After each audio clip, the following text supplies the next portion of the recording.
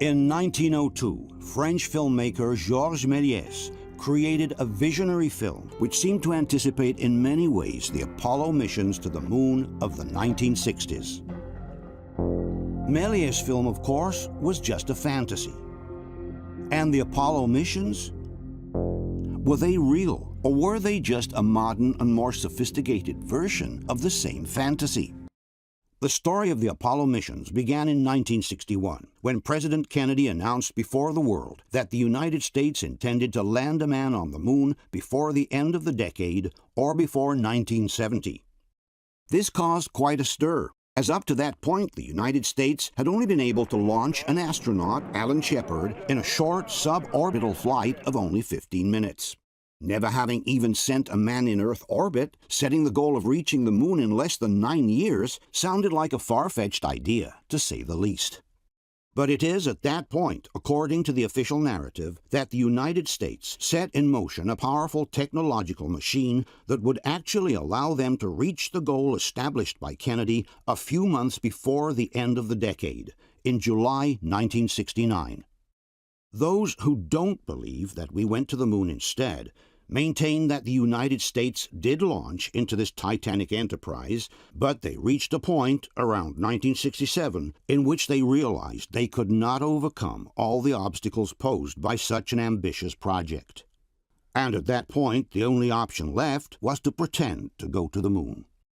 As they could not admit to the entire world that they were unable to achieve their goal, the United States would have chosen to fake the missions by using all the simulation systems they already had in place, which allowed them to replicate an entire lunar mission from beginning to end. For the people watching at home, it would have made no difference. Let's see now more in detail what happened during the historic decade of the lunar missions. History books tell us that in the 1960s, the so-called race to the moon took place. It refers to the competition between the United States and the Soviet Union about who could reach the moon first. If we take a closer look at the events, however, we will realize that it was actually a one-sided race, without a real opponent. It was only the Americans who truly tried to the end, driven not so much by the competition with the Soviets, but rather by the monstrous propaganda machine they themselves had set in motion at the beginning of the decade. Officially, the so-called race to the moon began on April 12, 1961, when the Soviets managed to put into orbit the first human being, Yuri Gagarin. It was then that President Kennedy asked Vice President Johnson to assess what the actual possibilities were for the United States to beat the Russians into space. This is where a very important figure comes into the picture, NASA Administrator James E. Webb. Johnson consulted with Webb and a few days later returned to Kennedy with an answer. Among the contemplated possibilities, one was to send a man to the moon.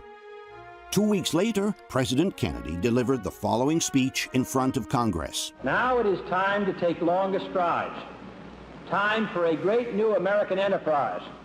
Time for this nation to take a clearly leading role in space achievement. I therefore ask the Congress, above and beyond the increases I have earlier requested for space activities, to provide the funds which are needed to meet the following national goals. First, I believe that this nation should commit itself to achieving the goal, before this decade is out, of landing a man on the moon and returning him safely to the Earth. From that moment on, NASA Administrator James Webb threw all his energies behind the Luna project. From NASA's historical archives, we read, Webb, who had endorsed the Apollo program to Kennedy, now had his priorities fixed on the manned Luna landing, and he reorganized the space agency accordingly. An excellent mediator, Webb managed to gather the support from prominent political figures such as Senator Kerr from Oklahoma. From the NASA archives, we read, Kerr told his congressional colleagues that Webb was enthusiastic about the program and that if Jim Webb says we can land a man on the moon and bring him safely home, then it can be done. This endorsement, concludes the document, secured considerable political support for the Luna project. Behind the scenes, however, Kennedy remained skeptical about such a monumental task. On September 18, 1963, Kennedy summoned Webb at the White House to express his doubts about the Luna project. Thanks to a recently released recording, we can listen to the actual conversation between the two men. If I get reelected, we're not going to go to the moon in our period, are we? Earlier we said no, you're not going. We're not going. You'll fly by it, probably. You think the man landing on the moon is a good idea? Yes, I think it is. Because when you do the same with instruments much cheaper. No, sir, you can't do the same. The lunar landing gave us the impetus to build big boosters and to tailor them specifically for the purpose. Therefore, they're going to succeed. Otherwise, they would not have succeeded or been efficient. But this looks like a hell of a lot of dough to go to the moon when you can learn most of what you want scientifically through instruments. And putting a man on the moon really is a stunt, and it isn't worth that many billions. Only 2 days later, in front of the United Nations, Kennedy made one last attempt to engage the Soviets in going to the moon together. Finally, in a field where the United States and the Soviet Union have a special capacity, in the field of space, there is room for new cooperation, for further joint efforts in the regulation and exploration of space. I include among these possibilities a joint expedition to the moon. Khrushchev's response was not long in coming, but it was certainly not encouraging. 1 month later, at a meeting with the foreign press, the chief of the Kremlin stated, "At the present time, we do not plan flights of cosmonauts to the moon. I have read a report that the Americans wish to land on the moon by 1970. Well, let's wish them success, and we will see how they fly there, and how they will land there, or to be more correct, moon there. And most important, how they will get up and come back. We do not wish to compete in sending people to the moon without thorough preparation." They took off their hats. At that point, Kennedy realized that the die was cast, and that the United States would have to go it alone. This nation has tossed its cap over the wall of space, and we have no choice but to follow it. The day after, in Dallas, John Kennedy was killed. But at that point, the Luna program had been launched and passed directly into the hands of the new president, Lyndon Johnson. In the meantime, the Soviets were still trying to develop a Luna program and were secretly training their cosmonauts for it. But their program ended abruptly for a number of different reasons. The first was the unexpected death of Sergei Korolyov, the father of the Russian space program. During routine surgery in January 1966, Korolyov died. The one figure with the authority and vision to galvanize the system behind the goal of beating the Americans had gone. The man who had launched the first satellite, Sputnik, who had put the first man in orbit, Gagarin, the man who had conceived the entire Soviet space program, was gone without leaving a successor, and there was no one capable of replacing him at that point. This led to a series of internal divisions at the top of the Russian Space Agency, which resulted in a streak of dramatic disasters. 4 heavy rockets of the new N-1 kind, designed to reach the moon, exploded during testing on the ground. It was the end of the Soviet Luna program, as described by Roald Sagdayev, the former director of the Russian Space Agency. Very few people remember that in parallel with American Apollo program, Soviets attempted to have their own program. But this Soviet program on kind of counterpart to American Apollo, it failed. It failed because the large rocket, Russian counterpart to Saturn V, exploded several times, even without getting chance to take off the launching site.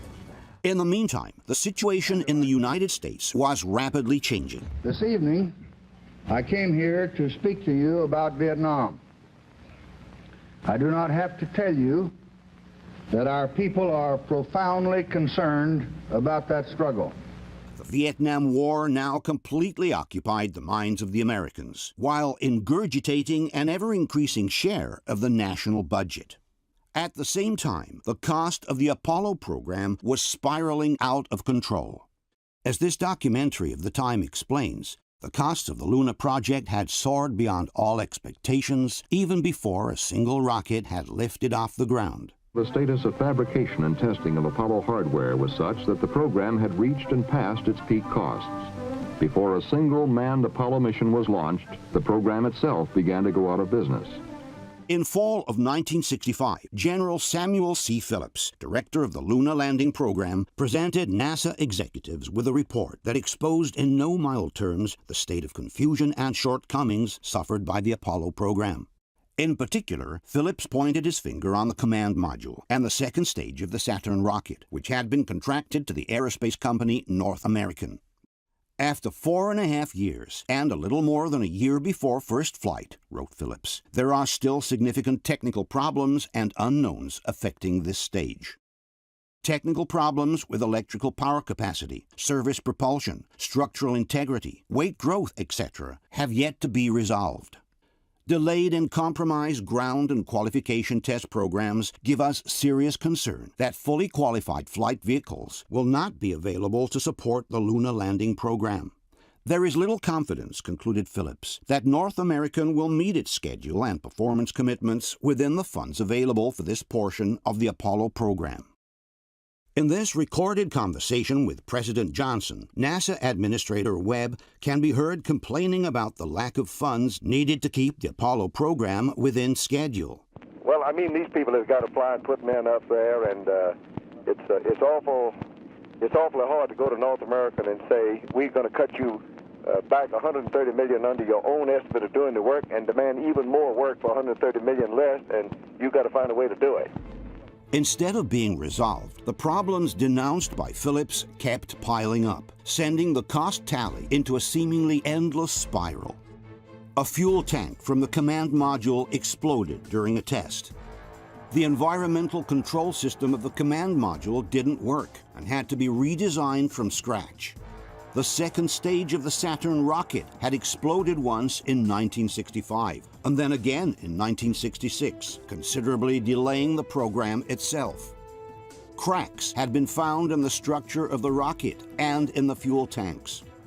The Luna module design was also progressing among continuous problems and consequent delays. They find hundreds of problems, things that weren't built right, weren't installed right. Electrical wires that are frayed, possibly broken, and most alarming of all, there are fuel leaks everywhere in the system. This brings us to 1967, the year of the crisis. In January of that year, Thomas Barron, a North American inspector in charge of security verifications, presented a 50-page report revealing that the problems denounced by Phillips had been anything but resolved. Among the most prominent issues, Barron listed difficulties with people, parts, equipment, and procedures, not to mention poor safety practices and the accidents they caused.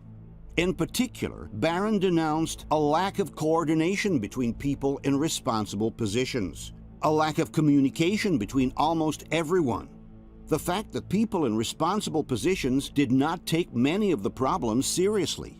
Barron then added, "We should not compromise the safety of the astronauts just for the benefit of a schedule."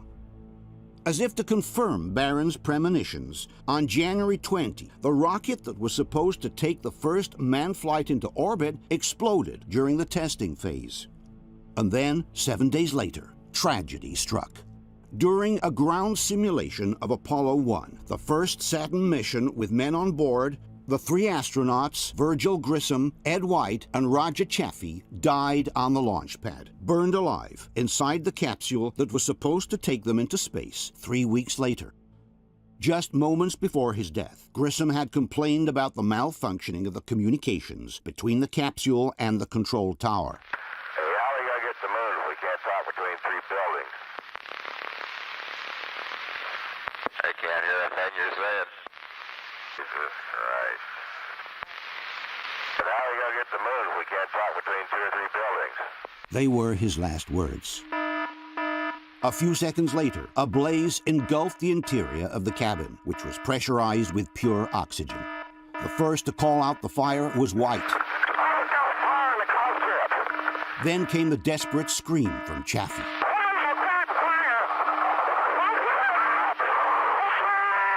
Then, nothing else. In a few seconds, it was all over. The Apollo program was suspended indefinitely, even before a single capsule had been launched into space.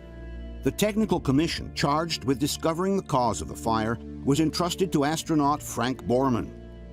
At the end of the investigation, it was concluded that the Apollo capsule needed to be redesigned from top to bottom. This added another year of delay to the already tight program schedule. At that point, many felt that the Apollo program was over even before it started. That was quite a shock. I almost had to pull over to the side of the road, catch my breath, because I thought, well, this is the end of our future. The program started to just churn. Churn and churn and churn. With the months passing fast, the 1969 deadline was getting closer and closer.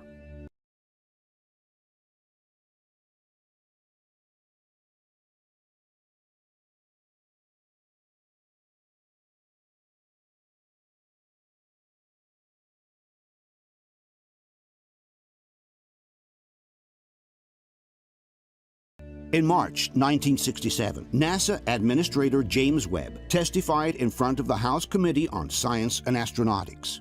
This was a very different person from the one who had enthusiastically supported President Kennedy's project 6 years before. But my own judgment, declared Webb, is that if we get this done by the end of 1969, we will be very, very fortunate. The possibility of doing all the work necessary is less this year than it was last. And I testified at this table last year that it was less at that time than it had been the previous year. In other words, according to the director of NASA himself, the closer they were getting to the end of the decade, the more the dream of reaching the moon was slipping away. And 1 year after these statements, the same James Webb suddenly quit NASA. The man who had inspired Kennedy from the beginning, the man who personally rewarded the astronauts on their return from the first orbits, the man who had done everything possible to allocate the funds to go to the moon, inexplicably abandoned the project of his life, a step away from its realization. On October 7, 1968, less than 3 months before the historic Apollo 8 mission around the moon, James Webb retired from NASA and returned to private life. NASA's deputy director, Robert Siemens, had also inexplicably resigned in January of the same year. When the Washington Post asked him, "There must be some reason why you're leaving right now. Why not stay until you get to the moon?" Siemens sternly replied, "Look, I've been down here 7 years. I only intended to stay 2. But it's clear that his resignation must have had something to do with the catastrophic situation in which the Apollo program found itself at that point. Possibly even more surprising was the resignation of astronaut Walter Schirra, which came only 4 days after James Webb's resignation. Schirra was one of the legendary Mercury 7, the original group of astronauts that had started the entire space program back in the 50s. He had already flown on both the Mercury project and the Gemini project, and given his long experience, he was certainly due to be sent to the moon with the Apollo program at some point. Yet, inexplicably, only a few months before the first lunar missions, Schirra gave up the possibility of triumphantly crowning his lifelong career and chose to retire instead. Why these people, who had dedicated the best part of their professional life to the space program, chose to resign just months before the final achievement is a question that remains to be answered. In fact, after the Apollo 1 fire, many at NASA wondered whether they should just stop altogether. But they realized they could no longer withdraw from the race, for they were held hostage by the very challenge they had thrown to the world a few years before. This sentiment was well summarized by Chris Kraft, the former Houston Space Center director. After the fire, I don't think we would have continued had we not made the commitment. The country made the commitment, and they would have looked like a bunch of gooks if they hadn't continued on in the eyes of the world and in their competitive position in the Cold War. It is at this point, according to the alternative theory, that the heads of NASA decided to stage in a studio what they would have not been able to achieve in reality: the moon landings of the Apollo missions. After all, by that time, NASA had developed all the technology needed to simulate a complete mission to the moon and back without ever having to leave the Earth. As we will later see, all they would have needed to do was to use the images produced by the simulators to pretend that they had really landed on the moon. There was another reason why the United States could no longer withdraw from their commitment to go to the moon. It was the domestic public opinion, which had been galvanized by a decade of relentless propaganda, in which the conquest of the moon had been sold to the public like something imminent and certain. These clips from the propaganda films of the time help us to understand the spirit of the era. Sometime in the future, American astronauts will explore the moon. This is the first of the big Saturn V. Someday it will carry 3 men and equipment to the moon and back. In a few short years, this scene of man on the moon will be a reality. This is the Apollo Command Module. The spacecraft like this will one day carry astronauts to the moon and back. This is the lunar module. A similar craft will one day allow 2 astronauts to set gently down on the surface of the moon. Kennedy Space Center, a reality in the preparation for manned lunar landings. The press had done its part as well. More and more often, magazines were publishing articles showing modern man projected to the conquest of space. Adventure books set in space multiplied, making the public ever more familiar with the idea of colonizing other planets. For a nation raised in the myth of the Far West, the new space frontier was only the natural extension for their spirit of conquest. Thus, interplanetary rockets, new satellites, and spaceships of all kinds became every day more familiar for the American public.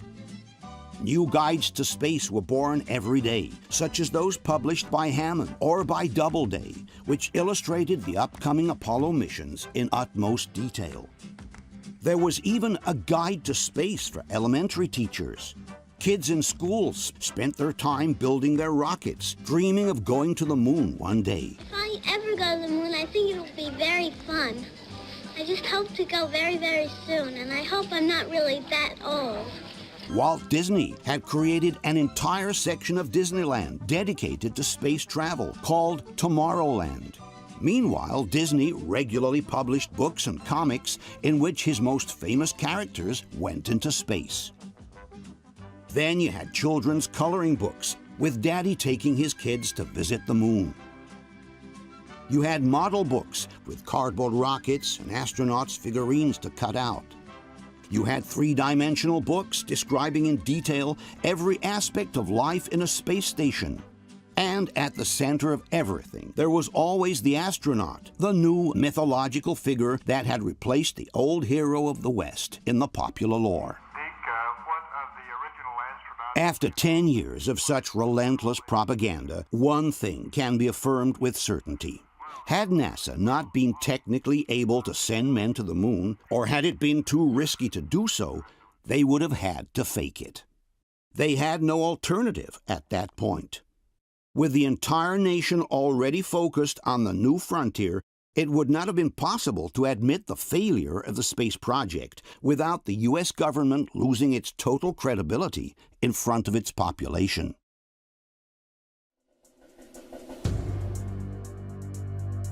This is, in essence, the thesis proposed by Bill Kaysing, the man who went down in history as the father of the so-called moon hoax theory. The reason I believe that NASA and the government faked the moon landing was basically it was technically impossible to do it. And they simply had to come up with some sort of alternative that they felt the public would believe. Casing was a former employee at Rocketdyne, the company that built the engines for the rockets used in the Apollo program.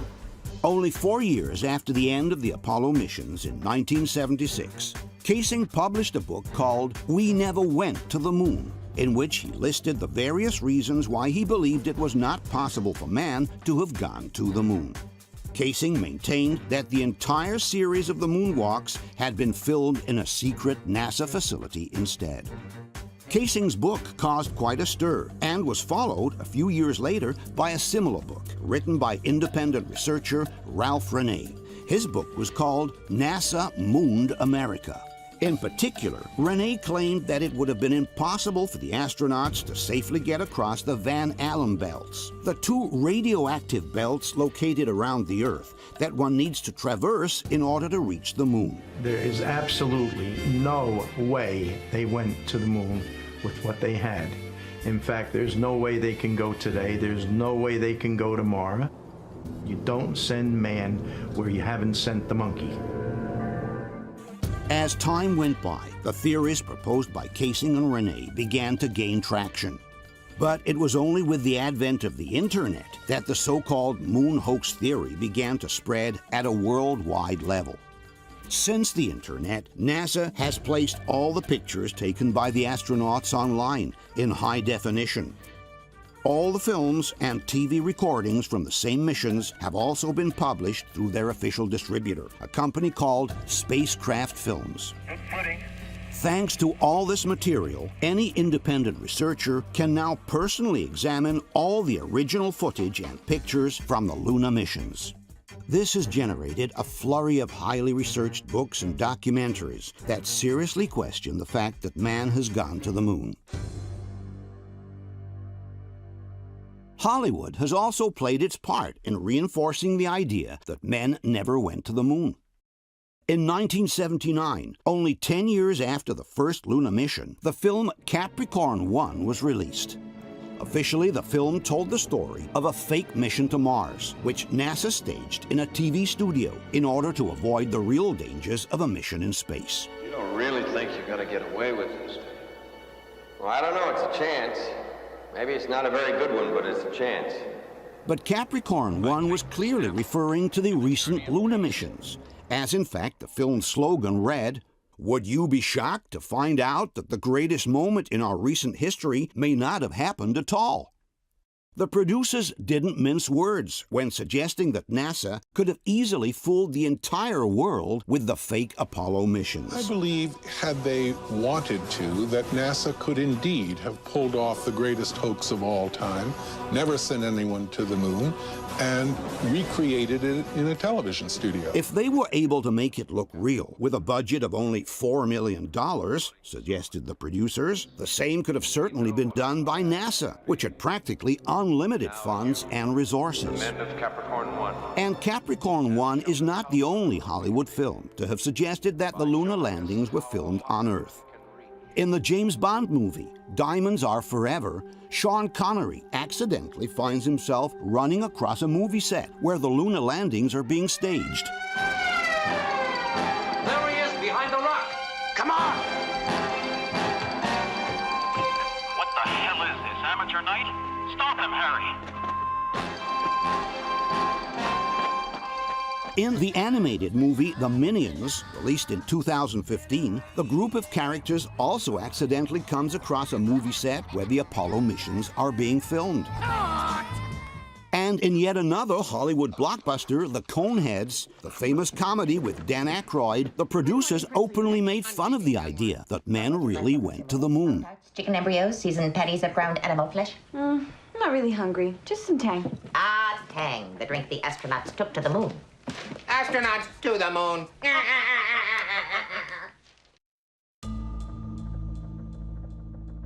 Obviously, there are also those who are absolutely convinced that we went to the moon and openly defend the official narrative by NASA. These people like to call themselves debunkers. Among the best known and most active, we should mention Phil Plait, editor of the website Bad Astronomy; Jim Oberg, journalist and expert in space issues; the Italian Paolo Attivissimo, editor of the website on the moon hoax and collaborator of the Apollo Luna Journal, NASA's official website on the Apollo missions. As an official NASA collaborator, Attivissimo represents a particularly authoritative voice in the field of the Luna debate.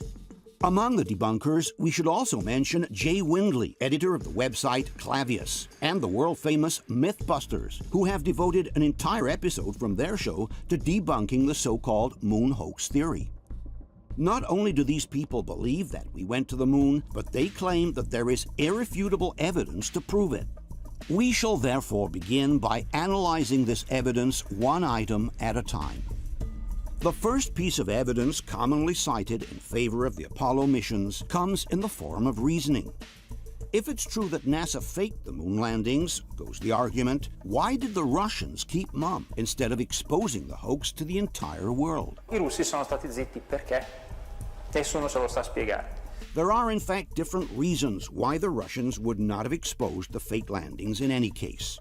The first one is that, given their position, no one in the world would have believed them. Just imagine if the Russians, who had just lost the race to the moon, had tried to suggest that NASA faked the moon landings. The Americans would have ridiculed them in front of the entire world, calling them sore losers. With more than 500 million people having just witnessed the moon landings on television, it would have been very easy to dismiss any Russian accusation with a laugh. Had the claim come from a neutral nation, then maybe it would have been somewhat believable. But coming from the same people who had just lost the race to the moon, no one would have taken them seriously.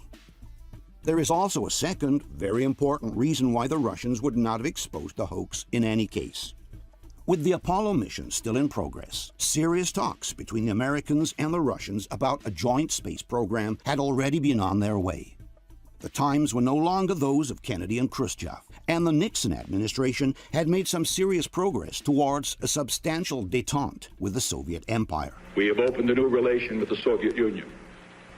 We must continue to develop and expand that new relationship so that the two strongest nations of the world will live together in cooperation rather than confrontation. On May 24, 1972, in Moscow, with the Apollo missions still in full swing, Richard Nixon signed a historic agreement with the Soviets on space cooperation. And less than a year after the last Apollo mission, the same American astronauts were traveling to Russia to meet their Soviet colleagues. They took part in joint press conferences, visited their space center, got familiar with their spaceship Soyuz, and paid homage to the grave of the heroes of the Soviet space program, Sergei Korolev and Yuri Gagarin. A few months later, it was the Soviet cosmonauts' turn to visit the U.S. and get acquainted with the American way of life. They visited the Houston Space Center, familiarized with the American spaceship Apollo, and worked together with their counterparts to perfect the system that would allow their spaceships to connect to each other during future joint missions. All of this would culminate only 3 years after the last Apollo mission in the historic encounter between the American spaceship Apollo and the Russian spaceship Soyuz. These are the words by Soviet cosmonaut Leonov before departing for the joint mission with the Americans in space. Chairman of the State Commission, the crew of the Soyuz spaceship is ready for the joint flight with the American spaceship Apollo. We have the great honor of participating in the first international flight of manned spaceships. The fulfillment of this experiment will yield still broader possibilities in our space research. On the American side, the tone of the comments was just as appeasing. The mission climaxed more than 3 years of planning and preparation, a time during which differences in language, in technology, in political creed were set aside in favor of the common goal. In fact, the joint mission between the Russians and the Americans would pave the way to what is today the International Space Station, a place where astronauts from the U.S., Russia, Italy, Japan, and many other countries work elbow to elbow in the international space program. In conclusion, had the Russians exposed the Luna hoax by the Americans, not only would the entire world have laughed at them, but nothing of what followed in terms of space cooperation with the Americans would have ever been possible. old philosopher says, the best part of a good dinner is not what you eat, but with whom you eat. The second piece of evidence often used in favor of the moon landings is the following. With over 400,000 people involved in the NASA project, goes the argument, someone sooner or later would have spilled the beans. Poi vabbè, si può considerare una cosa molto banale. All'operazione Luna parteciparono 400.000 tecnici di società private, non militari, non era un'operazione di 4 gatti che lanciano un missile. Quindi tutta questa gente in 40 anni non ha mai confessato nulla. But it's the very premise to this argument that is flawed. Nowhere does it say that all 400,000 NASA employees had to be informed of the scam being perpetrated. In fact, the lunar landing project had been split among thousands of different companies that worked all over the United States, totally independent from one another. The employees from Grumman were building the lunar module in their factories in Long Island. The technicians from ILC were designing the spacesuits in their laboratories in Delaware. The employees from Boeing were building the lunar rover in the state of Washington. The people from McDonnell Douglas worked on the Saturn rocket in their factories in California. The technicians from General Motors were producing the tanks for the command module at their home in Indiana. The experts from the Link Group developed the flight simulators in their factories in New York. As told in this documentary from that era, there were about 20,000 different companies working at the same time on the Apollo project from all over the United States. More than 90% of the work is conducted by contractors spread across the nation. In fact, some 20,000 prime contractors, subcontractors, and suppliers located in virtually every state are participating in the manned spaceflight programs. Thus, the idea that all these people had to be in on a plan to fake the moon landings is simply ludicrous. When a soccer player chooses to sell out a game, he certainly does not inform the rest of his team of his intentions. He acts alone, and the first ones to be duped are, in fact, his own teammates. Another example is the so-called Volkswagen scandal. In 2015, it was revealed that the German automaker had deceived the entire world by selling them cars whose engines exceeded the established emission regulations. But this doesn't mean that the entire body of 600,000 workers at Volkswagen had been informed of the scam being perpetrated. All that was needed was a restricted group of managers and technicians in the know, without everyone else necessarily being informed of what was going on. Also, in the case of the Apollo missions, all that was needed was a small group of NASA's top managers who decided to fake the moon landings, while everyone else at the agency would have believed that the missions were real. For the hoax to succeed, for example, it would have been sufficient to take control of the television signal that was received by the stations on Earth. Officially, the images from the first moonwalk were transmitted directly from the moon and were broadcasted in real time by the television stations all over the world. But if the same moonwalk had been pre-recorded in a studio instead and was then rebroadcast to the receiving stations by a satellite or any other means, then the first people to be duped would have been the very technicians at NASA who were following the moon landings from Houston Space Center. And with them, the entire world would have been deceived. There is also, according to the debunkers, some physical evidence for the moon landings, which they claim to be irrefutable.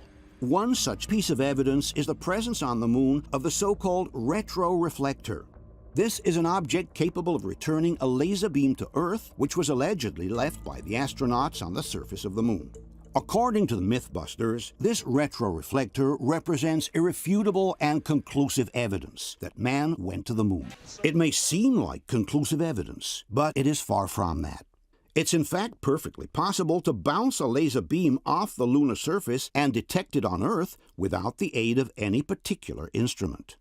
This kind of experiment had already been successfully conducted by the Massachusetts Institute of Technology in 1962, 6 years before the Apollo missions. From the December 1966 issue of National Geographic, we can read, 4 years ago, a ruby laser, considerably smaller than those now available, shot a series of pulses at the moon.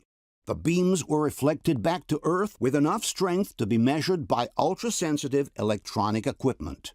A similar experiment was replicated by the Soviets 1 year later. From the New York Times of November 4th, 1963, we can read, a concentrated beam of light has been bounced off the moon and detected on Earth by a Soviet observatory in Crimea. The feat duplicates an experiment conducted late last year by engineers of the Massachusetts Institute of Technology. It was 6 whole years before the Apollo missions, and it was already possible to bounce a laser beam off the moon with no need of a retroreflector. In no case, then, can the retroreflector be considered a valid proof in favor of the Apollo missions, let alone a definitive one. Okay, now, you think you can chip off the... Another piece of evidence for the lunar landings often mentioned is the moon rocks. All those samples of rocky material that the astronauts allegedly brought back to Earth from their missions to the moon. Being composed of different material than the Earth, claim the debunkers, these rocks are the tangible proof that man went to the moon. From the debunking site Clavius, we can read, the lunar surface samples returned by the Apollo missions are considered by many to be the most compelling evidence that the missions were authentic. On its own website, NASA writes, moon rocks and common sense prove Apollo astronauts really did visit the moon. In reality, these alleged moon rocks by themselves don't prove anything. Even accepting that their composition is different from that of the Earth, we must remember that many meteorites have been retrieved in Antarctica. Well, I got a phone call once, a fellow at the Smithsonian, and he said, Jerry, we have now a meteorite which I just brought back from Antarctica, which is from the moon.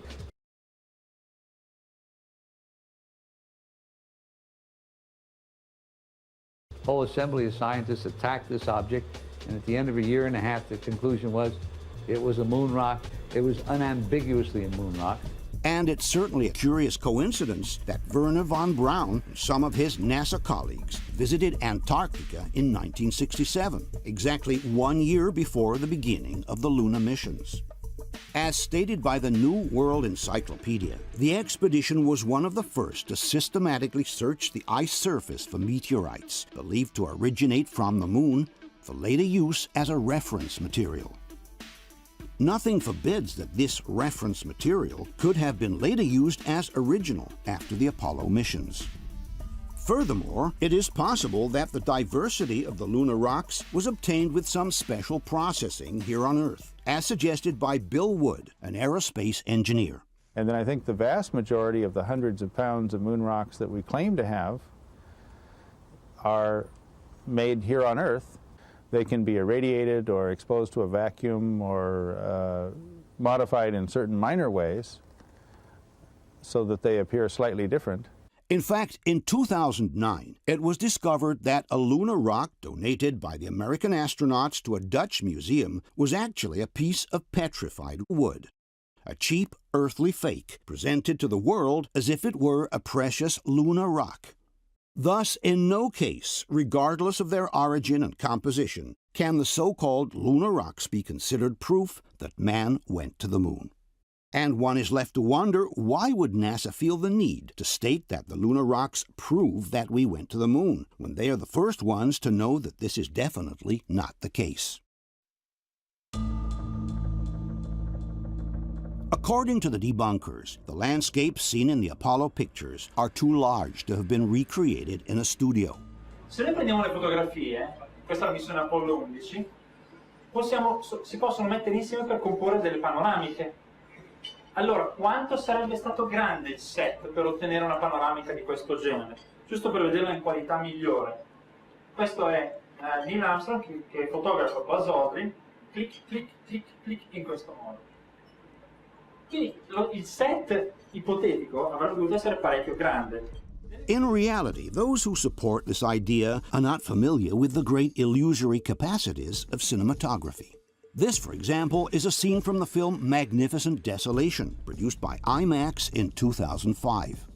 As one can see, the depth of the terrain in the background is quite similar to that of the Apollo missions. And yet, this is the actual set where the scene was filmed. Only the terrain in the foreground is real. The rest of the landscape is projected as a backdrop with the use of special effects. The only difference with the 1960s is that today the background images are superimposed to a green screen with a digital technique, while in the past the background images were projected onto a highly reflective screen with a technique called front projection. One of the first ones to use the front projection was Stanley Kubrick in the film 2001: A Space Odyssey. This is the famous opening scene with the monkeys in the African desert. As one can see, the savanna in the background appears to be immense. And this is the studio where the scene was shot. Only the first part of the set is real, the one in the foreground. The rest is a photographic image, which is projected onto this highly reflective silk screen.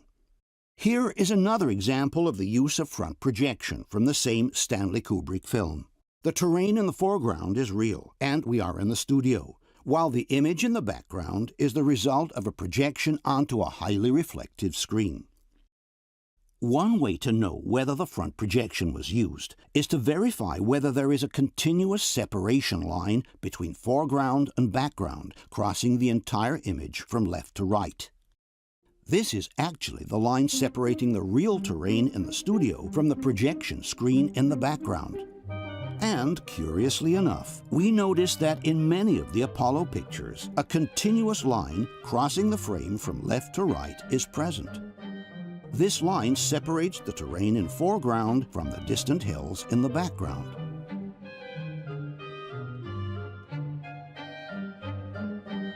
In fact, if we take a closer look at some 360 degrees panoramas from the landing sites, we realize that the continuous line separating the foreground from the background is uninterrupted for the entire 360 degrees, in whatever direction you look.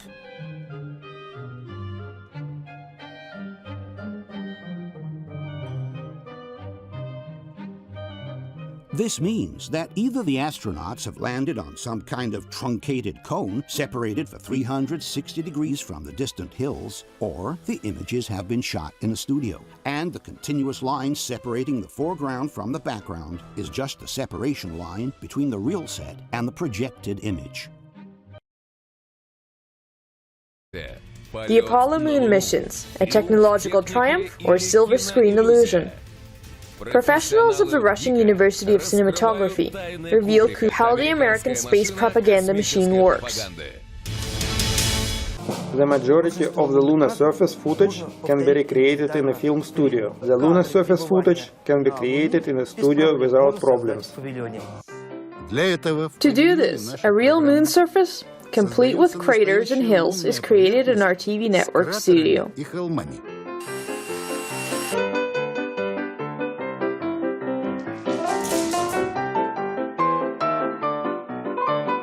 We reconstructed the lunar soil. For example, this crater is composed of a hoop and moon soil.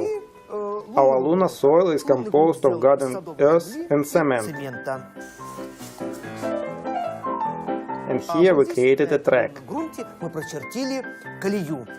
This track will reach into the distance on the screen, because the screen is a continuation of our area of the lunar surface.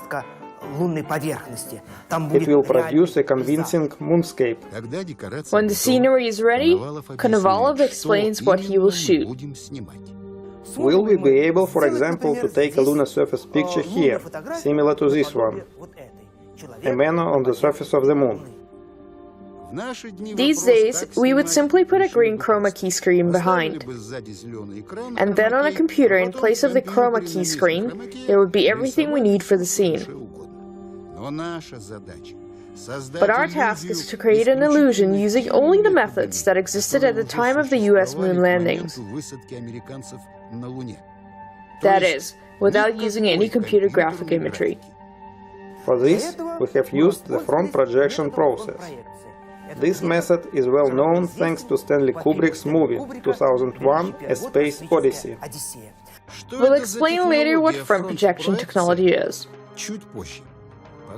Now let's focus on director Stanley Kubrick, mentioned by our expert. He was one of the most celebrated filmmakers of the 20th century. Kubrick entered the history of space infowars as a likely director of the moon hoax.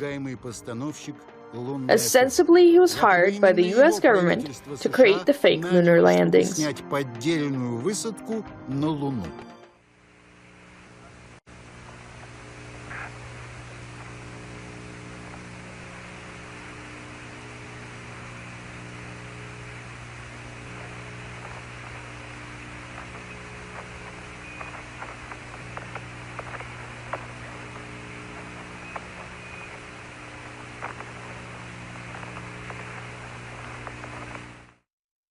Honey, I'm going over this crater and get you some of this white soil. I think it's coming off of this rock here, but it looks like caliche. I never thought I'd use that word up here, but that's what the coating looks like. It's right here. Let me see that. Come in and look at it, John. It might be just a total white rock. It cross on. Oh man, your setting's going to be terrible. Where'd you see it? See it right there? Yeah. Oh, we've had a bag failure already. That thing. Where you? Little pull tab came off. You can still use them though. Here, hold this for me. Okay. Charlie, you got my camera? Yeah, and it's filthy. Get a little shovel full of that stuff. There's Charlie. But the debunker of the record, Leonid Konovalov, is absolutely sure all the moon missions were staged and produced in low quality. Only thanks to the propaganda and due to the fact that many people, 90% of people around the world, have never seen more than 15 seconds of the moon footage at any one time. He is in no doubt. In the studio we can easily and convincingly recreate those moon landings. This is a cosmonaut's helmet. It's our prop. And here are, it would seem, regular shoes, but they are very special for us, because they have a sole pattern which is very reminiscent of the footprints that were made on the lunar surface. Therefore, these are treasured and very important items of our equipment. Once again, for this production we will use only those film techniques which were available in 1969, primarily the so-called front projection method.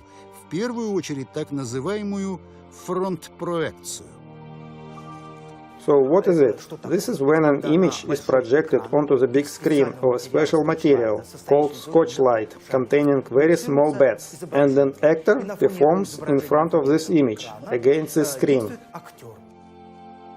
So, the main thing in the front projection method is that screen. The Scotch light material is well known to you. It is used, for example, on retroreflective elements of clothing.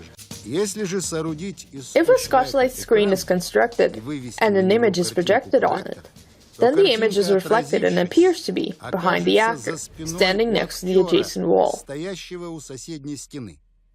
That's the special effect it produces. The front projection technique is used when one needs to place a person into a landscape.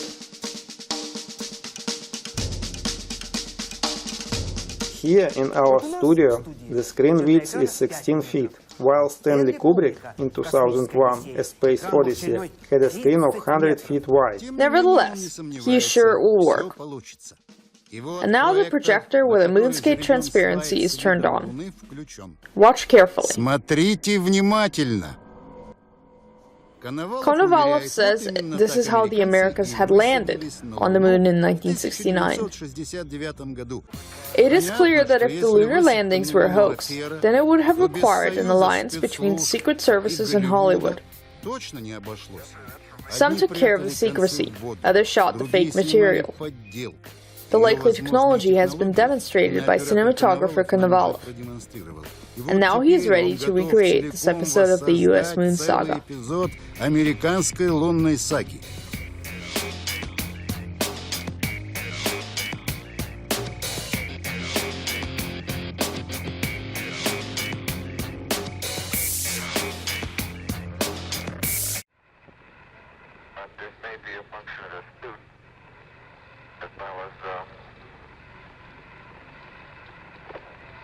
Lack of gravity force here.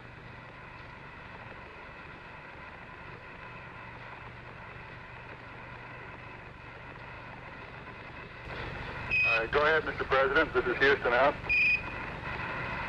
Hello, Neil and Buzz. I'm talking to you by telephone from the Oval Room at the White House. And this certainly has to be the most historic telephone call ever made from the White House. I just can't tell you how proud we all are of what you have done. For every American, this has to be the proudest day of our lives. And for people all over the world, I am sure that they too join with Americans in recognizing what an immense feat this is. Because of what you have done, the heavens have become a part of man's world. And as you talk to us from the sea of tranquility, it inspires us to redouble our efforts to bring peace and tranquility to Earth. For one priceless moment in the whole history of man, all the people on this earth are truly one. One in their pride in what you have done, and one in our prayers that you will return safely to Earth.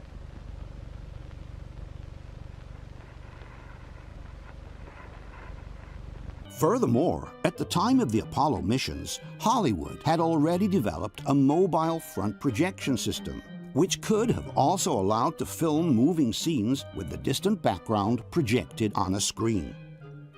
Another technique used to obtain similar results was that of painted backdrops, as in this example from a Hollywood film from the 50s.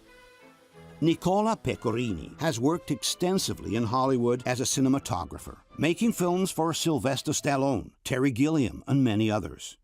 We asked him about this alleged impossibility of creating such large sets in a studio. La tesi di chi dice siamo stati sulla Luna è che sarebbe impossibile costruire un set del genere sulla Terra. Ma non è affatto vero che è impossibile. Cioè, dagli anni 30 che fanno set, perché non è che devi costruire il set fisicamente fino là, cioè, tu costruisci e poi ci sono dei backdrops. Cioè, i set enormi anche in, come si chiamava, Gone with the Wind, erano dei bei dipinti, i cieli. Non è che erano veri cieli. Another technique for which Hollywood is famous is that of miniaturization. Apparently huge situations can be reproduced in a studio to the smallest detail. Small-scale models are also regularly used in Hollywood with great effectiveness. In fact, there are serious suspicions that the images of the lunar module departing from the moon were actually filmed in a studio using small-scale models. In conclusion, if we were to believe that everything we see on a screen is real, we would also have to believe that New York was submerged by a devastating tsunami, that gigantic gorillas can climb the Empire State Building, and that the magical Kingdom of Oz actually exists. To explain that, we have to introduce the concept of free fall. So let's use this model of the Earth. And let's enlist the help of a friend, Paxi. You might know her. Paxi, hello Paxi. She's with me on the International Space Station. Another proof of the moon landings, according to the NASA supporters, are the images of the lunar surface sent to the Earth by unmanned probes in recent years. In 2009, the American probe Lunar Reconnaissance Orbiter completed a full mapping of the lunar surface, sending back the images of what purportedly are the landing sites of the Apollo missions. Obviously, it's hard to consider these images as an actual proof of the landings when NASA itself is suspected of having falsified the pictures from 6 entire missions to the moon back in the 60s. Today, a kid armed with Photoshop could produce images similar to these in no more than half an hour. Somewhat different is the case of the Japanese probe, Kaguya. In 2008, this probe scanned the entire lunar surface, sending back altimetry data that allows us to recreate the exact morphology of the lunar terrain on a computer. According to the debunkers, the fact that the images generated by Kaguya show a terrain very similar to the one seen in the Apollo pictures proves that the lunar missions were real. One example often used by the debunkers is the one of Hadley Rill, this large canyon carved on the lunar surface where the Apollo 15 mission allegedly landed. E questo è il risultato. Ovviamente gli oggetti in primo piano non ci sono perché l'altimetro non riesce a definire anche i sassolini più piccoli, ma le colline sullo sfondo sono assolutamente identiche. Allora, come faceva la NASA ad avere delle fotografie quasi 40 anni fa di un luogo sulla Luna con la forma esattamente giusta che poi 40 anni dopo noi siamo riusciti ad andare a verificare? Come faceva? Mistero. In fact, there is no mystery here at all. As confirmed by this 1966 documentary, NASA had already sent probes to photograph the lunar landing sites from up close well before the Apollo missions had started. Charting actual landing sites for the astronauts is the job of Lunar Orbiter. 2 of the 850-pound satellites have orbited the moon, photographing and mapping wide areas, sometimes sweeping as low as 25 miles above the surface. Here are some of the pictures helping to determine the height and slope of lunar mountains and the depth of craters.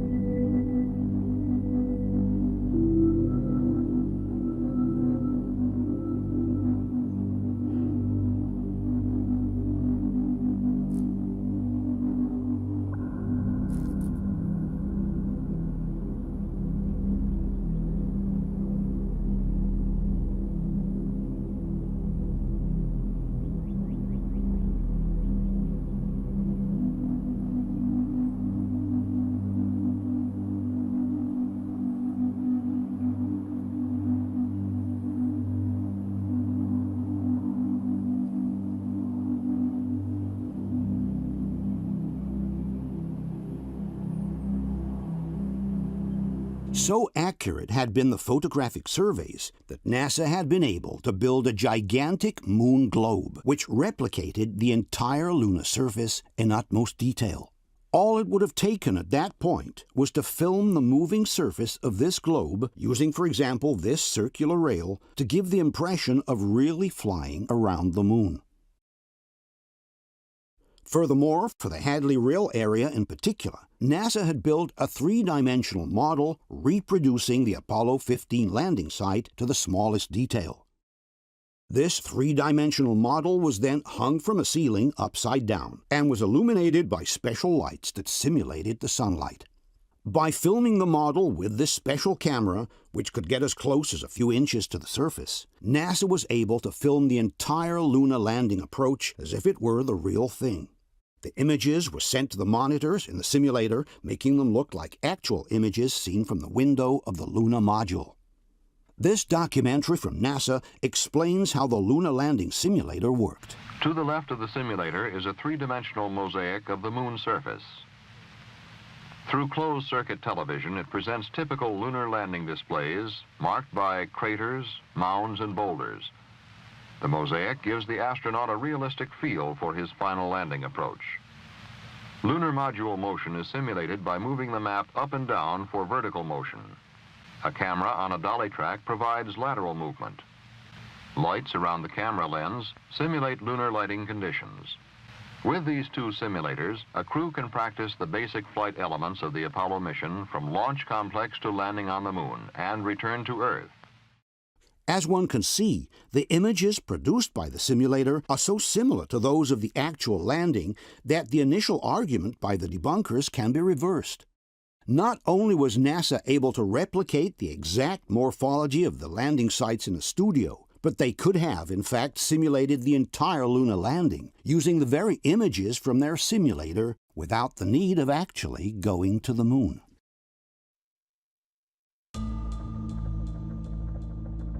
The possibility of verifying the lunar landing sites from up close presented itself in 2007, when Google launched the international competition Lunar X Prize.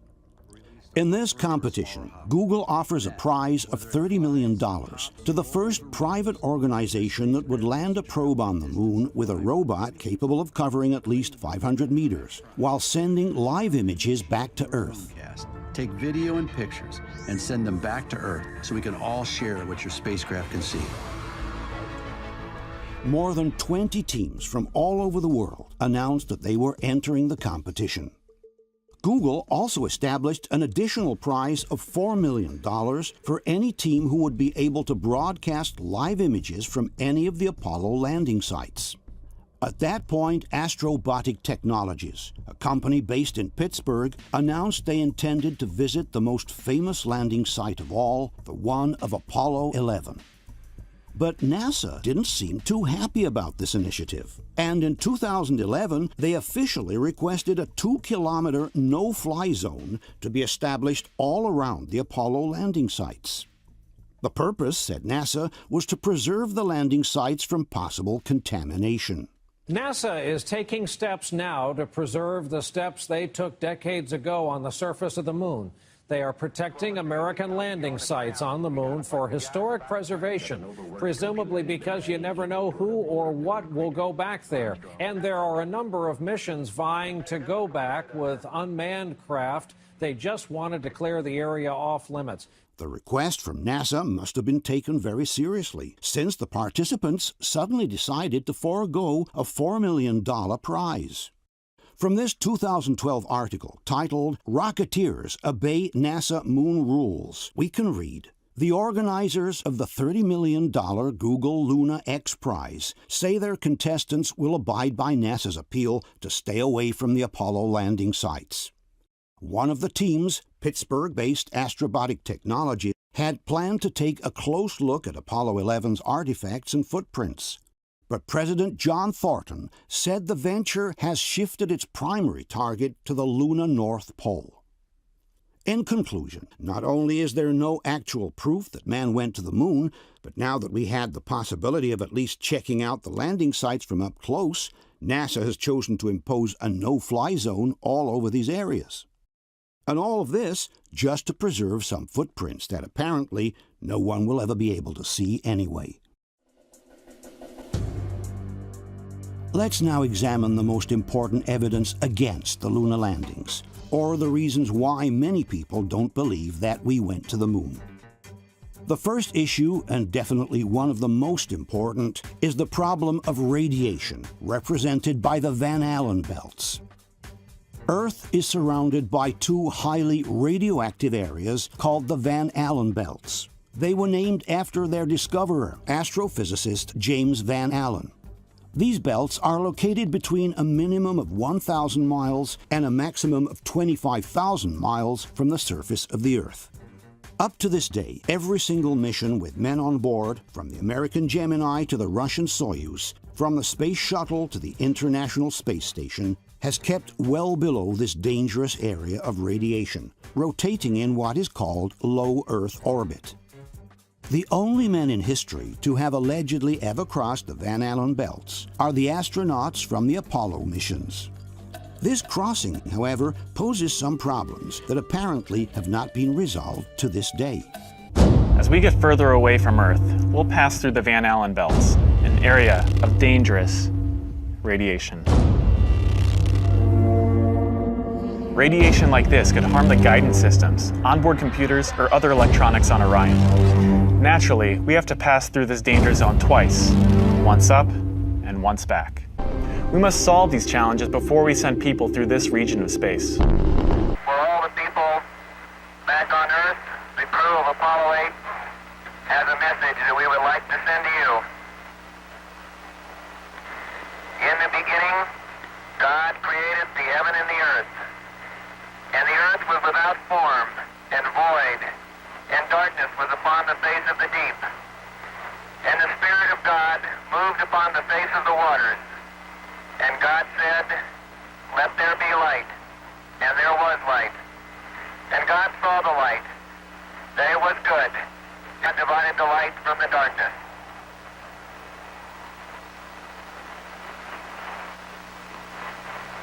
And God called the light day, and the darkness he called night, and the evening and the morning were the first day. And God said, "Let there be a firmament in the midst of the waters, and let it divide the waters from the waters."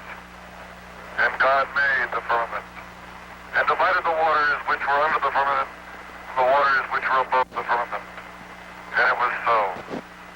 And God called the firmament heaven, and the evening and the morning were the second day.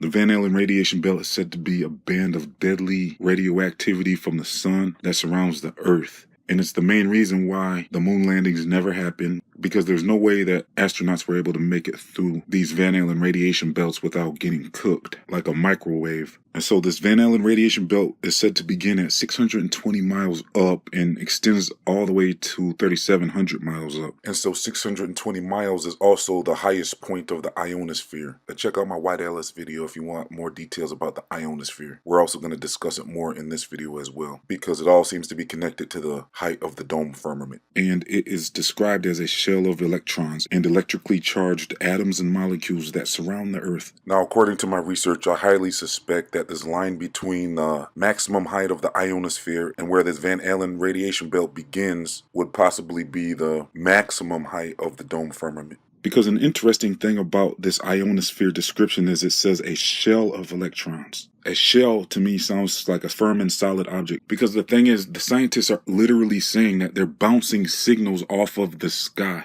Now, their excuse is saying it's a shell of electrically charged particles, but this seems to be their excuse and their only way to describe what they are witnessing, because if you think about it with common sense, the air is supposed to be thinner the farther you go up. And so how are they possibly bouncing signals off of the sky? I suppose you're going to say that there's some type of magical magnetic field that happens to be protecting the Earth. This magnetic force field is said to have formed by some Big Bang accident. Or we can go with there's a solid dome firmament above us. In my dome firmament playlist, we also discuss satellites, because Satellites are definitely not what you were told either. You see, satellites do not exist. They're just bouncing signals off this reflective dome firmament. The reflective properties of the dome firmament is part of the reason why you see rainbows, sundogs, and more. Because according to my research, the dome is most likely some form of reflective material. There's descriptions that say it's as a molten glass. Molten sounds kind of metallic, and it could be a reflective metallic type glass. It sounds like it's probably see-through as well. And so this material doesn't seem like it's known to mankind. But there's also another striking coincidence of this ionosphere, because they say it begins 31 miles up. And so 31 miles up is actually the same height of the highest balloon that has ever been launched. You see, balloons will always pop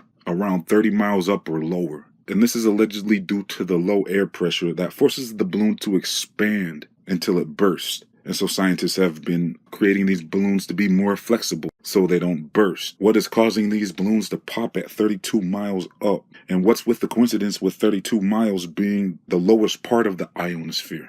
And so, like I said, the ionosphere ranges from 31 miles up to 620 miles up. So if it begins at 31 miles up, this suggests a possible gradual firmament. Maybe the lower point of the firmament begins with some resistance at around the 30-mile height, and then gradually becomes more and more dense to the point where it's a solid dome firmament at around the maximum height, which is around 620 miles up. There's also another factor to consider when analyzing the height of the dome firmament, and that's the possible curved nature of the firmament. You see, if the dome is an arch-like shape, there would be various points of height on the dome, 31 miles up. It seems to be the average point where balloons pop no matter where you are. Most balloons usually only range from 11 to 23 miles up, so this 32 miles up was an exception, and this happened around 2002. And so polar orbiting satellites are said to be as low as 444 miles up. The ISS is said to be about 220 miles up. Low Earth orbit is said to begin around 100 miles up and is said to range to about 1,200 miles up. Outer space is said to actually begin at 50 miles up. Firmament activity appears to begin around 30 miles to 100 miles up. And maybe 100 to 600 miles up could be the second heaven area, possibly, because maybe that's the area where the stars and the planets, which are actually stars as well, hang out. In my last video, I discussed how planets are actually stars. So make sure to check that video out if you get a chance. And so the second heaven area seems to be around the range where scientists are saying the orbit begins, with the ISS being 220 miles up. So I'll also be covering the ISS in a later video as well. And so in this video, we see how if the firmament is indeed a dome shape, that means that there would be various heights of the dome, literally to the point where the sky would meet the land, somewhere in the Antarctic area. We also discussed the possible gradual resistance that the firmament might apply. There's some type of activity starting around 30 miles, but the activity could extend into a denser and denser resistance until it actually becomes a hard barrier at a possible maximum height around 620 miles. We also discussed how there could be possible layers of the dome where there could be an area where some would consider a second heaven or where the possible planets and stars exist. Check out my Proof of the Dome Firmament playlist for much more information. I'll leave the link in the comment section and the description box. Human action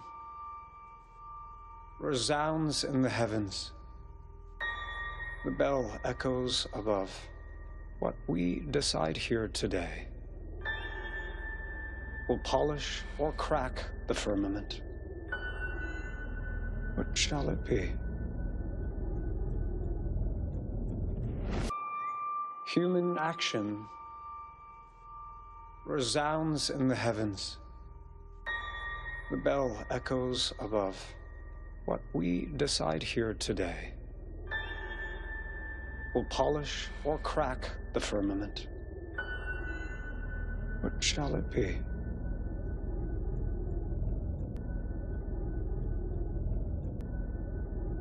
Let's take a closer look at the history of the Van Allen belts. In January 1958, the United States launched their first satellite, Explorer 1. This satellite carried some special instruments designed by scientist James Van Allen, whose purpose was to measure radioactivity in space. Van Allen made a double surprising discovery. Not only did radioactivity increase as we moved away from Earth, But beyond a certain point, the Geiger counter suddenly dropped to 0 before resuming normal operation. This is how James Van Allen describes that experience. And I began to understand that what was going on here, because we had segments of this orbit when it came down to low altitude, which looked quite normal. Then we had a very rapid change, very rapid increase in cutting rate, and then it dropped back to nothing. And then a few minutes later, it came up from nothing to a very high rate and then dropped back to a normal value. And this pattern was repetitive. It seemed to be a systematic pattern. The reason for the sudden drop to 0 was due to the fact that the radiation became so intense beyond a certain altitude that the Geiger counter simply went off scale. And now we'll jump above 600 miles, and we'll see what happens when we get closer to the source of radiation. Uh-oh, there it goes back down to 0 again. Yes?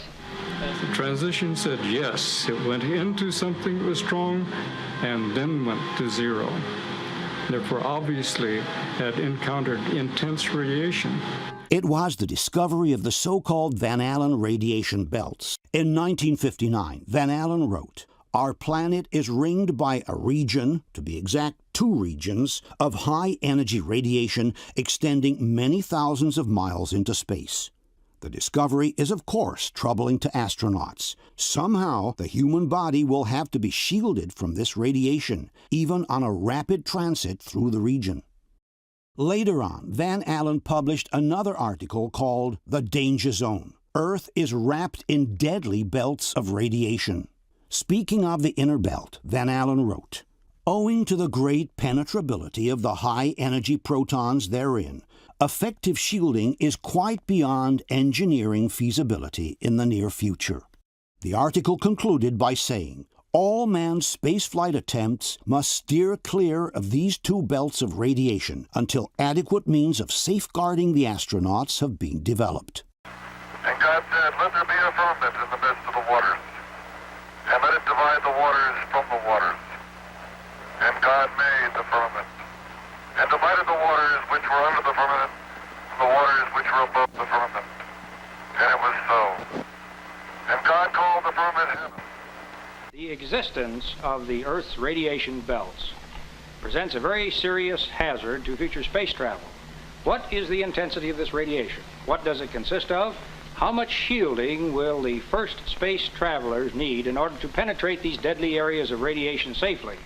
The need to develop new technologies to protect men from radiation had been clearly recognized by President Kennedy himself. Third, medical space research may lead to new safeguards against hazards common to many environments.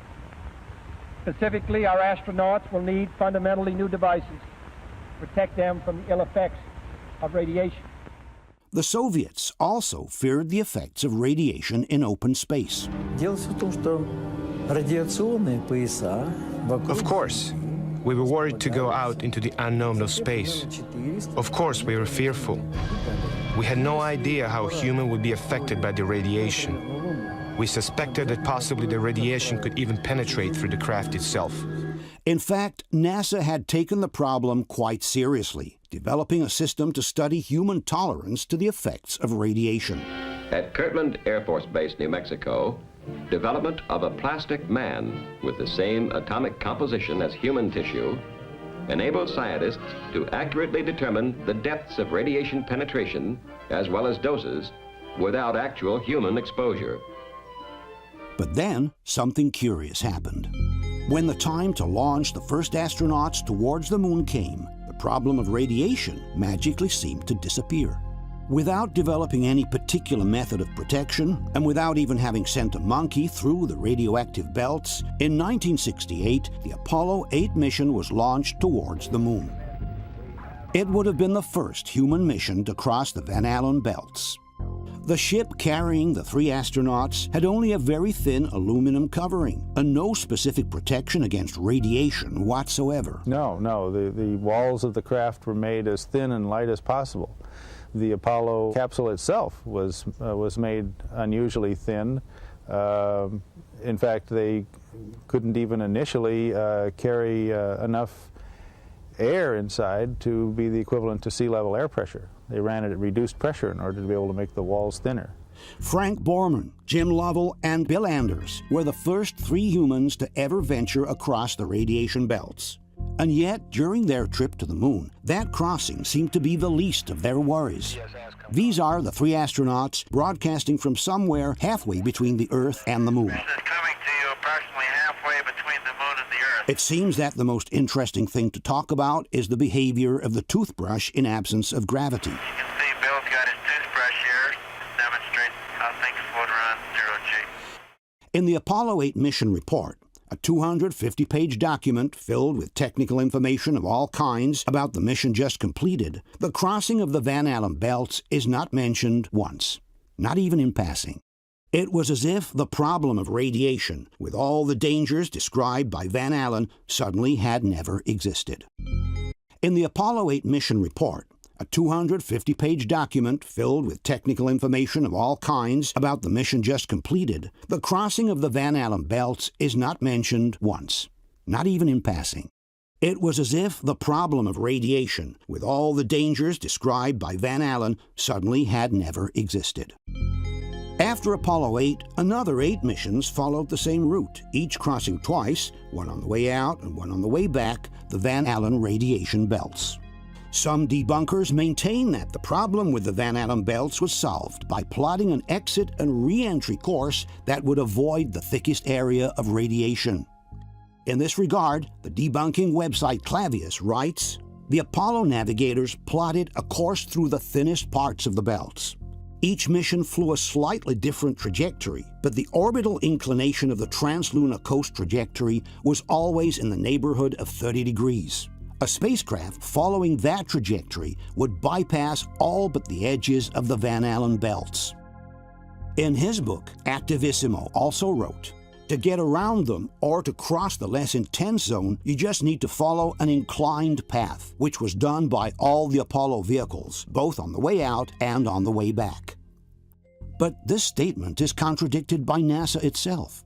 For example, in regards to the Apollo 14 mission, NASA writes, "The translunar injection trajectory lay closer to the plane of the geomagnetic equator than that of previous flights, and therefore the spacecraft traveled through the heart of the trapped radiation belts." Despite this, NASA has always dismissed the radiation problem, publishing data on the doses allegedly received by the astronauts well below the danger levels. In this regard, NASA wrote, "Apollo astronaut doses were negligible in terms of any medical or biological effects that could have impaired the function of man in the space environment." In fact, according to the debunkers, a lunar mission of a few days like the Apollo missions entails a total of radiation equivalent to 1 X-ray scan, or 3 years of life on Earth. Problem solved then. Obviously, Van Allen must have been mistaken when he said that it would have been necessary to protect the astronauts through the radiation belts, even on a rapid transit through the region. At this point, though, we are left in a conundrum. If it's true that the problem was so brilliantly solved in the 60s, why are the Van Allen belts being called dangerous again, now that NASA wants to travel to the moon with the Orion project? My name is Kelly Smith, and I work on navigation and guidance for Orion. We are headed 3,600 miles above Earth, 15 times higher from the planet than the International Space Station. As we get further away from Earth, we'll pass through the Van Allen belts, an area of dangerous radiation. Radiation like this could harm the guidance systems, onboard computers, or other electronics on Orion. Naturally, we have to pass through this danger zone twice, once up and once back. But Orion has protection. Shielding will be put to the test as the vehicle cuts through the waves of radiation. Sensors aboard will record radiation levels for scientists to study. We must solve these challenges before we send people through this region of space. What does it mean, we must solve these challenges before we send people through this region of space? In the 1960s, the radiation received by the astronauts was the equivalent of a simple X-ray. And today, we must solve these challenges before we send people through this region of space? We are thus faced with a puzzling situation. Up until 1968, the Van Allen belts were considered very dangerous by the scientific community at large.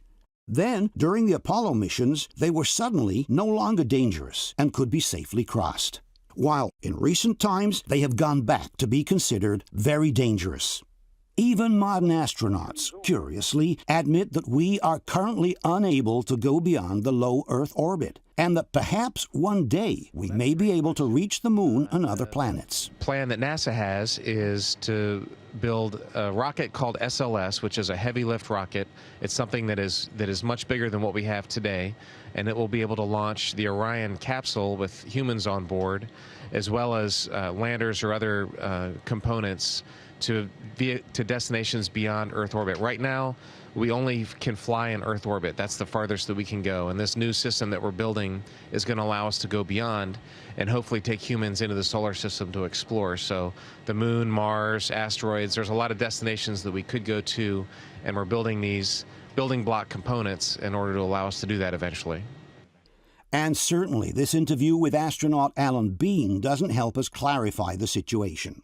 As a crew member of the Apollo 12 mission, Bean is theoretically one of the very few human beings to have ever crossed the Van Allen belts. And yet, not only isn't he sure of having ever reached them, but in fact he doesn't even know where the belts are located. Any ill effects from the Van Allen radiation belts? No. Now, I'm not sure we went far enough out to encounter the Van Allen radiation belt. Maybe we did. And listen to Bean's reply when he is told that the Van Allen belts are located between the Earth and the Moon. The belts are 1,000 miles to 25,000 miles above the Earth. Then we went right out through them. It's a curious response indeed. After all, Attivisimo himself wrote in his book, all astronauts are trained in plotting trajectories, rendezvous, and orbits by using a ruler, and in orientation by using the stars. Are we truly to believe that one of the few astronauts who ever crossed the Van Allen belts doesn't even know where they are? Or maybe Alan Bean, in a moment of distraction, has let an uncomfortable truth slip out by mistake. I'm not sure we went far enough out to encounter the Van Allen radiation belt. Question. Can you explain why NASA, despite everything Van Allen had written on the dangers of radiation, has sent the first astronauts through the radioactive belts without any specific protection and without even sending a monkey first in order to evaluate the effects of radiation on a biological organism as complex as the human being? If it were true, like the debunkers maintain, that a lunar mission entails a total of radiation equivalent to an X-ray, why does NASA describe today the Van Allen belts as an area of dangerous radiation? If it's true, like NASA maintains, that during the trip to the Moon 50 years ago, the astronaut doses were negligible, why does NASA state today, in regards to the Van Allen belts, that we must solve these challenges before we send people through this region of space? How is it possible that one of the very few astronauts to have ever crossed the Van Allen belts doesn't even know where they are, and even doubts having gone far enough out to encounter the Van Allen belts? Let's now discuss the actual lunar landings. We will start by examining the lunar spaceship, or LEM, which has allegedly brought 12 astronauts to walk on the surface of the Moon in the course of 6 different missions. The LEM, or Lunar Module, is the vehicle that was designed to carry astronauts to the surface of the Moon. But this very LEM raises so many questions that many doubt this vehicle has actually ever reached the Moon. They suspect this is only a mock-up model sitting on a movie set instead. Seen from a distance, the LEM appears like a technological wonder. But once we get up close, we realize that it looks more like a mock-up model, somehow put together with steel tubes and papier-mâché, held together with simple Scotch tape.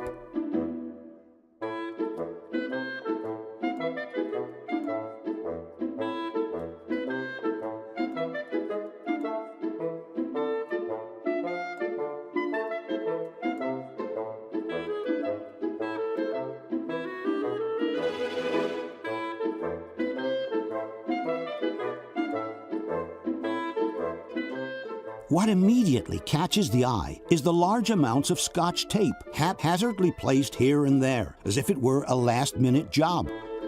with temperatures that can reach over 200 degrees in the sun, doesn't seem like a smart idea to use Scotch tape everywhere. The debunkers, however, claim that there is a specific reason for the use of Scotch tape. Una delle teorie, per esempio, è che il modulo lunare è rivestito di lamierino. Si vede addirittura che è unito con lo Scotch. Quindi era un simulacro di cartapesta.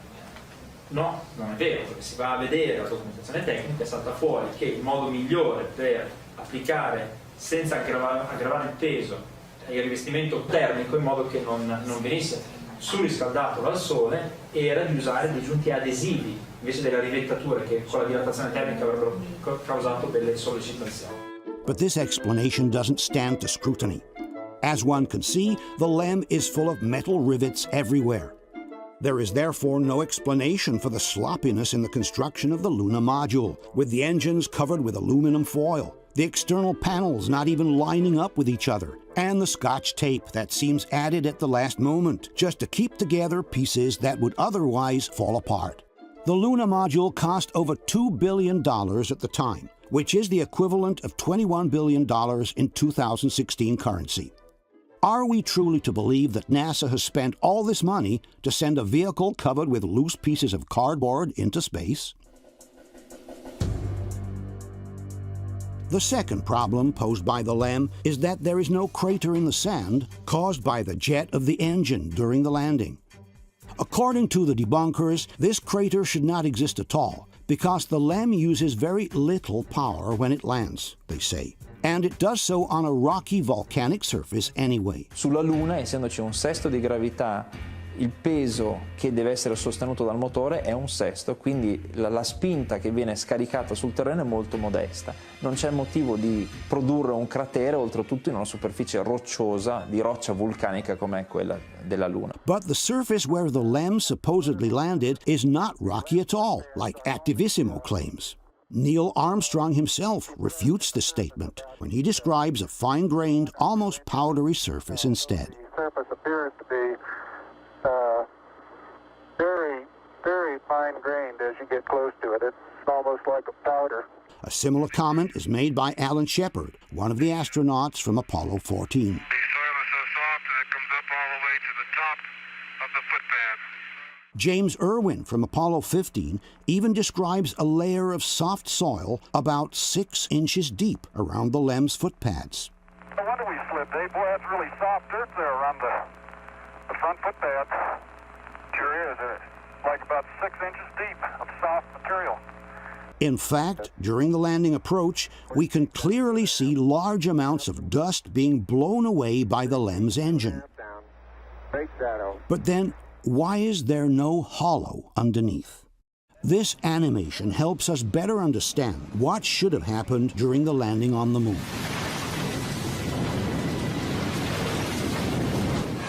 Just like this leaf blower, which blows away the dust on the surface and reveals the hard rock underneath, we would expect to see a hollow in the sand under the LEM, revealing the hard terrain under the surface.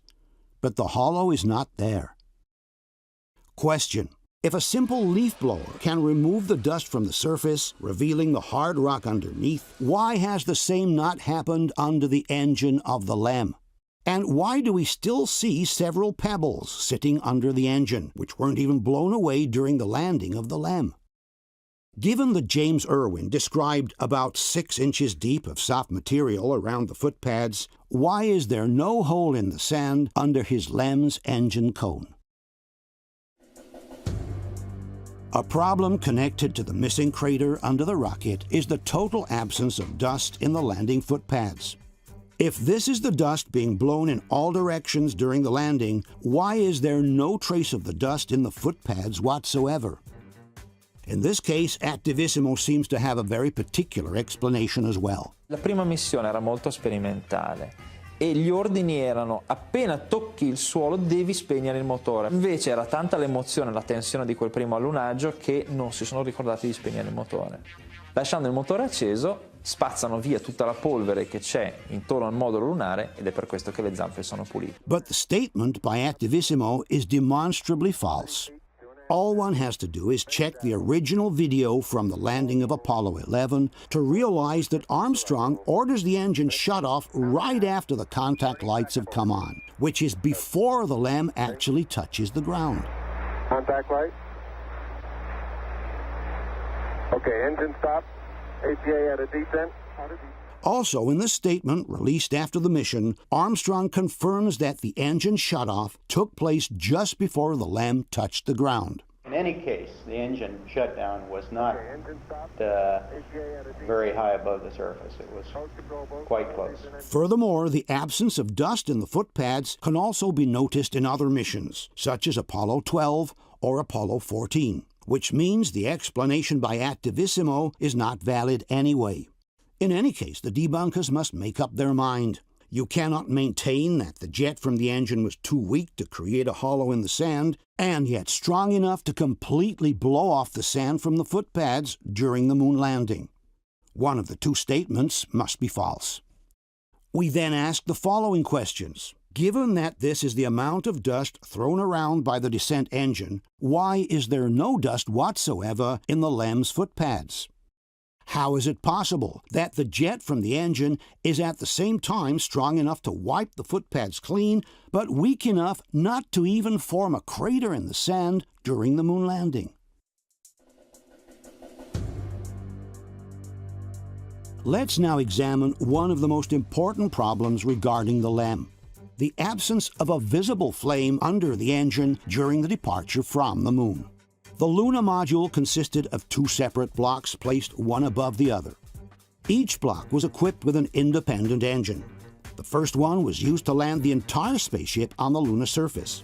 The second was used for the liftoff of the upper part of the spaceship, the one carrying the astronauts. Both engines used a special kind of fuel called hypergolic. This is a fuel that burns on simple contact between two chemical components, with no need for an actual ignition system. The debunkers claim that the reason for the missing flame is due precisely to the use of hypergolic fuel. On his website, Bad Astronomy, debunker Phil Plait writes, "There is actually a simple reason why you cannot see the flame from the lander when it took off. The fuels they used produced no visible flame." In his book, Activissimo also writes, "The product of combustion from these fuels is colorless and transparent. This is why there is no flame under the LEM when it takes off." But these statements are false. Hypergolic fuels produce a clearly visible flame, both on Earth and in the vacuum of space. This is a test from the engine of the rocket SpaceX, which uses hypergolic fuel. As one can see, the flame is clearly visible during the combustion. And this is a test of the LEM's ascent engine, exactly the one we are discussing now. To keep it simple, it used so-called hypergolic propellants, a rocket fuel and an oxidizer that explode on contact. The long flame from the hypergolic fuel is clearly visible under the LEM's engine during combustion. In the original images from the Apollo missions, however, there is no visible flame. This is Apollo 15, lifting off from the moon. This is Apollo 16, and this is Apollo 17. In all cases, there is no visible flame under the engine during liftoff. Some might think that hypergolic fuel, which is clearly visible on Earth, for some reason may become invisible in the vacuum of space. But it is not so, and there are several examples to prove it. This is a Draco engine, which uses hypergolic fuel tested in a vacuum chamber. As one can see, the flame produced by the engine is clearly visible. The Space Shuttle also uses hypergolic fuel for its orientation rockets, and the emissions from the rockets are clearly visible during the maneuvers in the vacuum of space. This is another image from the shuttle maneuvering in space. The jet from the hypergolic fuel is clearly visible. This is a Soyuz spaceship, filmed as it approaches the International Space Station. The Soyuz also uses hypergolic fuels for its directional rockets, and also in this case, the jets are clearly visible despite being in the vacuum of space. In fact, they are even more visible because they are pitched against the blackness of space. All these examples show how hypergolic fuels are also clearly visible in the vacuum of space. Given that this is the LEM's ascent engine tested on Earth, why is there no visible flame under it when it takes off from the Moon? Not only does the LEM engine not release any flame from the nozzle, it also seems to produce no particular noise. This is the noise produced by the LEM's ascent engine during a ground test.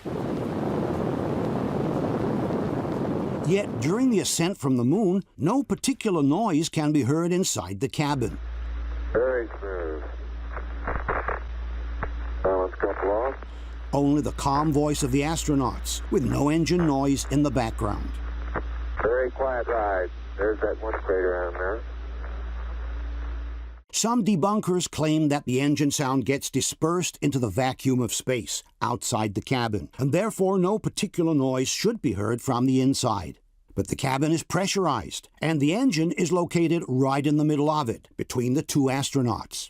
This NASA technician shows us exactly where the engine is located inside the LEM. This is the upper docking hatch through which the astronauts will enter the LEM from the command and service module.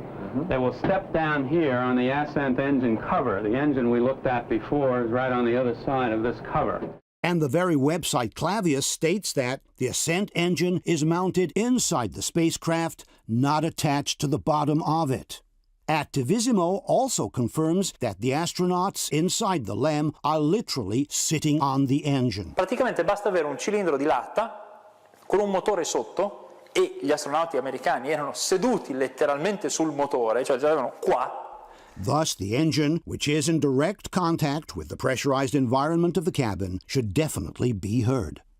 Another explanation by the debunkers for the lack of engine noise is that the microphones used in aerospace for pilots and crew are built to operate in a noisy environment. You have to speak very close to the microphone in order for the sound to be picked up.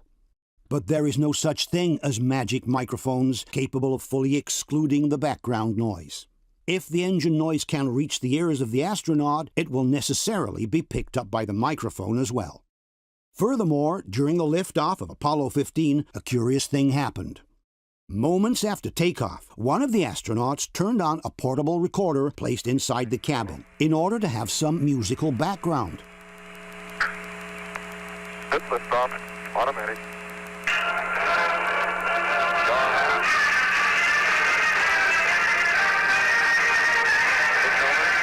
As one can hear, the music coming from the recorder is clearly picked up by the microphone, while the noise from the engine, which is pushing at full throttle at this time, cannot be heard at all.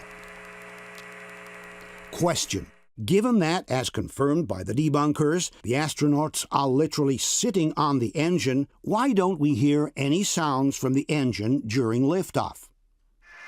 Given that during the Apollo 15 liftoff, we are even able to hear the music from the tape recorder in the cabin, why don't we hear the sound of the engine as well? The liftoff from the Moon is possibly the most delicate moment of the entire mission.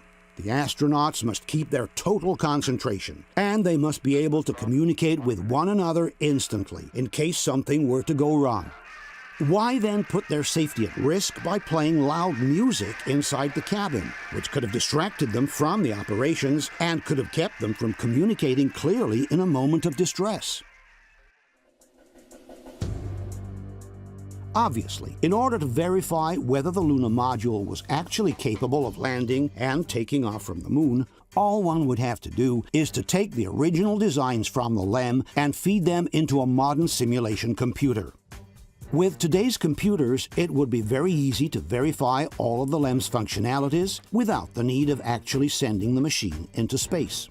Unfortunately, though, the original designs from the lunar module are nowhere to be found. Apparently, Grumman, the construction company, chose to get rid of them because they took up too much space.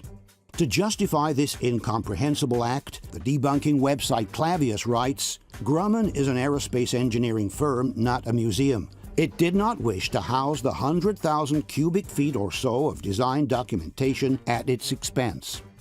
But then, why not donate them to a museum? The LEM is the only machine that has ever carried human beings onto another celestial body. Its historical value is unique, and there must be dozens of museums around the world that would have killed just to be able to display its construction designs. Instead, we are asked to believe that all this documentation has been turned into trash just because there wasn't enough space to store it. Even more disconcerting than the disappearance of the LEM designs is the disappearance of the original tapes that contained the images from the first moonwalk by Neil Armstrong. Now, nearly 40 years after the first moon landing, NASA has confessed that the original film depicting Neil Armstrong's giant leap has been lost. Well, not lost, says NASA, just can't be found. We are simply talking about the single most important document in the history of mankind. The first step of a human being on another celestial body, which was recorded on magnetic tape by the receiving stations on Earth. As such, one would expect these tapes to be kept under lock in a thermally controlled environment in a place accessible only to a restricted number of people. Instead, NASA candidly tells us that the original tapes no longer exist. So shocking was this fact that filmmaker Aaron Rannon wanted to verify it in person, interviewing the former flight director of the Apollo 11 mission, Gene Kranz. I haven't seen anything that indicates the telemetry data is even in existence, and as I said, even if we had it, we don't have the machines to play it back. But your own research has shown the telemetry data is missing. That's right. Also from NASA's official archives at Goddard Space Center in Maryland, Aaron Rannon received the same embarrassing answer. We've been unable to track it down. I mean, we don't know where this telemetry data ended up, and we don't know what path it may have taken. So, unfortunately, I'm afraid I can't really give you much of a clue as to where this data ended up and whether it still exists or not. But listen to what the explanation by the debunkers is for this inconceivable fact. L'ha persa per una ragione puramente burocratica. All'epoca questi nastri erano considerati inutilizzabili. La registrazione del segnale televisivo fuori standard fu registrata su una traccia dei nastri di telemetria, quelli che davano le pulsazioni, lo stato del veicolo e via dicendo. Secondo prassi, dopo un certo numero di anni, i dati di telemetria delle missioni, se non li chiama più nessuno, vengono mandati alla cancellazione, perché i nastri costano e allora non si lasciano lì a marcire, si smagnetizzano, si riutilizzano. So, according to Activissimo, there is an actual procedure at NASA that leads to the automatic cancellation of tapes if people no longer request them, even if those tapes contain simply the most important documentation in the history of mankind. One thing should be clear. In itself, the loss of the original tapes of the moonwalk would not represent an irreparable damage. There are copies of the same moonwalk recently digitalized, which are even better than the lost original. The problem is that besides the moonwalk, those tapes also contain some important telemetry data, ranging from the astronaut's heartbeat to the very location of the LEM in space at the time. This means that if the LEM had not found itself on the surface of the moon at that time, or if the situation on board had been any different from what we were told, the telemetry data would have clearly revealed it. So, if one chooses to, he can believe the story of the tapes that were erased because they were too expensive. For everyone else, one question becomes unavoidable. What was so important in those tapes that NASA had to come up with such a preposterous excuse just to ensure they would no longer be available to scientists and researchers from modern times? Let's now take a closer look at the telecommunications between Earth and the Moon. There are several elements that don't add up in this area, like, for example, the delay in the radio communications between Houston and the astronauts. The Earth and the Moon are about 240,000 miles apart. For this reason, a radio signal takes about 1.3 seconds to reach our satellite and another 1.3 seconds to come back to Earth. This means that when Houston asked a question to the astronauts on the Moon, the reply should have taken at least 2.6 seconds to come back to Earth. 1.3 seconds for the question to reach the astronaut, 1.3 seconds for his answer to come back. There are some cases, however, where the answer from the astronaut comes back much faster. Here is one example. Roger, Jim, copy. And are you progressing towards Dune Crater now? Yes. The answer is almost immediate. It takes a little over a second for it to come back. Roger, Jim, copy. And are you progressing towards Dune Crater now? Yes. This is the soundtrack from the original audio. This segment contains the question coming from Houston, and this is the answer by the astronaut. The gap between the end of the question and the answer is only 1.1 seconds. Roger, Jim, copy. And are you progressing towards Dune Crater now? Yes. Too short for this communication to have really come from the moon. To examine the audio delays, we have obviously used the original, unmodified tapes from NASA distributed around the world by Spacecraft Films. If there is one thing everybody agrees on, it's that the DVDs by Spacecraft Films are the only originals that can be used as reference for any kind of research. Paolo Attivissimo confirms this in one of his conferences. Poi ci sono I DVD come questo qui, Apollo 11, c'è tutta la serie, sono tutte le trasmissioni televisive che sono state fatte in diretta, lo sbarco, tutto.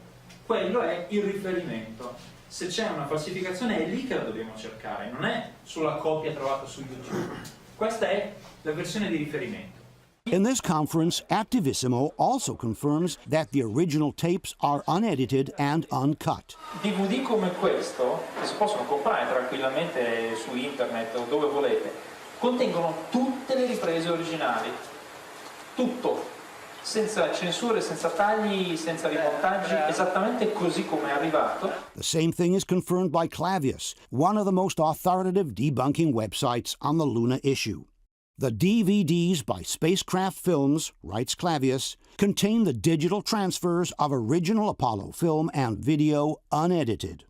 What is interesting is that if one checks the Apollo Journal website instead, where NASA has reloaded the Luna transmissions, broken up in small clips, the audio delay appears to be inserted correctly.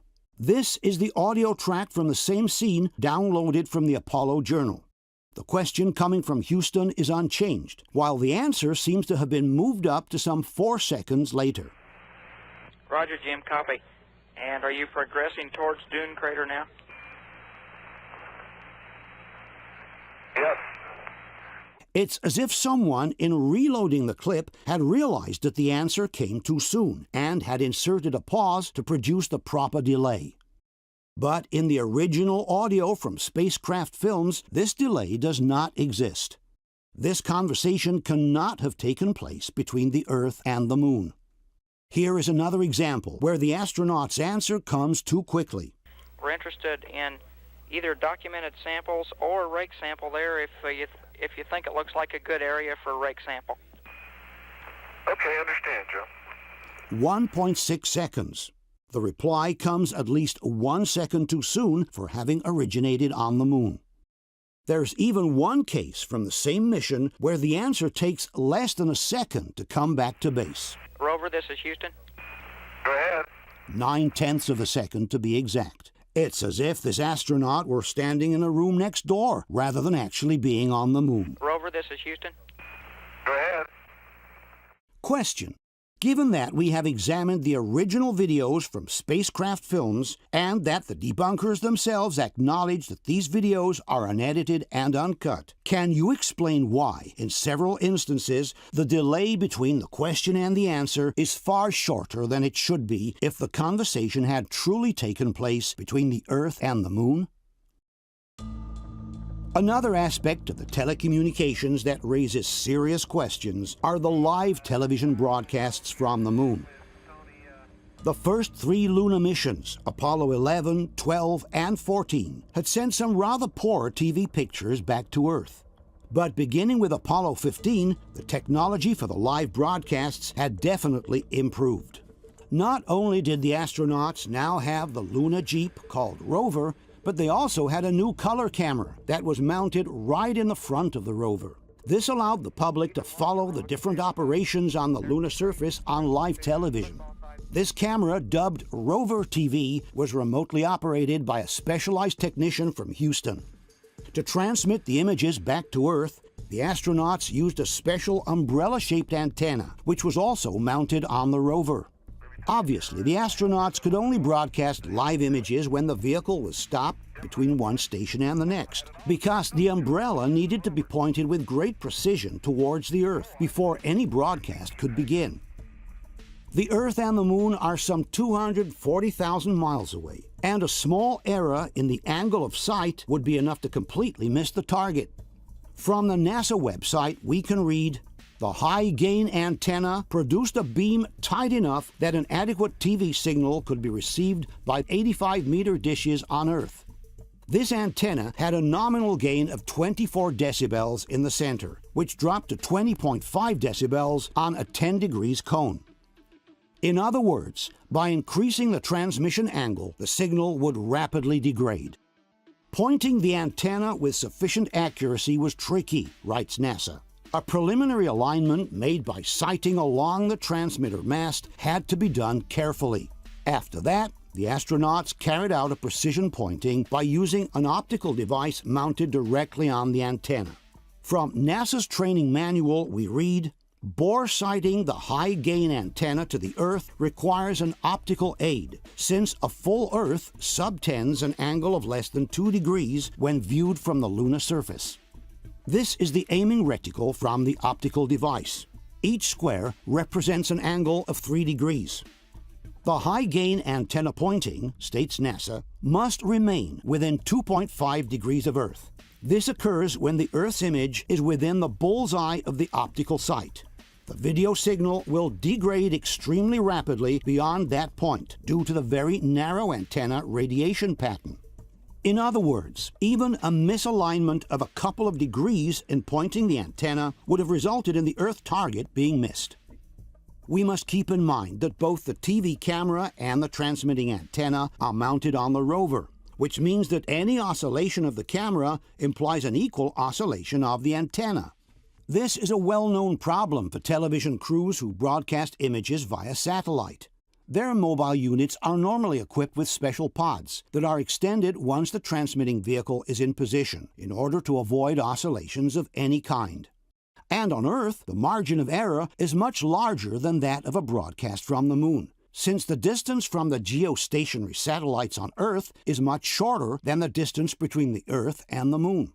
It is therefore evident that in order to maintain the live connection with the Earth, the rover needed to remain practically still for the entire duration of the broadcast. What we have instead is a series of situations in which the astronauts violently shake the rover, and thus also the antenna, without the broadcast ever breaking down. This usually happens when one of the astronauts touches the rover to drop or retrieve some tools.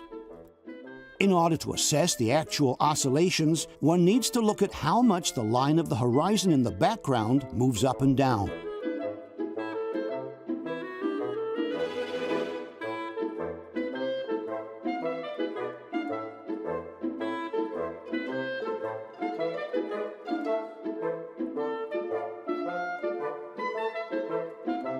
Being equipped with very soft suspensions, the rover shakes quite visibly as soon as anyone touches it. Yet, as we have said before, the television signal never breaks down.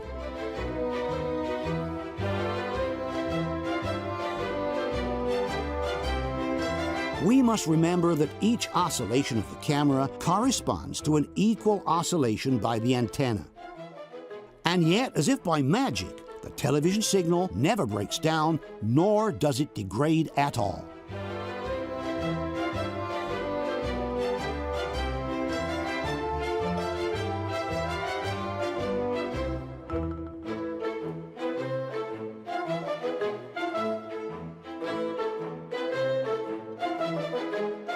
Seen through the optical device, the oscillations of the antenna must have looked something like this. Question. On Earth, transmitting vehicles are normally equipped with stabilizing pods in order to keep them from shaking during the broadcast. Why didn't NASA think of placing something similar on the rover, since it was supposed to broadcast from a distance dozens of times higher than a simple Earth satellite? Given that, according to NASA's manual, the high-gain antenna pointing must remain within 2.5 degrees of Earth, and that the video signal will degrade extremely rapidly beyond that point. How was it possible to broadcast images with such violent oscillations without the signal breaking nor degrading during the live feeds from the moon? Let's now examine another interesting problem, the behavior of the dust on the moon. On Earth, the dust remains attached to objects thanks to the humidity of the air. On the moon, however, there is no atmosphere, and therefore there is no humidity. Theoretically, lunar dust should not be able to stick to any particular surface. Looking at the images from the Apollo missions, though, we have dozens of situations in which the lunar dust sticks everywhere. That happens mostly on the astronauts' suits, with dust sticking not only to the lower part of their legs, but also to the arms, trunk, and even the backpacks. Often it's the astronauts themselves who notice the amount of dust that sticks to them. I am covered from head to foot with dust. Yeah, we got some work to do here, boy. They're all dirty. You ought to see you back. I couldn't have gotten any dirtier than you. From Houston Center, someone has noticed the problem as well. Looks like you guys have been playing in a coal bin. Dust inexplicably sticks to the surface of the cameras and their lenses, too. The astronauts often complain about this. We haven't checked the dust on the lens on these cameras. Sometimes the problem is so serious that they can't even read the settings. So much dust on the camera, it's hard to read the settings. Same problem for the television cameras used by the astronauts. In this case, we notice several speckles of dust that are stuck to the camera lens. Here instead, the entire lens is covered by dust. The lighter spots are the only areas of the lens not covered by dust. Sometimes the astronauts realize this by themselves. I think we need to dust the TV lens. It's pretty dusty. In other cases, the request to clean the lens comes directly from the control center. Before we leave this area, we want you to brush the LCRU and the TV camera lens. These images shot on Earth show dust particles that stick to the lens because of humidity. Why does the same happen on the lens used by the astronauts, given that there is no humidity on the moon? Also, the gnomon, this color chart used by the astronauts, simply refuses to stay clean. The gnomon's pretty dirty, unfortunately, Joe. Just no way to keep that color chart clean with all this dust. Roger. It's not just the astronauts' suits and instruments that get covered with dust. For example, look at the lunar rover, with the frame and the engine protections fully covered with dust. Or the fenders from the rover, with dust sticking on the inside of the wheels, and on the outside as well. Some debunkers have suggested that all this dust may stick to objects because of some kind of electrostatic effect. But this explanation is not plausible for at least two reasons. First of all, we're talking about completely different materials from one another. The astronauts' suits, the photo cameras, the surface of the lunar rover, the lenses from the TV cameras. Secondly, NASA itself excludes this possibility when they explain that an electrostatic effect can possibly take place in the shadow areas of the moon. But in the areas hit by sunlight, this effect is instantly dissipated by the solar wind. From this NASA document, which studies the electrostatic charges on the surface of the moon, we can read, in the photoelectron-dominated daylight plasma region, the charge dissipates almost instantly in all cases. Thus, charging on the lunar day side is not an issue. Furthermore, in some cases, more than dust, we seem to be looking at actual mud. Look, for example, at this wheel from the lunar rover. Or this other image from the wheel of the rover, with the rim that seems completely covered in mud. It's as if we were looking at a muddy wheel from an all-terrain vehicle down on Earth. There's also another, even more puzzling example. This is a thermal degradation experiment conducted during the Apollo 14 mission. How could the sand have compacted itself enough to appear like mud in a moistureless environment? There is also another detail worth mentioning. These metal plates have a series of letters and numbers engraved on their surface. Subsequently, these letters and numbers have filled up with sand. But how can the sand preserve the shape of the number once dislodged from the original place where it was formed.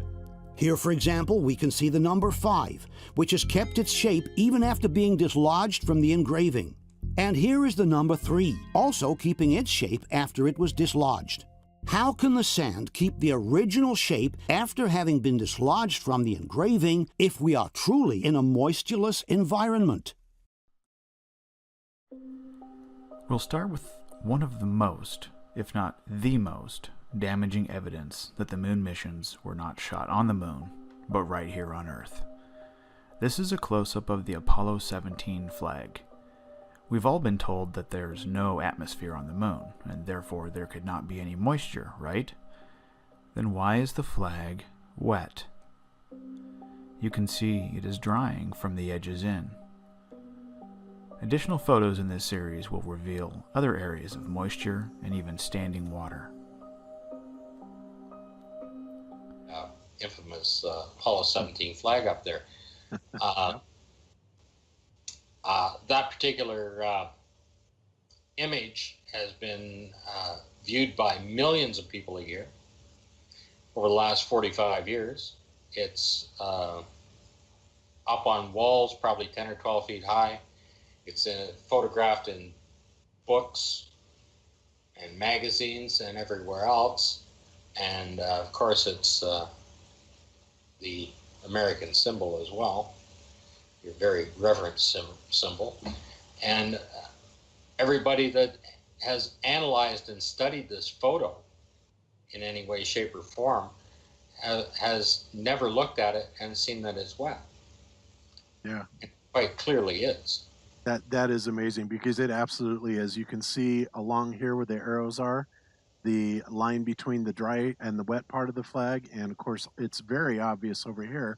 It's even crinkled up, almost like it just came out of a washing machine or a rainstorm.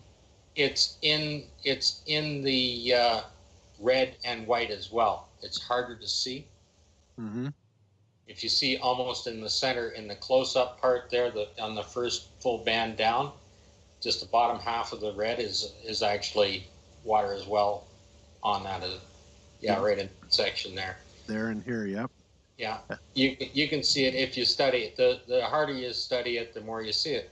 And of course, when you realize that it's wet, and it was raining, the entire set is wet. And that kind of goes back to when it comes to this conspiracy, right? There's many schools of thought. Was this all shot in a studio, in a Hollywood basement? But, when you start looking at some of the other evidence here that Scott's uncovered, where you've got standing water on some of the equipment, you've got mold growing, and you've got a wet flag, just to name a few, it's clear that this was shot outside and over a long period of time, where the weather and the elements, took its toll on the equipment and the props and everything that was involved. Yeah. Yeah. When you're looking at the other photographs associated with this particular flag, which are the two astronauts standing beside it, being shot, beside it, that shot there, you can see the mud on them. Well, when you look at the whole series through, these guys are just picking up mud and putting it on each other's suits. Okay, and then of course there they've washed it off for the shot, and you can see that the suit's still wet. And that's Harrison Smith in that particular photograph. It says Cernan. Paul, myself, and Marcus Allen are the only ones that know the difference on who's who on it. And we left it up there to see if anybody would even notice which astronaut is which. I mean, most people can only name one or two astronauts that landed on the moon.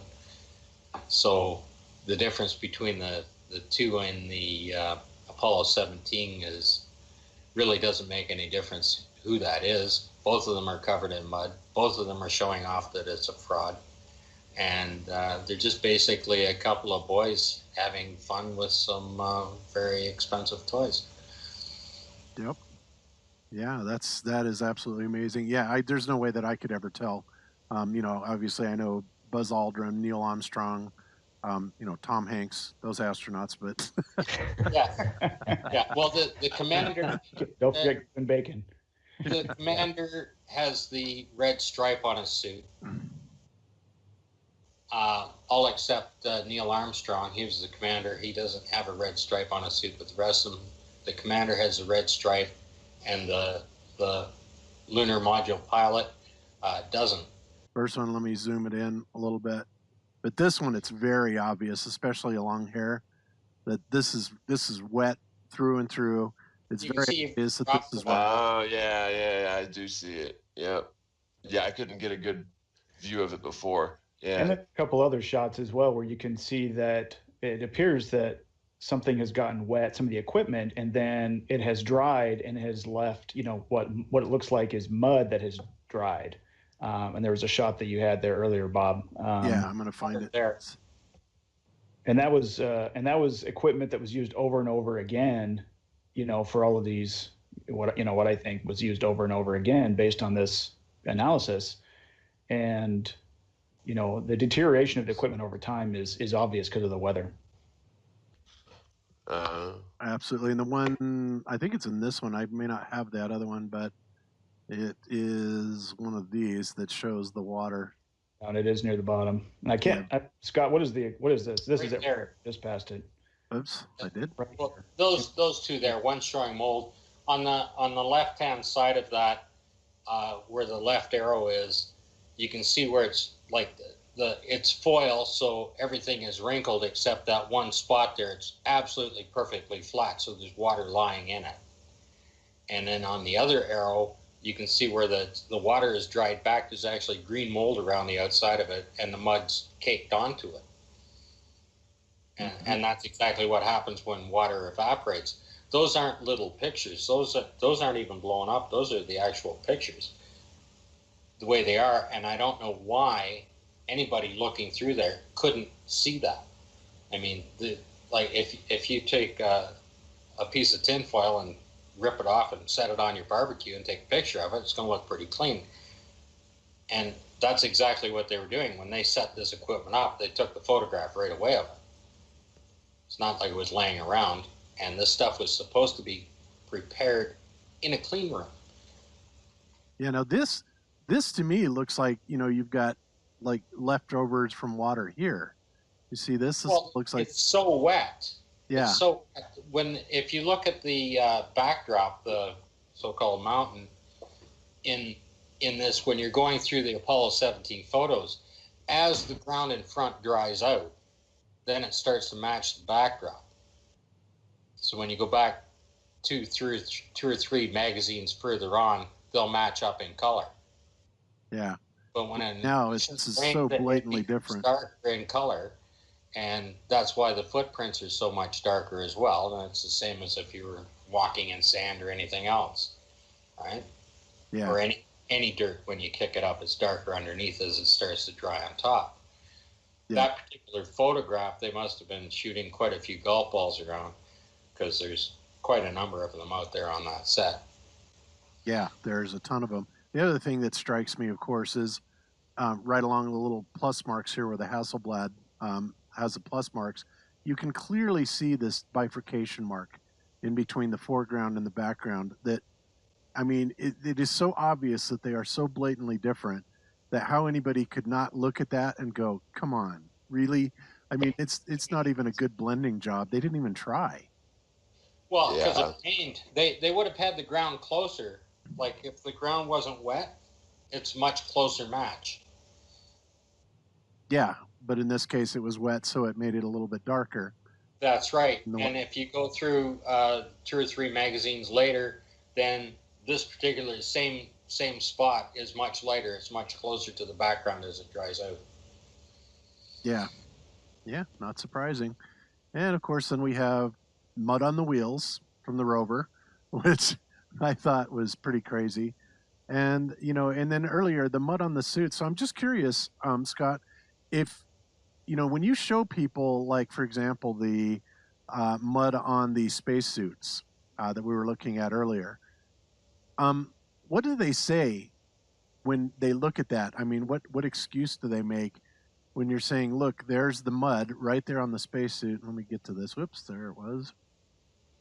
When they look at this, you know, what excuse do they have for that? Do they just say, well, it's just regular dirt, or you know what? I haven't heard anybody tell me that it's anything other than just dirt that is sticking to the suit, static or whatever is causing it. Moon dirt, man. Why doesn't the whole suit get like, right? Yeah, exactly. Well, especially as often as they fall or they're down on their knees or whatever. But I mean, this is so obvious that this is mud. I mean, this is absolutely positively mud. There's no doubt whatsoever about that. And then you can see, of course, over here where they've washed it off, you know, it's still wet. They didn't even try to hide any of that. And, you know, we know that everything that goes up into space is pristine clean, you know, in the first place. And yeah, of course, you're going to get some dirt on it from the moon or soot, but this is mud, and there should be absolutely no water, because in the shade it would be ice, and in the sun it would evaporate instantly. So there is no excuse for obviously any water being up there whatsoever. And yet the flag is soaked with it. There's mud all over his suit. How can anybody buy this? It's beyond me. Well, I mean, the astronauts are showing this off.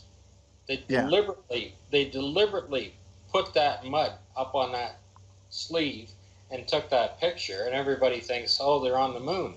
They're not. They're just a couple of guys having fun in the mud, showing off a wet flag. And if you realize that it rained, everything is wet. Yep. So yeah, so here we are back at the flag again. Of course, this is very, very apparent that it's wet, especially along the top. You can see it running down here.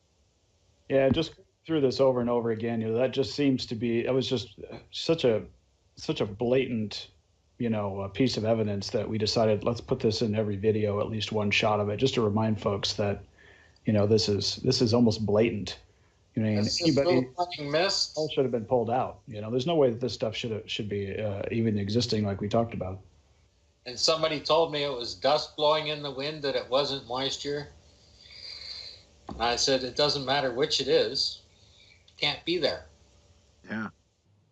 Yeah, Right? no, absolutely should not be there. Can't be there.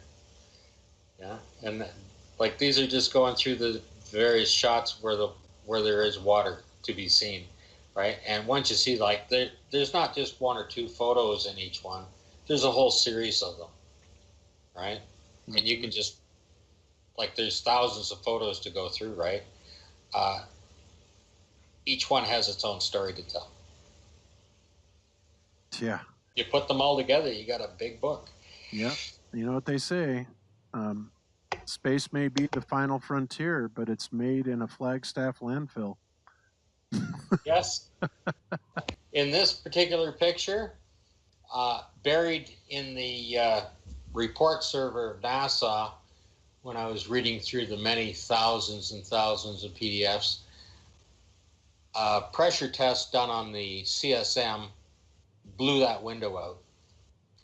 And you can see that they just duct taped it back together. They put a rain guard on it. That rain guard is broken. And of course the seal's gone because the water is in between the two layers of glass, and it's been in there long enough to peel the paint up.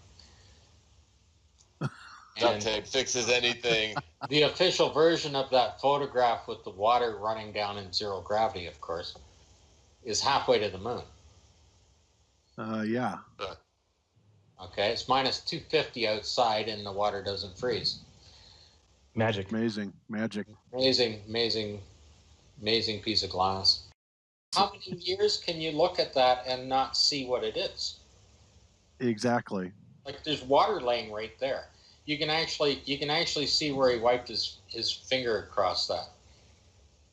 Right about where the arrow is. Yeah, I see that. Across. Okay. In the checklist, they're to photograph it, wipe their finger, and photograph it to show that there's no dirt on it anywhere except on that panoramic mirror. Yeah, so what's up with that on the lower right-hand picture, and Paul just moved his thing, on the second arrow, Paul, there's this like area that is rising up in the corner there? What exactly is going on there? Yeah, that's it, Paul. That's just the panel curled up. Okay, just coming apart at the And there's some 60%. plastic, whatever the coating is on it, is peeling back. Wow. I don't think this thing would make it as a homeless tweaker shelter, honestly. The homeless people would catch pneumonia and die. it's so bad, so bad. And of course, NASA's excuse is well, it didn't have to be very durable because it had to be lightweight and all that stuff. But this is patently absurd. And the fact that you can see this water, and it is obvious that it's water. It's water on the lander here. It's water on the ground. You can see that. There's mud on their spacesuits. I mean, you're right. It rained. And that's the thing that really got me when you first said, well, this is basically in a landfill up by Flagstaff.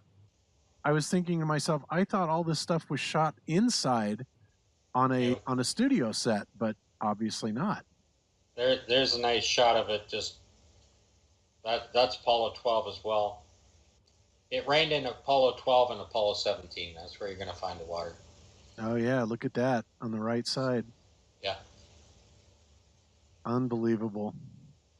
They didn't even bother to clean it up or anything. And why they would keep all that stuff outside at a landfill. And I mean, they must have really been counting heavily on the fact that they were making the TV station shoot second generation off of another screen to be able to conceal all that stuff. And that, you know, they were thinking, well, there's never going to be any good detail of any of this. Or maybe that's what they were thinking. I don't know. Director, like NASA has their own directors, right? They had the largest studios in the world. There's a good shot there. The astronauts had control of these cameras, right? Mm-hmm. Not a film crew, not a director, not anybody. The astronauts themselves had control of these. They took them. They made sure that these photographs didn't disappear over time like all the rest of the documentation did. And somewhere along the line in 2015, they decided to release them back out.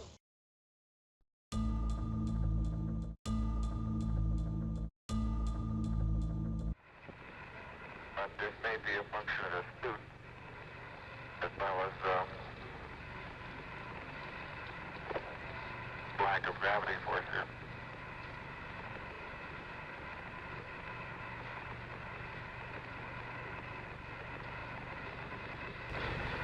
Go ahead, Mr. President. This is Houston out. Hello, Neil and Buzz. I'm talking to you by telephone from the Oval Room at the White House. And this certainly has to be the most historic telephone call ever made from the White House.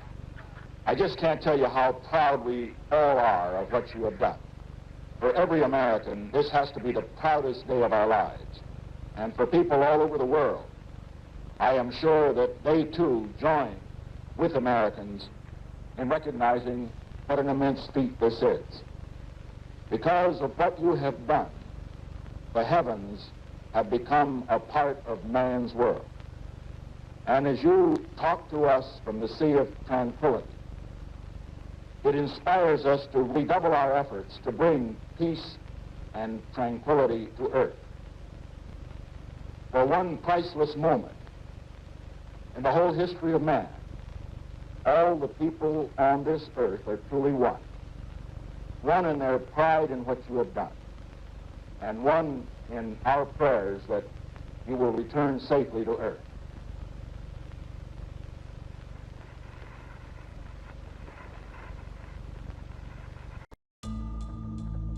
Possibly the biggest problem of all is the one posed by the footprints that the astronauts allegedly left on the surface of the moon. Wherever they go, the astronauts leave very sharp footprints on the ground. But how is it possible for lunar dust to remain so hardly compacted, to the point of maintaining the shape of the boot, being that there is no atmosphere on the moon, and therefore there is no humidity? We know that in order to give sand a specific shape, it is necessary to wet it first. If the sand is dry, the sand grains won't stick to each other and the shape will not be preserved. The debunkers, however, maintain that lunar dust, which is called regolith, is much sharper than the sand on Earth.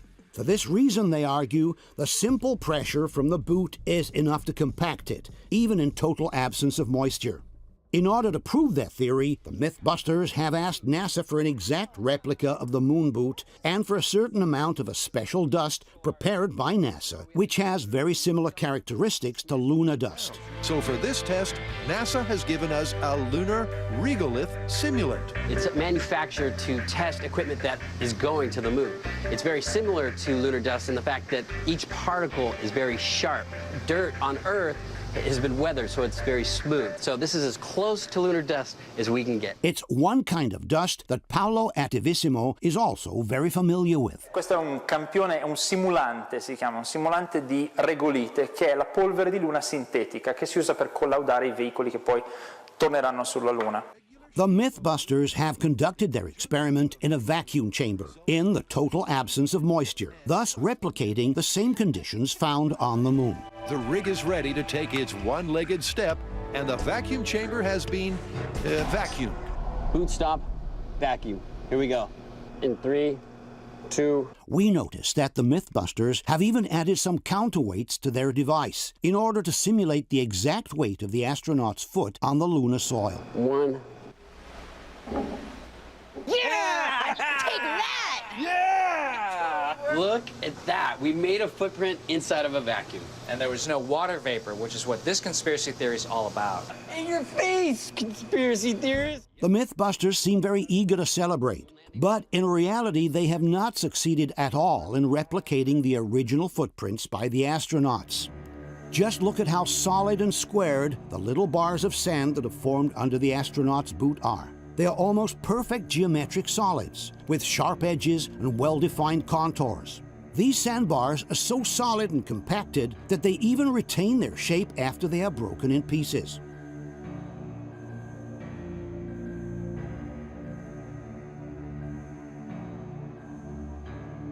It's as if we were looking at a clay model that has later dried up in the sun.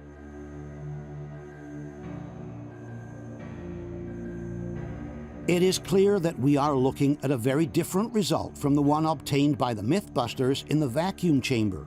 If we were to break apart or even just try to move one of these sandbars, they would certainly not remain compacted, nor would they retain their shape. In conclusion, the Mythbusters, with their experiment, have proven the exact opposite of what they intended to prove. In absence of humidity, it's absolutely impossible to replicate the astronauts' footprints. Question: given that there is no moisture on the moon and that the solar wind dissipates electrostatic charges almost instantly, can you explain why the lunar dust sticks to all kinds of materials, from the astronauts' suits to the photo cameras, from the rover's surfaces to the TV camera lenses? Can you explain how the rover's wheels can gather so much thick dirt on them as to look like they're covered in mud? Can you explain how the lunar dust can stick together to such an extent, even preserving the shape of the numbers after they were moved from the engravings in which they had formed? Given that the Mythbusters have replicated the lunar conditions under vacuum and with the sand simulant, can you explain why they were unable to reproduce the astronauts' footprints from the original photos?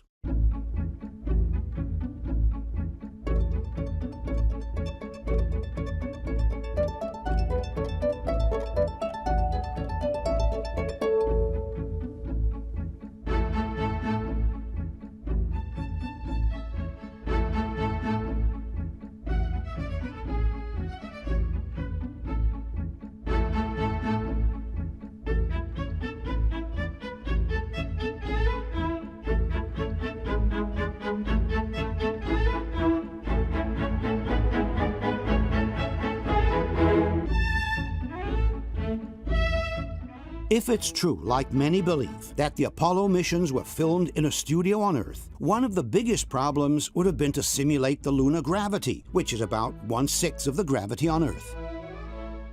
The most common technique to obtain such an effect has always been the use of steel wires.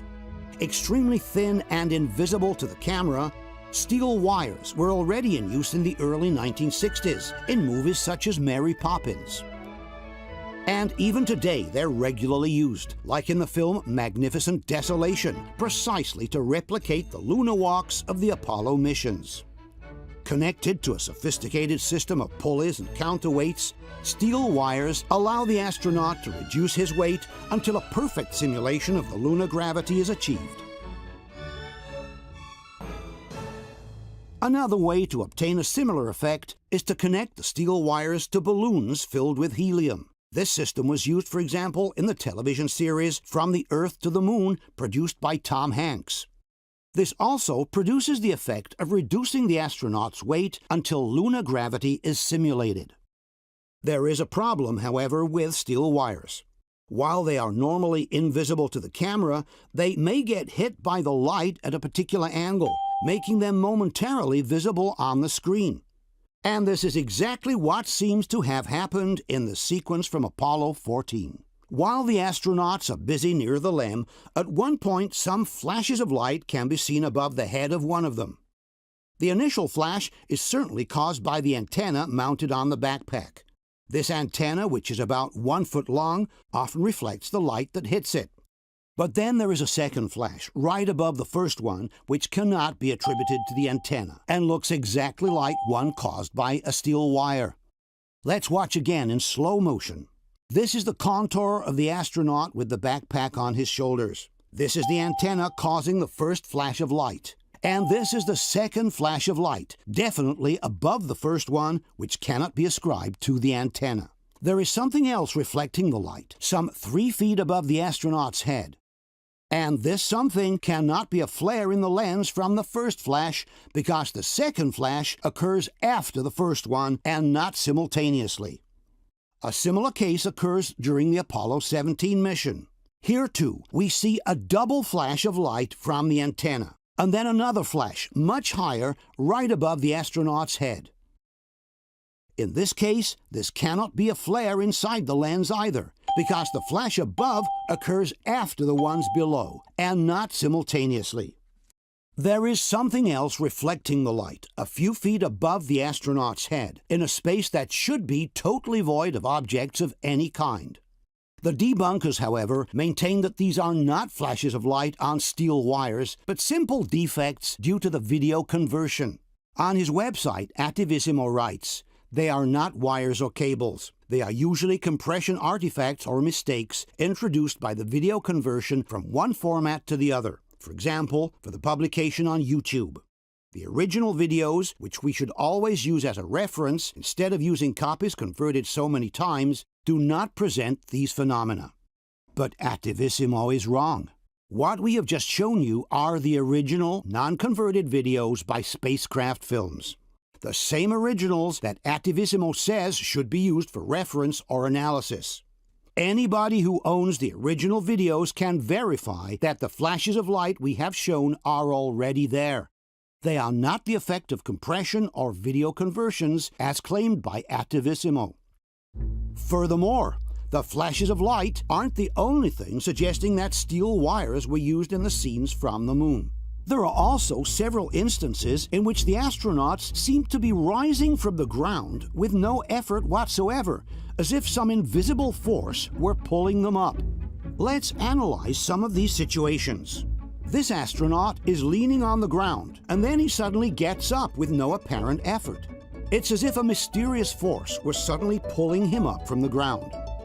Here, the astronaut is suddenly pulled upwards and then remains dangling while rotating on himself. Let's watch it again. Here, the astronaut is first pulled up and then seems to remain floating in midair. It looks like a puppet hanging from some invisible strings. Here, the fallen astronaut gets up from the ground as if a mysterious force were pulling him up through his backpack. Let's watch it again from up close. Here, the astronaut is working with some tools when suddenly a mysterious force yanks him upwards and to his right. Let's watch it again.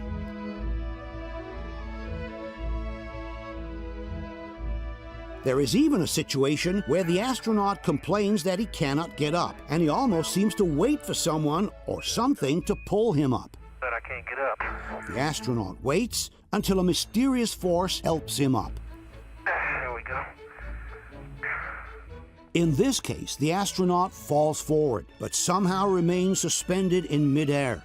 In fact, if we look more closely, we notice that he first remains floating in midair, then a mysterious force pulls him upwards. Here we have a case of apparent levitation. The astronaut on the left takes a leap forward and then remains floating in midair, his legs dangling, while a strange force pulls him upwards. Let's watch it again in slow motion.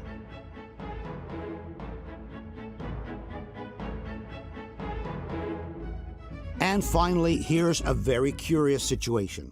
Look at the movement the astronaut manages to make with both his legs, first forward and then backwards, without leaning onto anything. It's as if his feet were free to slide first forward and then backwards on the ground underneath. If we straighten the frame in order to place the astronaut vertically, we will see that he is not just lifting himself on his toes. The entire lower part of the leg from the knee down is sliding forwards, then backwards. But how is it possible to slide with both feet at the same time, first forward and then backwards, without an external force pulling you upwards in the meantime? Question: given that these are not artifacts from video conversion, nor are they glares inside the lens, can you explain what these flashes of light sometimes appearing over the head of the astronauts actually are? Can you explain how it is possible to make a movement such as this one, or this one, without some kind of external force pulling you upwards? The last set of evidence includes elements that suggest the presence of air on the set of the lunar pictures. As we all know, there is no atmosphere on the moon, which means the astronauts should be moving in a situation of absolute vacuum. There are different elements, however, suggesting that we are in the presence of air instead. One such element is the behavior of the clouds of dust behind the wheels of the rover. If we were in the absence of air, all the sand lifted by the wheels should follow a perfect parabolic trajectory from the moment it leaves the wheel until the moment it falls to the ground. Being that there is no air to slow them down in their path, both the heavier particles of sand and the lighter ones should follow the same parabolic trajectory. On Earth, instead, the lighter particles of sand are slowed down by the impact with the air and remain suspended for a few seconds in midair, forming the typical clouds of dust that can be seen behind the car wheels. This phenomenon can be observed in many different situations: simply kicking up some sand, during a golf game, or during a motocross race. But it is a phenomenon that can also be observed behind the wheels of the lunar rover, where instead it should not happen. For example, look at these clouds of dust that remain momentarily suspended in midair behind the rover's wheels. As we have said before, without an atmosphere, no cloud should be forming at all. All the sand particles, both the heavier and the lighter ones, should follow the same parabolic arch. This is also confirmed by Clavius. If an atmosphere is dense enough, writes the website, it can hold small particles suspended against gravity for a short time. None of that would happen on the moon, because there's nothing to keep the dust particles suspended. And yet, small clouds of dust form repeatedly behind the rover's wheels and briefly remain suspended in midair before falling to the ground. All of this should not happen if we were actually on the moon, where no atmosphere is present. Here is another situation suggesting that we are in the presence of air. The golden material on the right is a thermal covering mounted on the front of the rover. We often see this covering float up and down during the rover's transfers from one station to the next. When the rover is stationary, however, this covering should not move, given that there is no air to lift it up. There is a situation, however, where the covering seems to be moving by itself. At first, we cannot tell whether it was the astronaut who touched it. But then we see that while the astronaut is brushing the dust away, the thermal cover floats by itself more than once, as if a soft breeze were lifting it from below. There is also another curious case, again during the Apollo 16 mission. When one of the astronauts closes this flap on the rover, we notice a puff of dust being blown upwards. Let's watch it again in slow motion. Some may suggest it could have been a vibration to move the sand. But in reality, the entire rover is covered by sand. If there was a vibration, all the sand would move at once. Here instead, the sand is blown upwards in one specific spot only, and exactly next to the flap being closed. Let's now tackle one of the most debated and well-known issues in the entire lunar discussion: flags waving in the vacuum. In the videos from the Apollo missions, we can often see the American flag waving, but it's hard to tell whether it waves because it was moved by a gust of air or just because the astronaut is touching the flagpole. The Mythbusters have conducted an experiment in a vacuum chamber to prove that even in absence of air, the flag can continue waving for a while after the astronaut has touched it. This is flag waving test in a vacuum. And stop. Oh, it's moving a lot. Hey! It's moving a lot. So in the vacuum, the flag moved, not just a little bit. It actually moved quite a bit. So that proves you don't need wind in order to move the flag in a vacuum. But then it's the Mythbusters themselves who raise the ante by throwing this challenge. So unless someone finds a shot of the flag flapping without an astronaut manipulating the flagpole, it's myth-busted. Unless someone finds a shot of the flag flapping without an astronaut manipulating the flagpole, they said. Well, we have found at least 3 situations where the flag waves without anyone touching it. The first one is from this television sequence from Apollo 15. Here, one of the 2 astronauts is standing next to the flag, having his picture taken by his colleague. This is one of the shots taken. And this is the camera mounted on the rover, broadcasting the images on live television. Okay. After a while, the astronaut exits frame to the left. You like that flag there, Joe? A few seconds later, one of the 2 astronauts walks back in front of the camera, headed to the LEM. After he passes, we notice that the flag is waving without anyone having touched it. Let's watch again.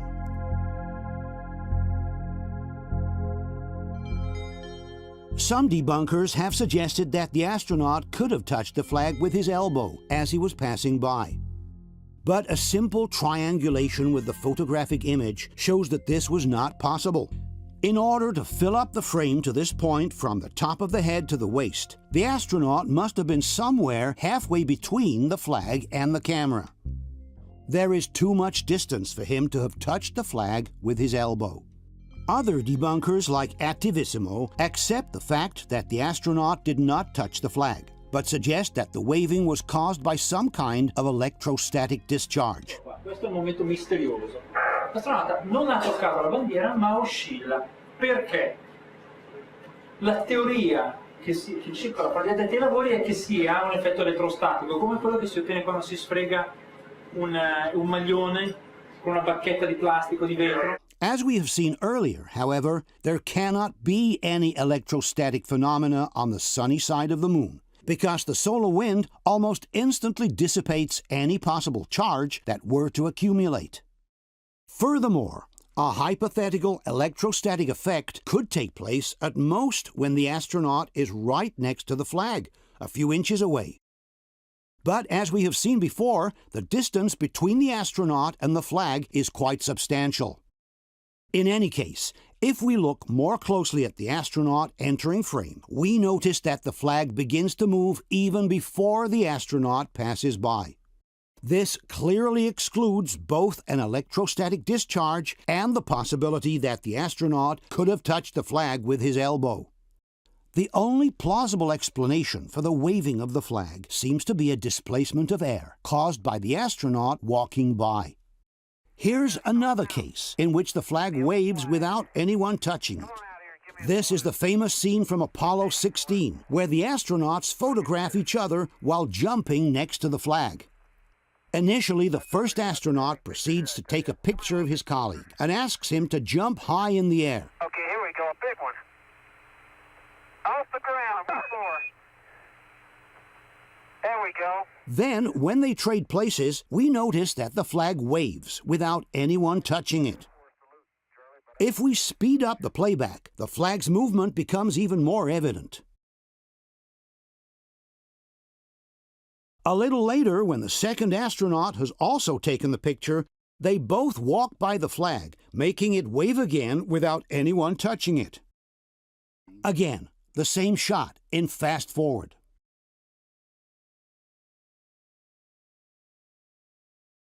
There is finally a very interesting case in which the flag waves repeatedly by itself more than once while the astronauts are on board of the lunar module.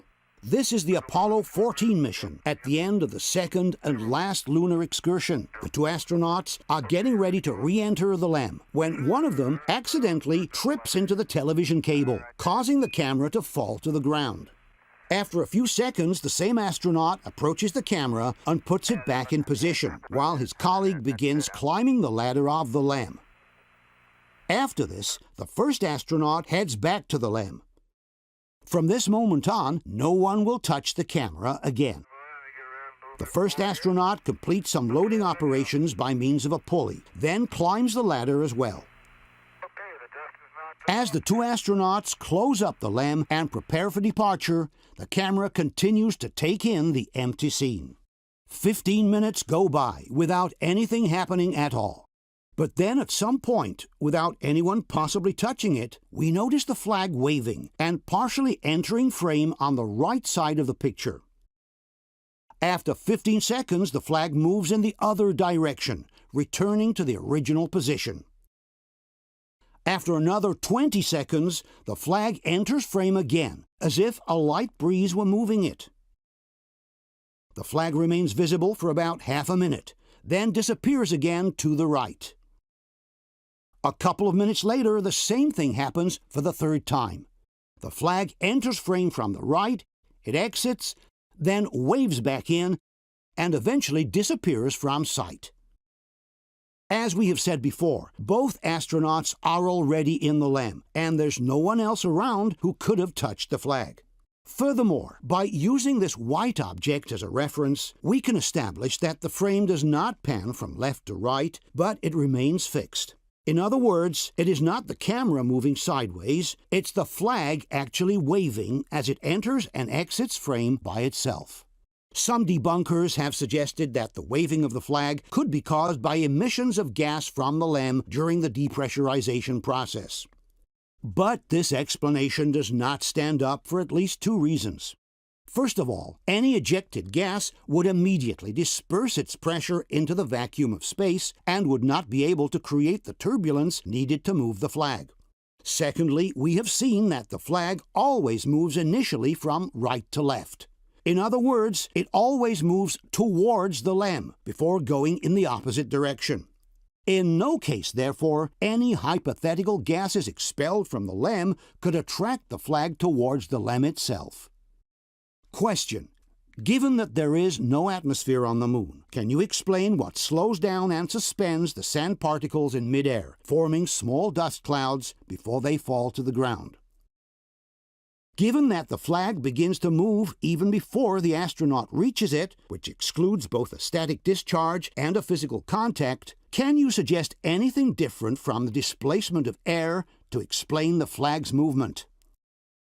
Given that this flag waves not once but twice without anyone touching it, can you explain what caused this flag's movements?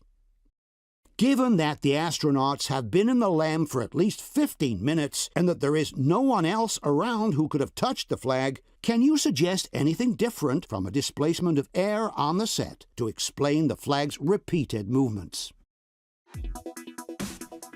Let's tackle now one of the most well-known and debated aspects of the entire lunar discussion, the photographs from the Apollo missions.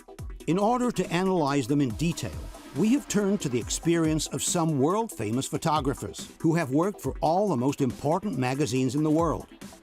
All these photographers were already professionally active in the 1970s, using the same cameras and the same kind of film used by NASA for the Apollo pictures. Look into the night sky on a clear night and you'll see thousands of stars spanning across your view.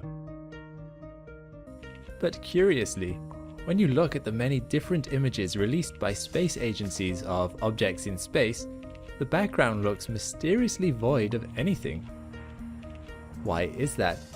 Surely with nothing in the way like an atmosphere, we should be able to see all the stars that would be in that view.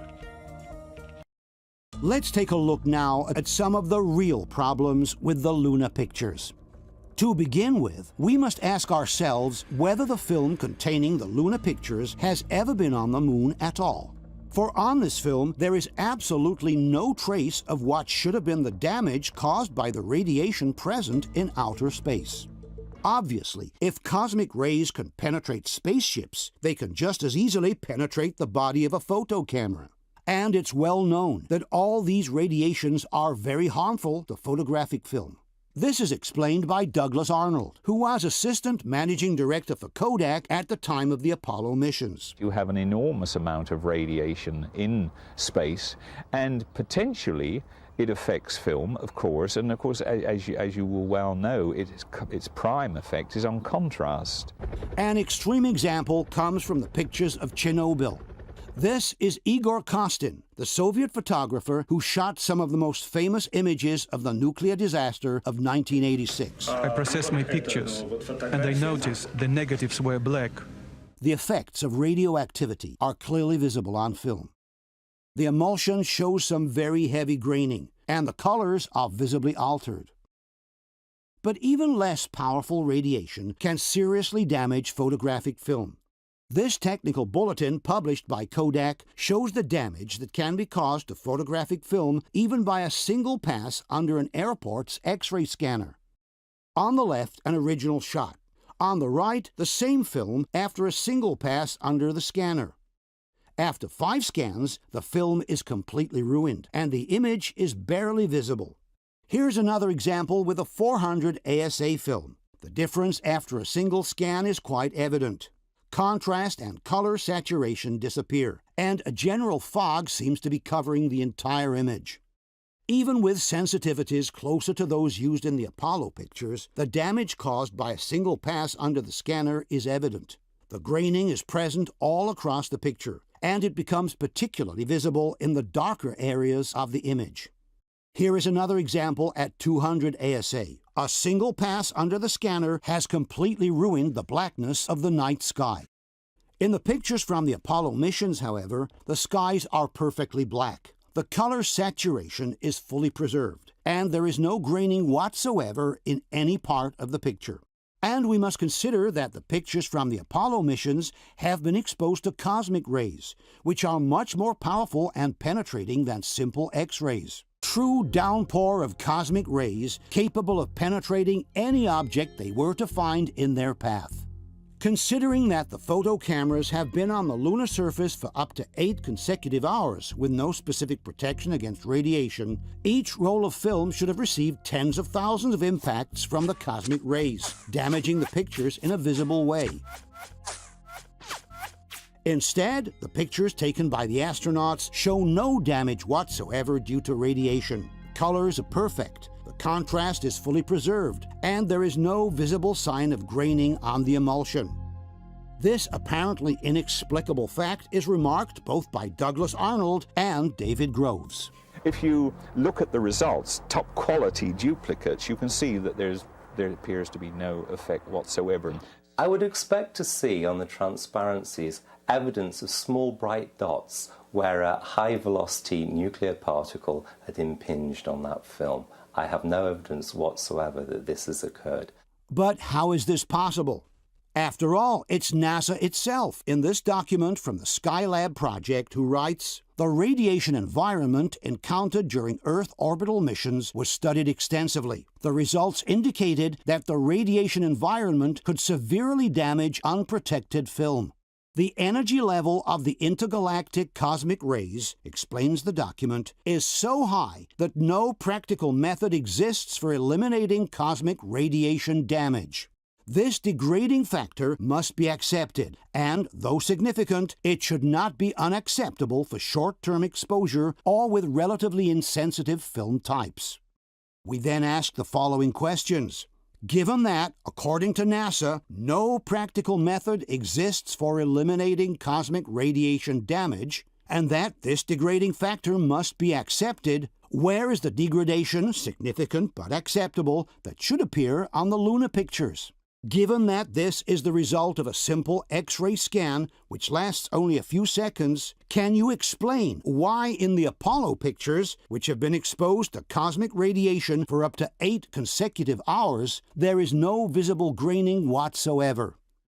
Given that the lunar surface gets hit by an average of 1 to 4 particles per square centimeter per second, and that the cameras have been out on the surface unprotected for up to 8 consecutive hours, can you explain why on the lunar pictures there are no signs of degradation due to the radiation? Another question to be answered is how could the cameras have worked on the moon, given the extreme temperatures, especially the cold, being that there is no atmosphere to soften the transition between sun and shadow. On the moon, temperatures can easily go from 200+ degrees in the areas hit by the sun to temperatures of more than 200 degrees below zero in the shadow.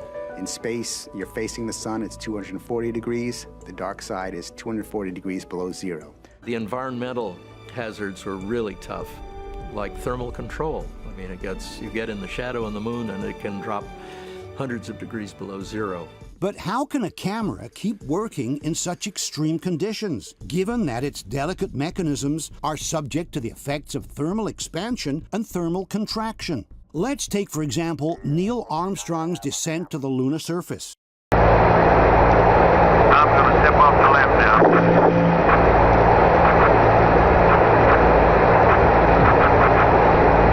It's one small step for man, one giant leap.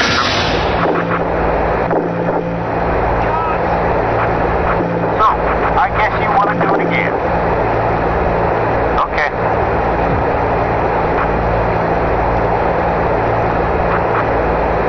Sorry, Mr. Corsi. From the moment the hatch is open and the cabin is depressurized until Armstrong actually touches the ground, some 30 minutes go by. The entire descent of the astronaut takes place in the shadow area of the LEM, which means in an environment at some 200 degrees below zero.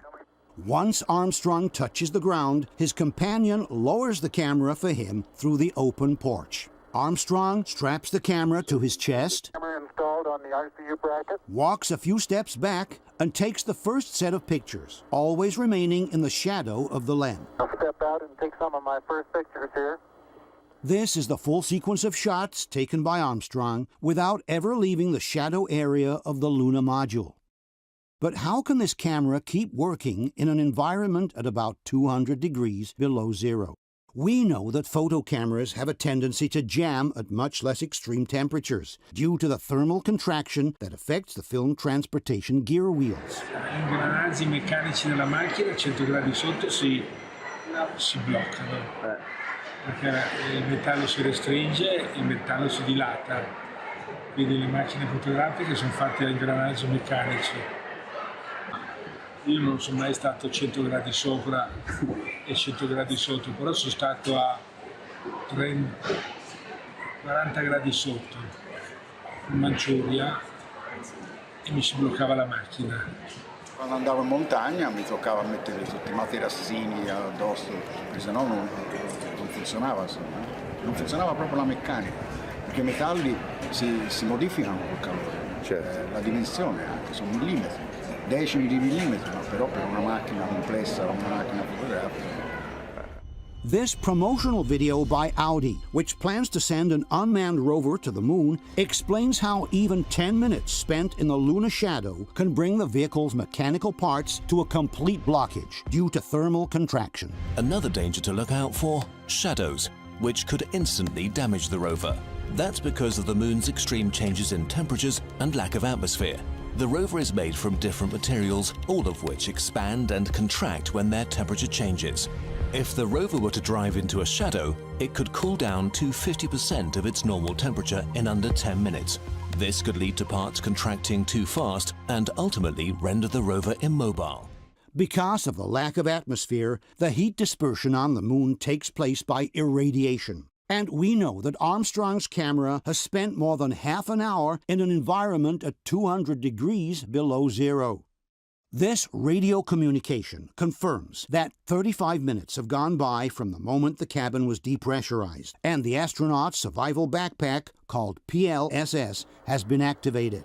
35.5 minutes of PLSS time expended now.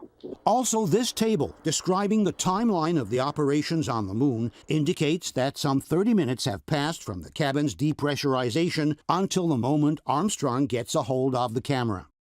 This means that the camera has had plenty of time to irradiate and dissipate a good part of the heat it had accumulated while in the cabin. How can this camera keep working after having spent more than half an hour at 200 degrees below zero without suffering the consequences of thermal contraction on its mechanical parts? Question. Given that the Audi technicians fear the complete blockage of the mechanical parts of their rover after only 10 minutes spent in the lunar shadow, how can a camera keep working after having spent over half an hour in the same shadow, its mechanical parts being far more precise and delicate than those of a lunar rover? Another problem connected with the cold environment is that at such low temperatures, the photographic film loses its flexibility, becomes rigid, and may easily break during the transport within the camera. Even though we are in the vacuum, the film touches the camera body all along its path. Since the camera irradiates and progressively loses heat, so does the film inside. And we know that below a certain temperature, photographic film becomes rigid and brittle, almost like glass. Il problema è che la pellicola a meno 80 diventa cristallo, si rompe. Nel momento in cui carichi si spezza. Quindi non puoi avanzarla? Molto improbabile, cioè è stato sempre uno dei grossi problemi di lavorare all'estremo freddo, è che la pellicola diventa vetro. Il freddo è micidiale, io mi ricordo in Russia a meno 26 si combatteva che non si spezzasse la pellicola ed era meno 26. E la pellicola a meno 40 cosa succede? E la pellicola teoricamente non dovrebbe funzionare, però se ha funzionato si è stati fortunati. What we discovered was that when photographic film is exposed to a vacuum, it disintegrates. So because they were using photographic film in the spy satellites to photograph Russian rocket launches and all the rest of it. They weren't using digital back then. This is late 60s, early 70s, coincidental with Apollo. What he found, or what was necessary to be done, was that the photographic film had to be contained within a very slight pressurized environment. Only 1 pound per square inch was sufficient to maintain the integrity of photographic film, which is made from photographic emulsion. It basically starts life as a liquid. It's dried, but it still has the form of a liquid.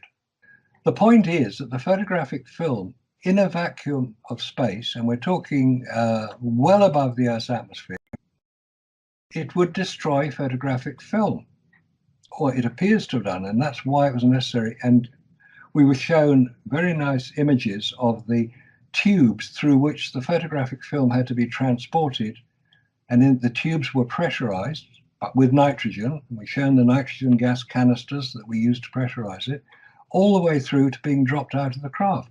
Now, if that was required for photographic film in the late 1960s, what happened on the moon? We're still using photographic film, Kodak Ektachrome material, reversal film, slide material. Forget digital, we're not talking digital, we're talking photographic film. Yes. The moon has a far stronger vacuum than occurs in low Earth orbit. For sure. So significantly stronger. And so Let's now examine the problems related to the type of lighting used for the lunar pictures. There are in fact different elements suggesting that an artificial source rather than the sun was used to illuminate the set. This would obviously mean that the pictures were taken on Earth and not on the Moon. The first element suggesting the use of artificial light are the so-called hot spots. When the sun illuminates a large, flat expanse, the light reaches every visible point with the same intensity. Whether we observe an area closer to us or one in the distance, the luminosity of the ground is practically the same everywhere. Use an artificial light source instead, like for example a movie light, the area of illuminated terrain will be much smaller. Furthermore, at the center of the illuminated area, we will see what is called a hot spot, while as we move away from the center, we will notice a substantial decrease of luminosity called fall-off.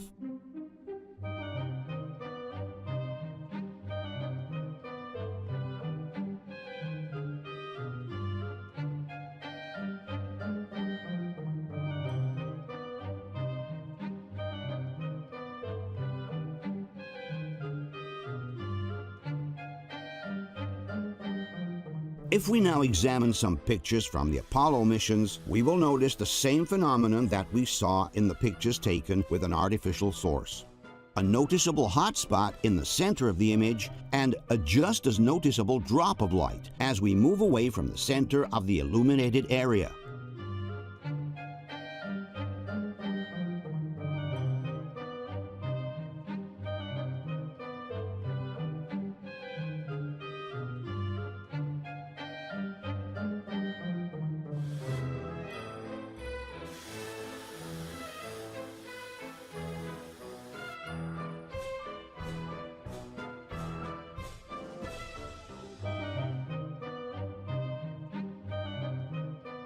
There is no reason why this area should appear darker than this one, this area darker than this one, or this area darker than this one. As we have seen before, when the sun illuminates a large expanse of land, its light reaches every visible point with the same intensity. If we use an artificial light instead, the illuminated area becomes brighter in the center and ever more dark as we move towards the edges. A blatant case of hotspot is found in one of the most famous pictures from NASA. This shot of Buzz Aldrin taken by Neil Armstrong during the Apollo 11 mission. Here the difference on the terrain is already visible to the naked eye, but it becomes absolutely evident for everybody after we increase the contrast. An opinion on this picture was asked of Jan Lundberg, the Hasselblad technician responsible for providing NASA with the cameras for the Apollo missions.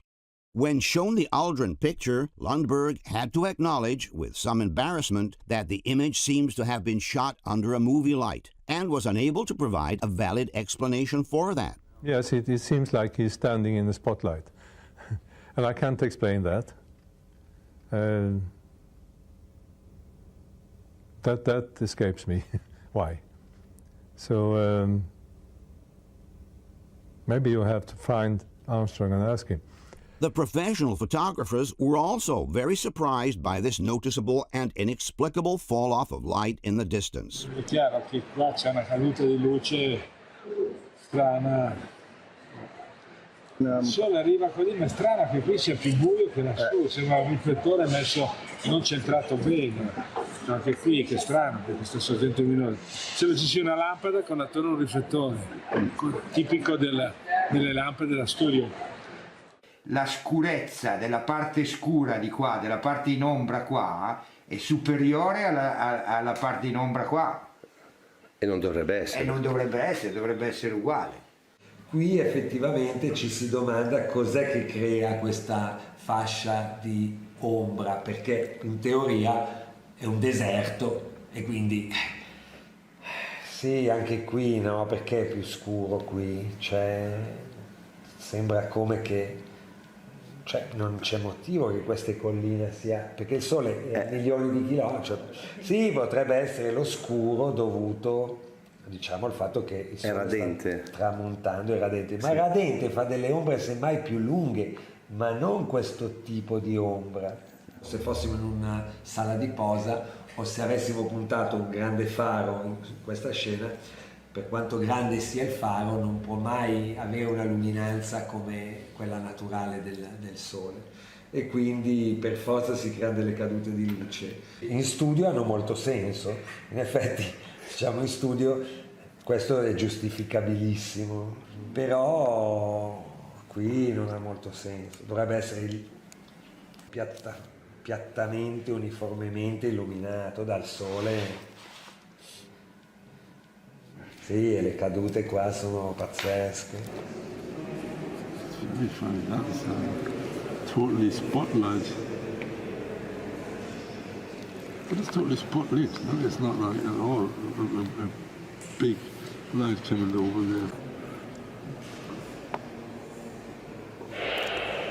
Yeah, that is funny. You know, that is like totally lit. It's absolutely true. And I know these pictures. I've never thought about it. Meno è più scuro il terreno di lontananza. Sì. E non si capisce perché. Non si capisce perché. Il sole dovrebbe illuminare il terreno. Tutto da tutte le parti, è all'infinito la luce praticamente, no? E sono illuminate queste cose qui, il terreno dovrebbe essere illuminato come qui. infatti. Solito discorso. Dà la sensazione di uno spot. Qui, sì. Proprio un sirio, ecco. Un grande sirio. A sirio, for those who are not professionals, is a large and powerful movie light. And curiously enough, a similar image was obtained in this documentary on the moon landings by using just that, a large movie light. As one can see, the results are very, very similar to those present in the Aldrin picture. In other words, the ground swept by the lunar module's jet should appear darker than the rest, if anything, and certainly not lighter, like Activisimo says. Another theory put forth by the debunkers to explain the inconsistent illumination of the terrain is the so-called vignetting effect, a phenomenon that sometimes occurs in pictures when the corners of the frame appear darker than the rest of the image. But vignetting is a defect that only occurs in the low-cost lenses, and certainly not in the Zeiss lenses used by Hasselblad, which are simply the best in the world. Alcuni hanno suggerito che sia un problema di vignettatura, secondo te può esserlo? No, se l'Hasselblad la vignettatura, scherziamo, non la fa. Quindi, fosse una macchinetta da addolire, sì, ma... Furthermore, several pictures show how the difference between hotspot and fall-off is present in the center of the picture, as in the case of this image reflected in the astronaut's visor. And since vignetting never takes place in the center of the image, we can state with certainty that we are facing a real phenomenon on the ground, and not a case of vignetting. Stranamente, il sole viene da questa parte e qua è più luminoso, come se arrivasse a illuminare questa zona e meno questa. This is supposed to come from the sun. Yes, the sun behind. This is the photographer. Ridiculous thing, because there's absolutely no reason that this is darker here. It's when you have a spot which is not strong enough. Right. Come on here, really. Yeah. Here's another similar example in which the illumination problem is quite obvious. If we look at the sides of the astronaut photographer, we notice that on the left the ground is brightly lit, while on the right there is a dramatic decrease in luminosity. If this scene were truly illuminated by the sun, this area of the ground would appear as brightly lit as this one.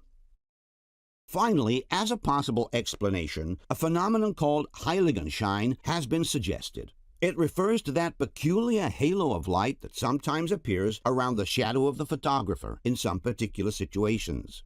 But the Heiligenschein effect only occurs when the sun is located exactly behind the photographer's head, along with the axis of the lens. This is the reason why the halo effect, which is due to a retroreflection phenomenon on the ground, appears all around its shadow. As we have seen instead, many of the hot spots in the NASA pictures occur when the light source is placed on the side of the photographer and not behind his head. Question: given that the sun should illuminate the whole landscape with the same intensity, both close and far away, can you explain the reason for the noticeable fall-off of light seen in many of the Apollo pictures? In this particular case, the fall-off takes place in the center of the frame, thus excluding a vignetting problem, and with the source placed on the side, thus excluding the Heiligenschein effect. Can you explain the reason for the noticeable fall-off of light that can be seen on the terrain right behind the astronaut photographer? This iconic photograph, it's the only one that was ever taken, beautifully framed. He almost got his head cut off, but not quite. How far away is the horizon? Is it really 2 miles away? He's standing in a pool of light. That's what it appears to be. The shadow is what you expect it to be, but how come you can see every detail in his spacesuit which is in shadow? On the moon, it's very bright light or it's very dark. Shadows get very dark. You can see the top of his helmet. It's all filled in, that technical expression, filled in. You fill light in because the human eye can see much more contrast than a camera, not a digital camera. That photographs things completely differently to film camera. A film needs additional, that's why film cameras have flash guns on them to give the additional light. This, you notice he's not wearing a camera, by the way. They only had one camera on the lunar surface for Apollo 11. They had two in the spacecraft, but they only used one, and it's called Magazine 40. There's 121 images on that. You can go and check them on the NASA website. You will see every photograph that they took. They're all in focus, except the last two, I think it is. So this photograph here, taken under controlled studio lighting conditions here on Earth, as were all the others. It's actually been altered. This is the official image with just on the top of the head, and this is the image you're more likely to have seen, with a nice bit of black at the top so it balances the photograph out. When I first started looking at this whole Apollo anomalies, this was one of the only images I could find. I bought it at an astronomy show in London. That was before the internet existed. And this is the sort of thing you had to get hold of. And that's where it all started. Because you can see where it's been added in. That's the original, which is a bit light. Just a tiny bit light. Again, a bit of a pointer to something weird going on. This photograph here shows both astronauts on the lunar surface at the same time. That's fine. We'll come to another photograph that shows two astronauts on the lunar surface that isn't fine. This was taken from what's called the data acquisition camera, mounted in the spacecraft, that was filmed at 1 frame per second the whole time they're on the lunar surface. And what they're doing is putting the flag up. Okay, they put the flag up, but where's the light source? They're both astronauts of about the same height, about 6 foot. Why is one of their shadows nearly 50% longer than the other, if the light source is the sun, which is a long way away? The sun should cast the same length shadow on two people, but it doesn't. The angles are different. And also, the angles here, it's 25 degrees and 35 degrees. We're told that at the time of Apollo 11 landing, the sun was at about 13 degrees above the horizon. That's fair enough, it gives good shadow definition. But not in this picture. So there are these inconsistencies between the official story and what we see. Another problem found in certain lunar pictures is the direction of the shadows, which should be parallel to each other had they been generated by the sun, but inexplicably diverge on the ground instead. All the shadows generated on Earth by the solar rays are parallel to each other.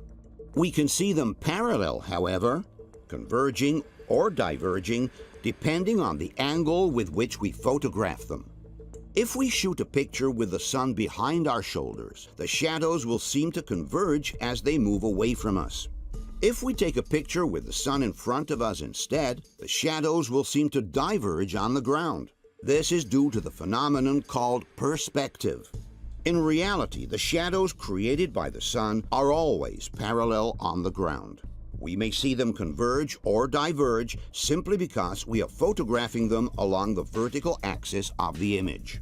If we instead take a picture with the sun at 90 degrees on our side, we will see that the shadows will always appear parallel to one another in all cases. The same thing happens with train tracks, which seem to converge if we shoot them along the vertical axis of the image, but will remain perfectly parallel if we shoot them along the horizontal axis. There are some Apollo pictures, however, where the shadows inexplicably appear to diverge from one another even though the sun is on the side relative to the photographer. This is the most famous example of all.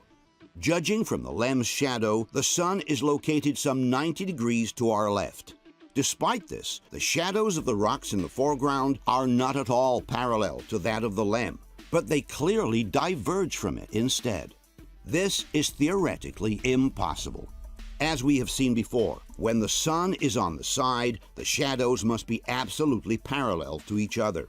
If we use an artificial light instead of the sun, and we place it much closer to the objects we are photographing, then the shadows will diverge from each other even though the source remains on the side. This is due to the fact that the closeness of the source creates a strong angle with the objects being photographed. If we use the sun instead, its practically infinite distance makes the shadows appear parallel anyway. Let's go back now to the NASA picture. While these diverging shadows cannot be explained with sunlight, they immediately become justified if we imagine an artificial source placed near the left side of the image. We're talking about a situation akin to this one. This is the set of the television series From the Earth to the Moon. As one can see, the large artificial source imitating the sun, which is placed on the side, produces shadows that are clearly diverging from each other. This is due to the closeness between the source and the objects being photographed. In fact, in the case of the NASA picture, all we need to do is to extend the direction of the shadows backwards, and we'll find that the source is located just outside the left edge of the frame. This obviously cannot be the sun. It must be an artificial light. The Mythbusters have conducted an experiment, trying to find an explanation for the diverging shadows in the NASA picture. First, they created some parallel shadows on the ground. Then they started to modify the topography by inserting holes and mounds until the shadows diverged from each other. But the Mythbusters have made a huge mistake. Instead of using the sun, they themselves used an artificial source, which makes their experiment absolutely null. In the best-case scenario, they have proven nothing at all, while in the worst case, they have just confirmed that NASA also used an artificial source of light like the Mythbusters did. Other debunking sites have tried to offer a similar explanation by showing that in some cases, the roughness of the terrain can generate shadows that seem to go in different directions. But this is not the case with the NASA picture. Here, the terrain is practically flat, and all the rocks in the lower part, including the smaller ones, have shadows clearly pointing in the same direction. The point here is not to find different pictures taken on Earth, where the shadows seem to diverge due to the terrain. The point is to explain why in the NASA picture, all the shadows lead back to a source that is placed just outside the left edge of the frame, and that obviously cannot be the sun. We have shown the same picture to the professional photographers. Qui c'è un problema di direzione di ombre, cioè c'è quest'ombra qui che è così e queste qui che sono diagonali così. La domanda qui è, secondo te a che distanza è la sorgente, più o meno? A occhio, cioè, può essere il sole? Che fa una diagonale. No, perché il sole essendo lontano non può fare una diagonale. Le ombre devono essere parallele a queste distanze. Lo giustificano se c'è la fonte è qui, non se la fonte è a milioni di, non so di quanta distanza c'è tra il sole e la luna, ma insomma milioni di chilometri, non so. Perché a quel punto, a quella distanza, la luce praticamente va nella stessa identica direzione. Torenberg happens to have a picture in his studio which clarifies exactly the problem we are talking about. Così sono le ombre del sole, cioè maledettamente tutte, diciamo, nella stessa identica direzione.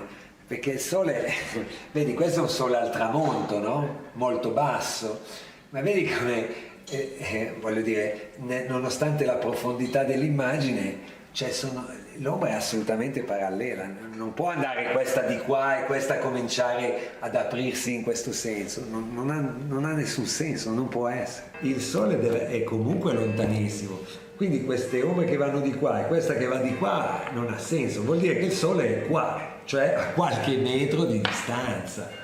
Oh, guarda. No, dovrebbe esserci un palo qua. Se tira giù un palo, vabbè, ma se io mi immagino qua un bel crane con un bel Ari da 12.000, fa totalmente queste luci qui, cioè quella luce che viene da qua viene qua e quella là va là. Look at the shadows here and the shadow there. Can this be this? No, but they're getting worse and worse, I have to say. Look, you have a picture, it's like one shadow comes from here, one shadow comes from here, and there's only one sun apparently. According to those shadows, where would you place the source, more or less? It's here on the left. That's very funny.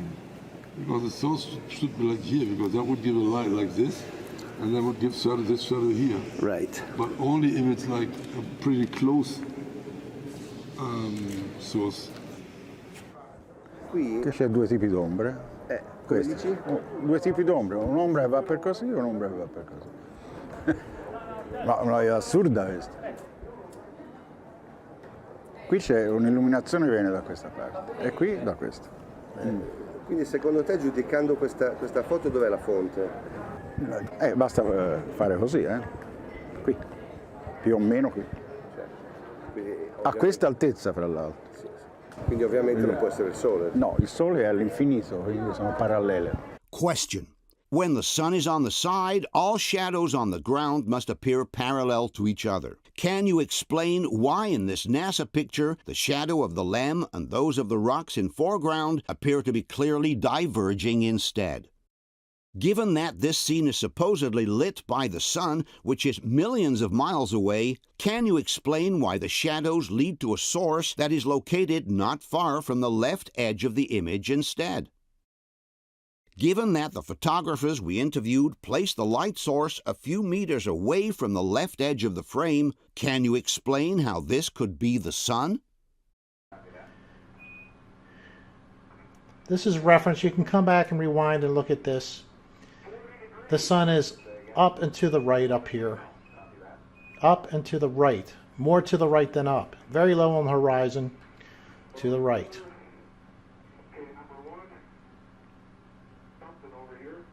All right, I hope that makes sense. I'm going to show more of the horizon. Notice there's no earth in the sky anywhere. You never see the earth in the sky, only in still pictures, guys, that I know of. Now the flag's in shadow. I don't know how that happened, but now the flag is in shadow. They're in the sun.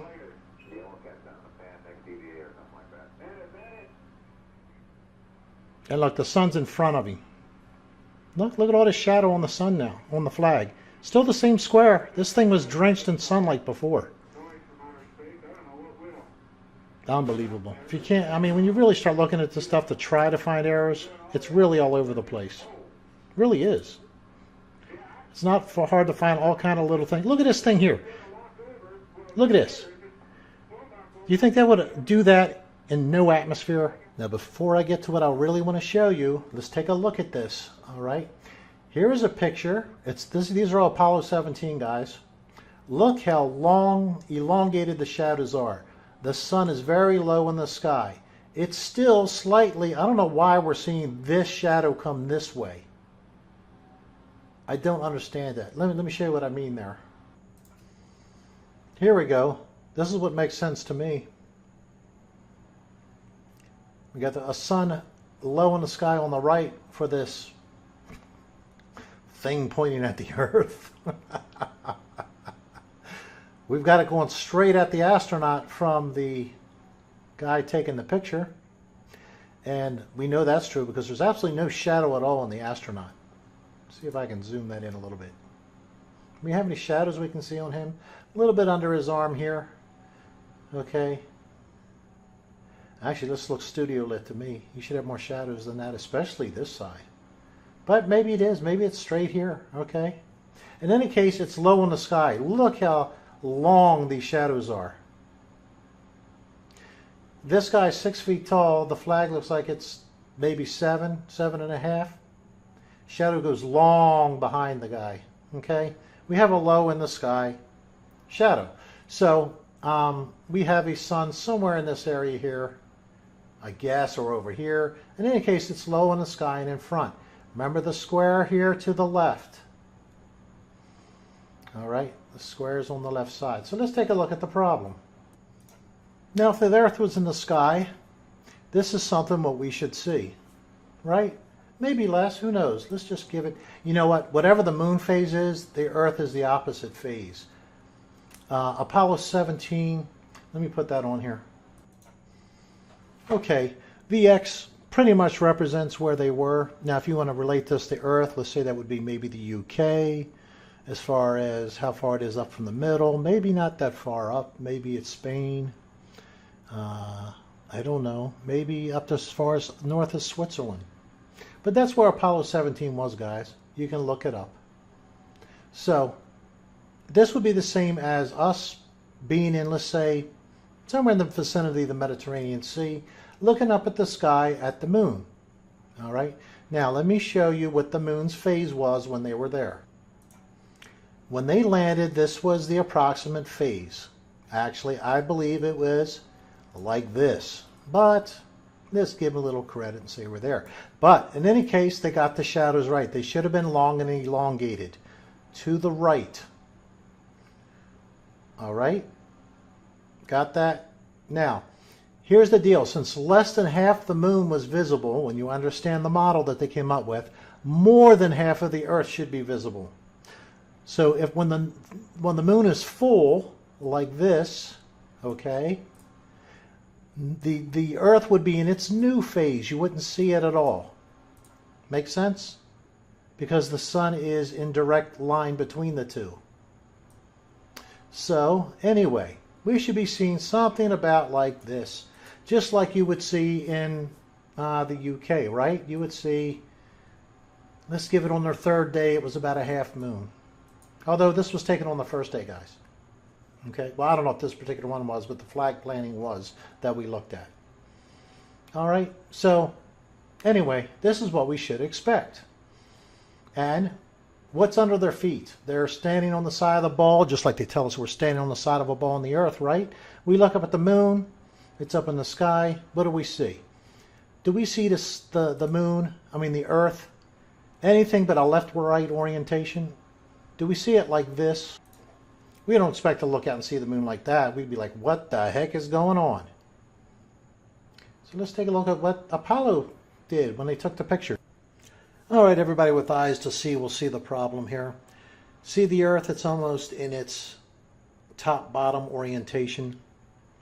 You can see that the sun is barely here on the corner of the astronaut. You can actually see it here on this one. Okay.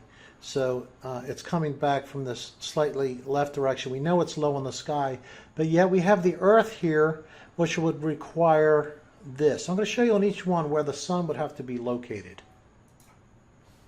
Now we're going to look at two different halves. We got the left half and the right half. Let's start with the right half.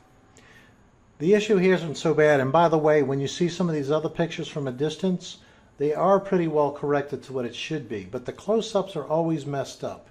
And by the way, as far as I can tell, I've looked at footage, a lot of footage of Apollo 17. For some reason, they just never catch the Earth live in the camera. Now, maybe somebody can come up with footage and prove that wrong to me. Let me know. Anyway, in case you didn't know it, let me show you something here.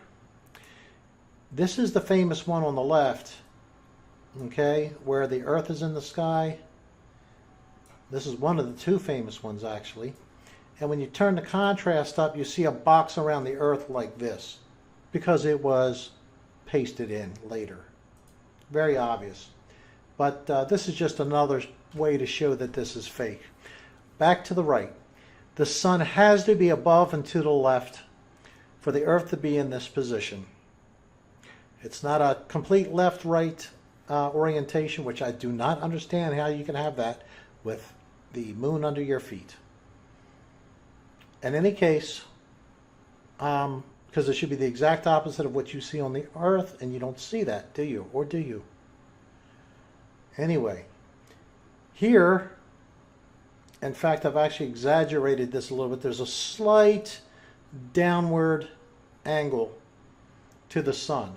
Not as extreme as what it would be here. But the point is, I can't do the 3D rendering correctly here. The sun should be, if you're looking, if the astronaut's eye is looking out this direction, he would be looking at the sun in front of him. In front of him. So how do we have this in the sky?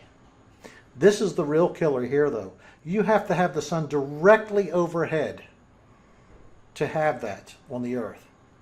Correct? Tell me if I'm wrong. How could you have the top half of the Earth lit like that and not have the sun directly above it? But the astronaut in the very same picture, he has no downward casting of his shadow other than very slightly. It's almost perfectly parallel. You can look at all the shadows in the flag. In fact, some of the shadows look like they actually might go up a little bit. I don't know if that was extra stage lighting that caused that. I don't know.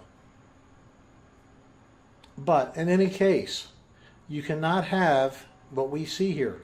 It makes no sense. The moon is obviously under the astronauts' feet. They're standing on the moon, aren't they? And yet here's the Earth in a top-down orientation. And guys, when they're up there, you know, the Earth changed a whole lot between these two pictures, didn't it? And remember, when they're on the moon, it's not like what we see here on the Earth. They see the same thing because they're in synchronous orbit, supposedly. They see the same thing for 7 days at a time at least. Very, very slow changes. We see a rapid change rising and setting. Why? Because we rotate once in 24 hours to the sun. The moon rotates at 10 miles an hour, guys. 10 miles per hour. It takes days to see the change. And here we have, in a matter of just a couple photographs, look how much change in the Earth there was. Again, there's the boxes and everything. Just critical thinking stuff. Wanted to throw out there to tie this up. There is also another series of images from the Apollo 12 mission suggesting the use of an artificial light. In all these shots, we can notice on the ground the dark shadow of the astronaut who supposedly took the pictures. If we close in on any of these shadows, however, we will notice that they are entirely surrounded by a grayish, blurred kind of edge.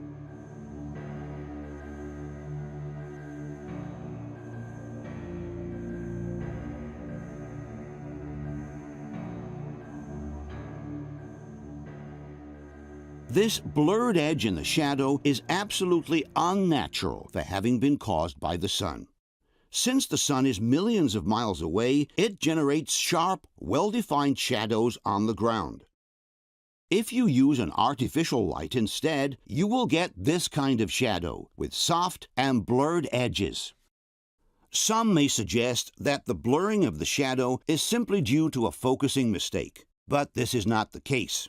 If we observe the ground next to the shadow, we will see that it is perfectly in focus, from the closest point to the farthest one.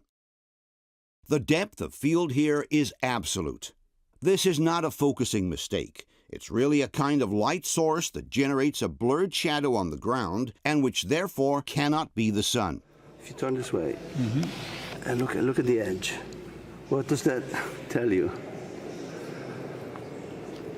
I don't know. That's very weird. Could that be the sun? Does the sun cast shadows that soft? No, because you see the shadows here, they are absolutely tough, no? Right. Wow. No, indubbiamente l'ombra dovrebbe essere più netta, visto che il sole è lontano. Più lontana la sorgente luminosa, e più l'ombra è netta, certo. Cioè non è sbarrata. È stranissimo questa ombra sbarrata. Più la distanza più la fonte è distante e più le ombre sono nette. L'ombra dovrebbe essere netta, invece è sfumata, quindi questo c'è un velatino sul sole o su... Ma questo è proprio da incompetenti, chi l'ha fatto, perché il sole fa un'ombra netta. Questa sfumatura è eclatante. Quindi è una lampada. Question. Being millions of miles away, the sun casts sharp shadows on the ground. Can you explain why, in these pictures, there is a soft edge all around the astronaut's figure instead? Let's now tackle the most important issue in the entire discussion on the Luna pictures, backlight photography. When we shoot a picture with the sun in front of us and the subject in the shade, we say that the picture is taken in backlight.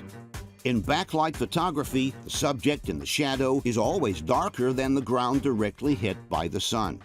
Let's use as an example this picture taken in backlight. As one can see, the entire part of the subject in the shadow, the cabin, is much darker than the sand underneath. The reason is simple. The sand gets hit directly by the sunlight, while the cabin is lit only by the reflection of the sand, plus the diffusion caused by the atmosphere.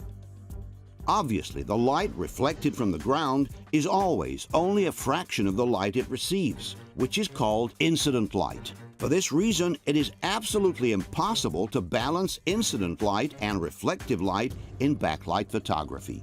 The ground illuminated directly by the sun will always be brighter than the subject in the shadow. One of the techniques used by professional photographers to get around this problem is to use a highly reflective portable panel. Let's look at this example. Here the photographer is shooting the model in backlight. As one can see, the subject in the shadow is much darker than the ground lit by the sun. But if the photographer adds a reflecting panel which bounces the sun rays back onto the model, then he can get a good balance between the illuminated background and the face in the shadow.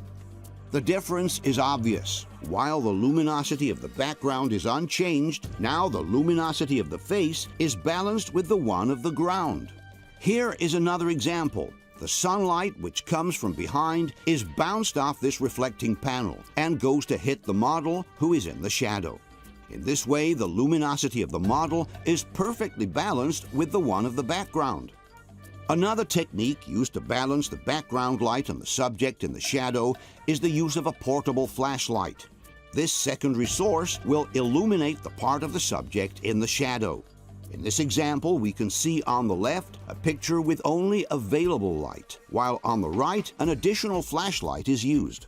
The difference is clear. On the left you have no balance between light and shadow, on the right you do.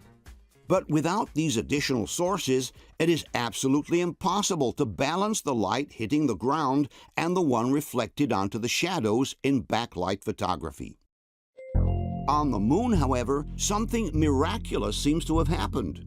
Despite the fact that the astronauts did not have any portable reflectors nor additional lights, there is a whole series of photographs taken in backlight in which the entire shadow area of the LEM appears perfectly illuminated.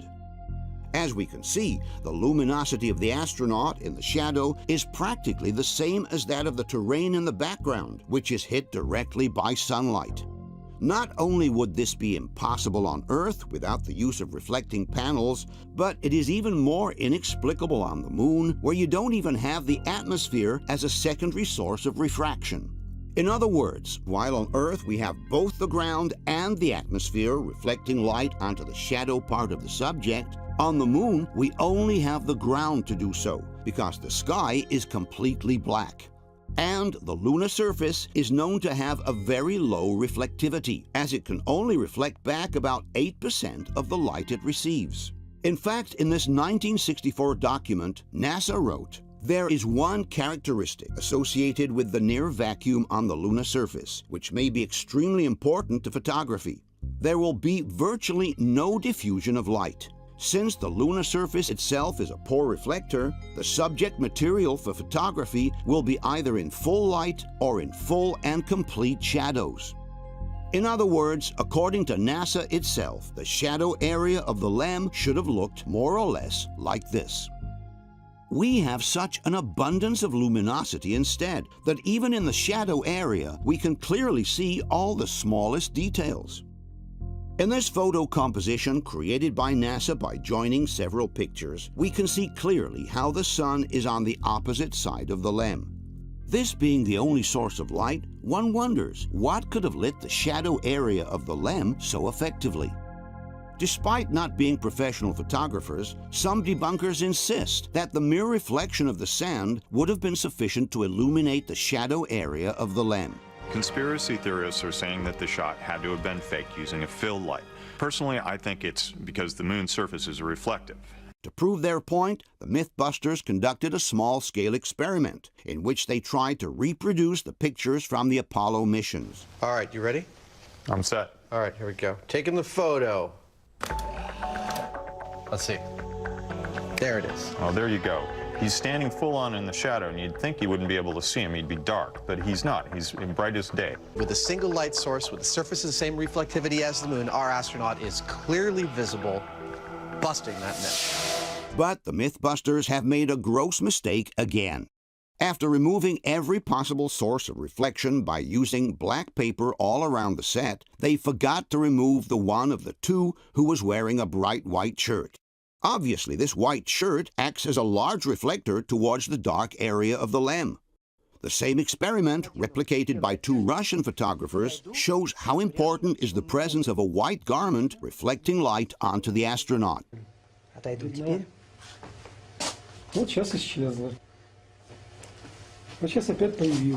In any case, the problem is not simply to be able to see the astronaut in the shadows. As every photographer knows, all you need to do to see in the shadow is to open up the iris in your lens. The problem here was to balance the luminosity of the shadow area with the one of the ground, illuminated directly by the light source.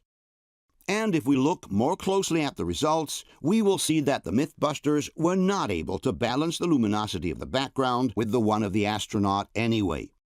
As one can see from the direct comparison, the sand illuminated by the sun is darker in the NASA picture and is lighter in the Mythbusters one, while the astronaut is lighter in the NASA picture and darker in the one from the Mythbusters. In other words, there is a much larger difference between light and shadow in the Mythbusters picture than in the NASA picture. Also, from this image from their own set, one can clearly see how the astronaut in the shadow is definitely darker than the terrain illuminated directly by the light source. It's a much different result from what we see in the Apollo pictures. Thus, the Mythbusters, again, have proven the exact opposite of what they intended to prove.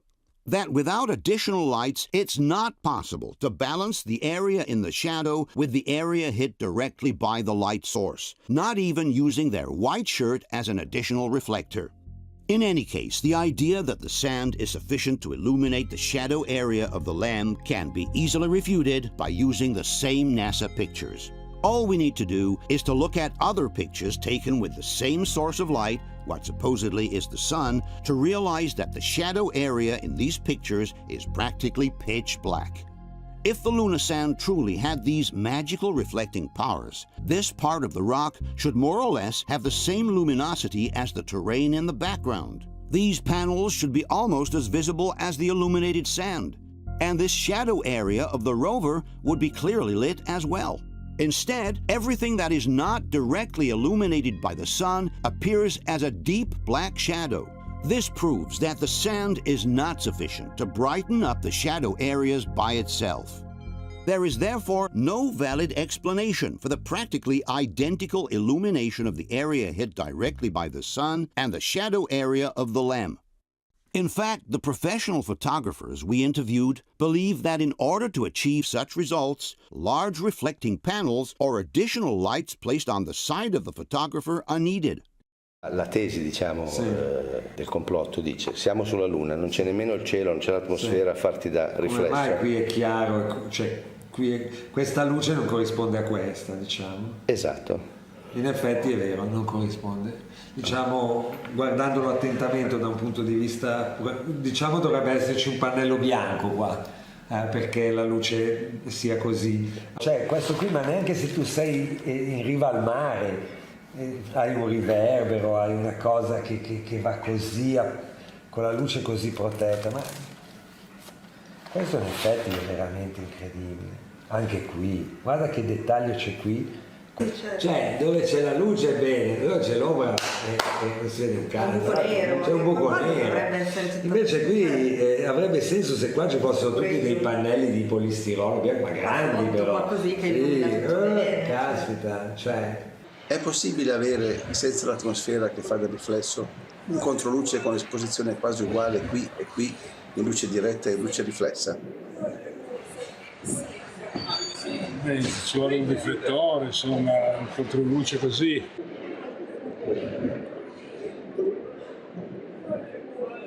È chiaro che ci sono dei riflessi qui del metallo, che vuol dire che c'è una sorgente di luce dalla parte di chi fotografa. Lo vedo soprattutto nei riflessi qui, no? Vuol dire che da questa parte qui c'è una sorgente di luce. No, non c'è l'aria da sole. Non c'è questa, per esempio, tutto questo c'è un'aria da lampada di studio. Questo schiarimento qui, c'è questa luce sulla scala, per esempio, da dove viene? Quello che mi impressiona è che il sole, un controluce così, in più riesco a vedere i dettagli di questo riflesso su questo oro. Da dove viene? Perché qui il cielo è nero. Lo so. Il cielo è nero, non c'è. L'unica riflessione è la sabbia, però dovrebbe essere molto più luminosa sotto e non sopra. Questo riflesso sopra qui da dove viene?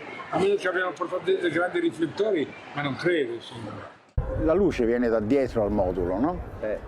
L'astronauta o presunto tale è al buio totale e è illuminato. Perché? C'è un'altra luna o c'è qualcuno con un faro? Voglio dire, perché tanta così qui? E tanta così nella parte buia più che altro. Da dove viene questa luce? Qui dovrebbe essere completamente nera, come il cielo. Quindi diciamo senza sorgenti secondarie, senza riflettori non sarebbe possibile? No, questo è impossibile. Verrebbe nero come qui. E poi guarda, si vede anche la scaletta di metallo, no? E c'è un riflesso di una luce, vedi? Questa riga bianca è il riflesso di una luce. Quindi da questa parte c'è una luce. The main problem here is backlight. On the moon you have no sky behind you to refract the light, and you only have the sand.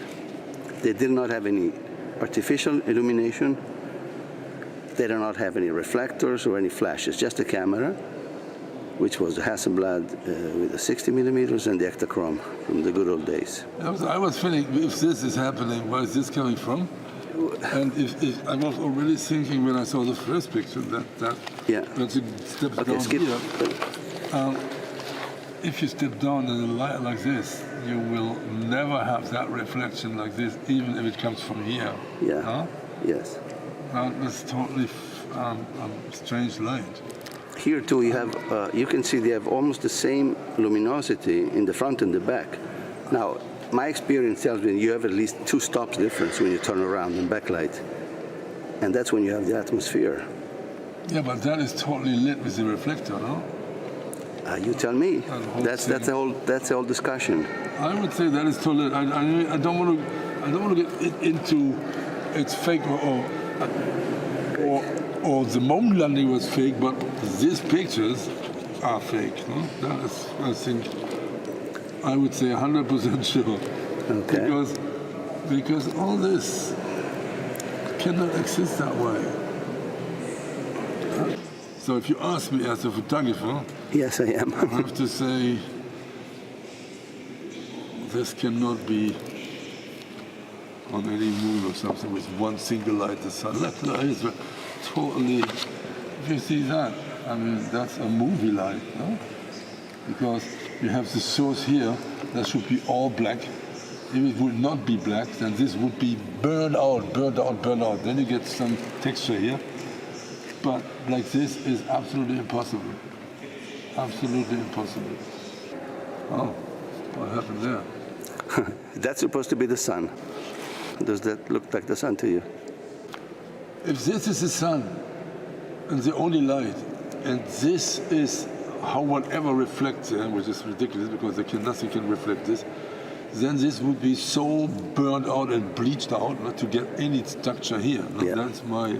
Same as the others, I've said the same thing. That would be unbelievable. If this is the sun, and there must something be here, because that would be just black. So what is it? Yes.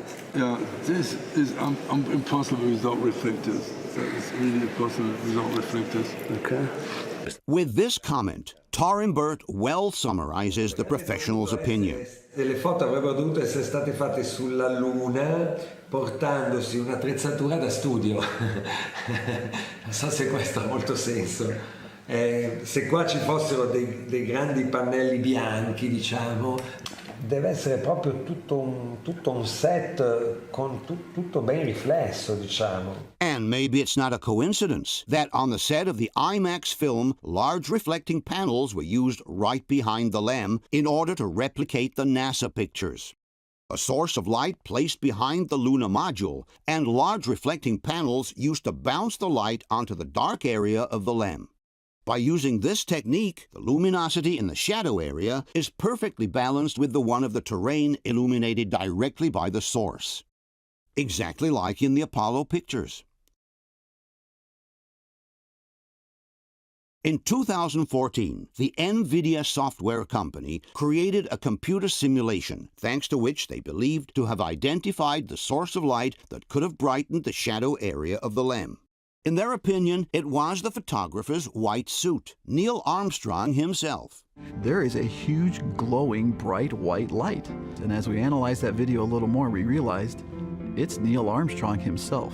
The bright white space suit that he was wearing reflected all that sunlight off of him and back onto Buzz Aldrin. So essentially, Neil Armstrong himself was a light source in that scene. But the professional photographers explain how the white suit could at best partially brighten up the companion's figure. But it's too small and too far away to be able to illuminate the entire shadow area of the LEM. È possibile teoricamente che la tuta dell'astronauta che fotografa, che è bianca, riesca a fare questo controluce? Perché è una possibilità che è stata... No, allora il bianco fa, però a questa distanza è un po' distante. Cioè se fosse, diciamo, qui, allora sì, ma poi comunque farebbe, diciamo, illuminerebbe una parte molto più piccola. Ecco, qui l'unica cosa di riflesso può essere questa superficie chiara su cui si riflette l'ombra del modello, no? Sì. Però questa superficie non è sufficiente, ecco qua la vediamo meglio, sì. Non è sufficiente per illuminare il LEM come è illuminato, insomma. Potrebbe essere la tuta dell'astronauta che fotografa? No, troppo lontano. Troppo piccolo e troppo lontano. Lui sarebbe a 10 metri circa e non fa niente. In order to conclusively discard this hypothesis, all one has to do is to look at the television images from the very Apollo missions. Here, for example, there is an astronaut hit by sunlight who is moving right outside the edge of the frame. We can see how the reflection from his white suit partially brightens the underside of the rover, but does absolutely nothing to the LEM in the shadow, which is much larger and far away. Here, the same astronaut enters the field of view from the right. And again, the light he reflects goes to partially brighten the underside of the rover, but it has no effect whatsoever on the darkened mass of the lunar module. And finally, there is another detail suggesting the use of a secondary source of light, either a reflecting panel or a small flashlight. And it's this shiny glare repeatedly appearing on the heels of the astronaut's boots. Qui c'è una luce. La sabbia che c'è intorno? No, questa è puntiforme, vedi, è piccola. Anche questo, di nuovo, stesso problema. Cioè questo dettaglio dentro quest'ombra nera praticamente è impossibile. Tecnicamente è impossibile. No, appunto, il dettaglio sulle scarpe, il dettaglio sul metallo. Qui, indubbiamente, questa riflessione vuol dire che c'è una sorgente di luce dalla parte di chi fotografa, mentre in realtà il sole è dietro, da questo controluce. Forse era un flash, no? No? Potrebbe.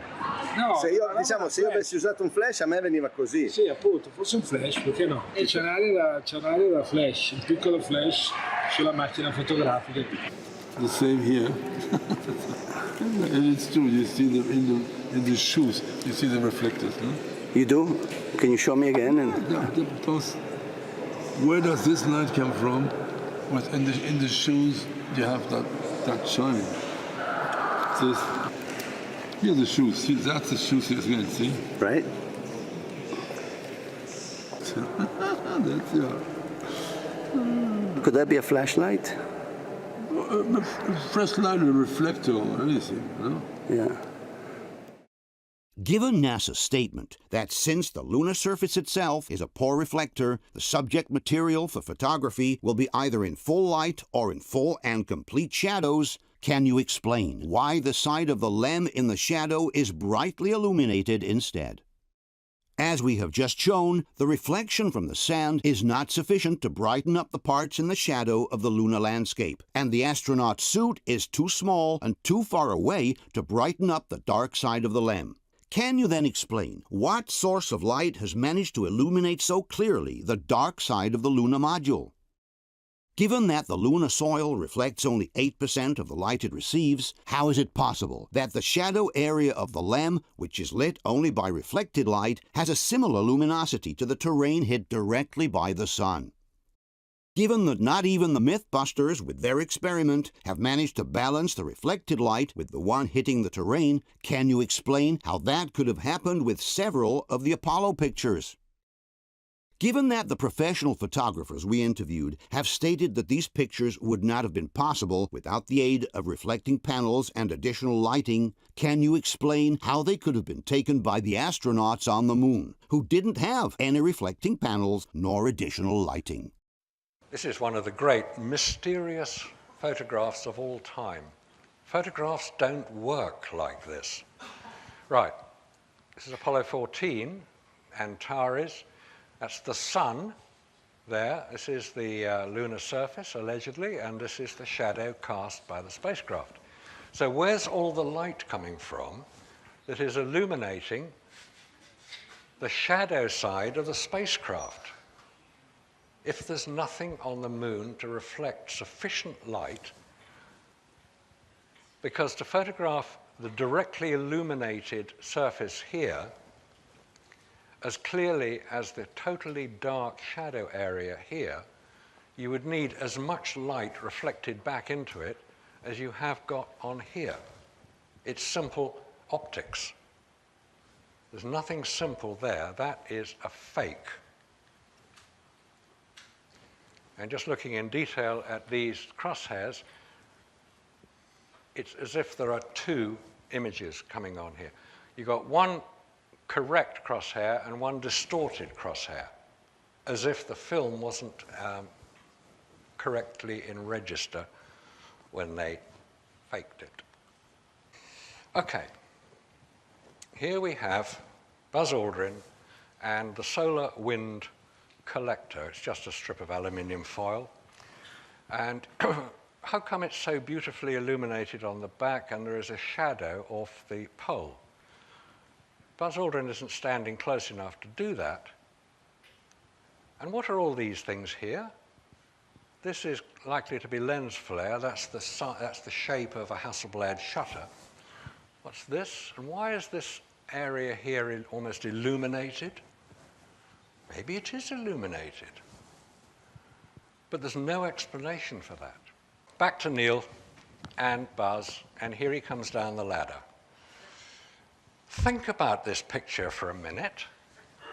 You're going, allegedly, to a place you've never been to before, in an atmosphere that doesn't exist, wearing a spacesuit which is heavy and cumbersome. You can't see where your feet are. Would you really kick your left foot out like that when your right foot is not even on the ladder? I don't think so. You might do that when you've done it 100 times during your training and simulation exercises, just to prove to the guys photographing you that you can have a bit of a laugh as well. Anyway, down the ladder. Yep. Beautiful pictures, aren't they, by the way? Absolutely wonderful. Well lit, well focused, well framed. No viewfinder. Don't forget, no viewfinder. Bit further down, yeah, he's about to get off the ladder, or is he about to get up the ladder? It's hard to tell. Now, in the time I've been speaking, since we looked at the first photograph, is the time it took him to do it 3 minutes. So in 3 minutes, Neil Armstrong, who was operating the camera, could focus on different distances, top of the ladder, bottom of the ladder, underneath the spacecraft. He could set different exposures in shadow, in bright sunlight. He could do all this without cutting Buzz's head off, without getting the camera off center. He could do all that in 3 minutes without doing a second shot of any of it. That is what does not make sense. Now, we'll look at those 8 photographs in sequence there. Those are the pictures. If you go onto the NASA website, those are the reference numbers for each of those 8 photographs. They were taken in sequence in 3 minutes. They were taken on Kodak Ektachrome transparency material, which cannot be altered in the process. It's transparency material. Now, if you're used to digital cameras, this may all sound a bit old hat and old-fashioned and very 20th century, but this is what they used. They used transparency material. Once you develop it, that's it. You can't change it. You can take prints off it, which is what they've done, and you can change those prints, but it will start to show up. This one right here, this is interesting because on the right is the live TV camera shooting. And if you see that arm that's sitting out there, just at the bottom of the ladder, okay, you can see where the camera should be sitting. And what's coming down, that shadow coming down on the ladder, is Aldrin's leg. On the left-hand photograph, okay, when you look, there's no camera there. Now, NASA claims that that camera was on that pallet that folded down and came out, and where the location of that is in between, in that black spot in between the rungs, is where the camera is actually sitting mounted. And it is mounted there. But that's the one they drag out and set out on the ground to pull it out 100 feet and shoot from there. So these photographs are basically completely incompatible. Well, it's shot at different times. They shot the Notice video. Aldrin appears to be in the shade, whereas here on the left, he's very clearly, illuminated. Well, that's right. It's shot at different times, different lighting, different everything. I mean, in and of itself, this proves the fraud right here. In fact, many of your different presentations, each of them is sufficient to show the whole thing was an elaborate hoax. But why isn't Armstrong in the photograph, in the live video? He has to be, you can see where he has to be standing to shoot that. It's shooting both the legs back, right? When you're looking there, you can see him shooting both the legs back. He has to be out on that side of that ladder. Roughly where the name Aldrin appears. Yes, he has to be standing there. And that bright spot is where he walks around to. If you're watching the video, he disappears around there long before, like, you see him taking some photographs or whatever, and then he walks around behind there. But Buzz hasn't even started down the ladder when he disappears. And the only way that could happen is it's shot at 2 different times. They're doing multiple takes.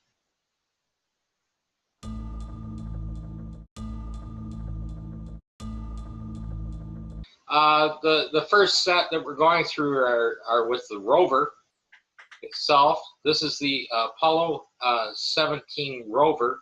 There are 3 of them, and it's very apparent in the picture. The one on the left in the screen is actually used in 15, 16, and 17 on it.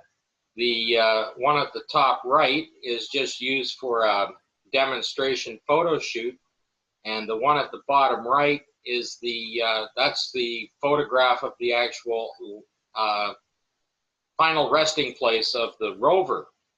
And if you look carefully across the frame rail on that one at the bottom right, you'll see on the right-hand side, the links are quite a bit shorter on the right-hand side by the tire there, coming up. And then if you look at the one on the left, you'll see that they're quite a bit longer. The frame rail is completely different on the 2 machines.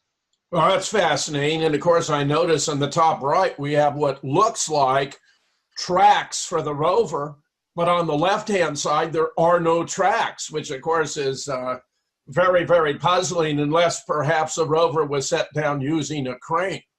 Well, if you realize that they might have driven it in, if you realize that they were probably shooting it multiple times, okay, and the set crews and that would be out there, they'd have to rake off all of their footprints so that only the astronauts' footprints are in the shot. So in fact, when they were regrooming the set, they inadvertently had raked over all of the tracks as well. That's my theory on how that happens. But of course, you'd agree there's something funny there, because we should have tracks. If indeed moon dust retains any tracks, we see a number of footprints there, which suggests it does. My belief is, since the moon is bereft of atmosphere, that you could no more leave tracks in moon dust than you could in the sands of the Sahara.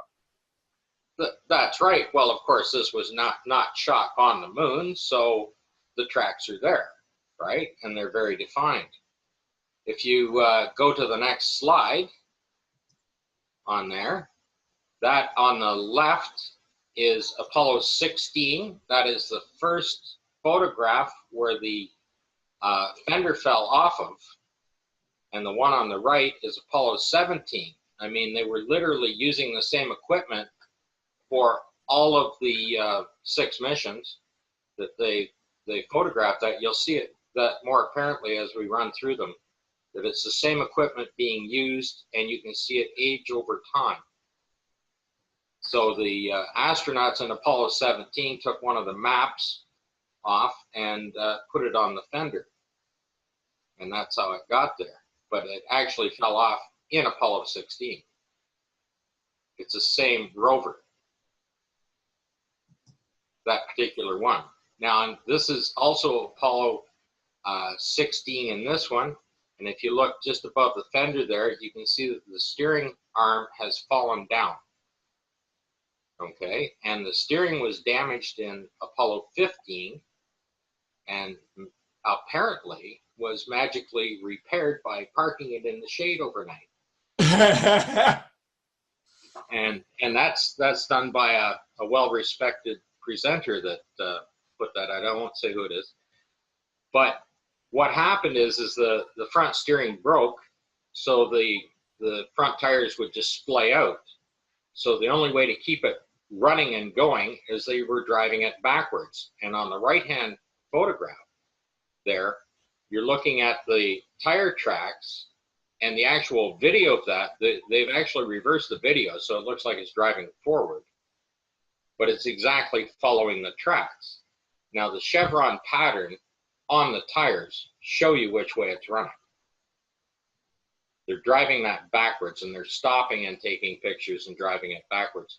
And there's about 70 or more photographs of that on it. And if you look at the photographs backwards, then it matches the video, because the video has been run in reverse, right? If they were actually driving over their own tire tracks, the chevron pattern would be the other way.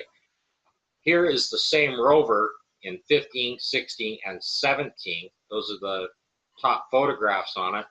And the close-ups of the tire show that the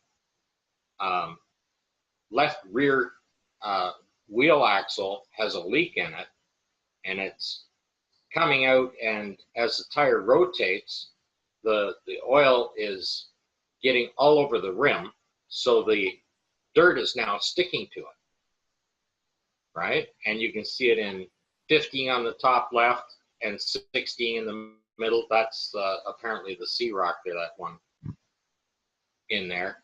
And the bottom are the blow-ups. And by the time you get to Apollo 17, which is the one on the right at the bottom, the oil is really leaking rapidly out of it, and it's going up the frame rail, it's going across the side frame on it, and other associated pictures with it. It's actually getting all over their suits as well. And of course, Scott, wouldn't it have been all but impossible to repair a rover on the moon? they had absolutely no contingency for any additional equipment when they were traveling, so they had no repair equipment. The amount of tools were cut down that they needed to have.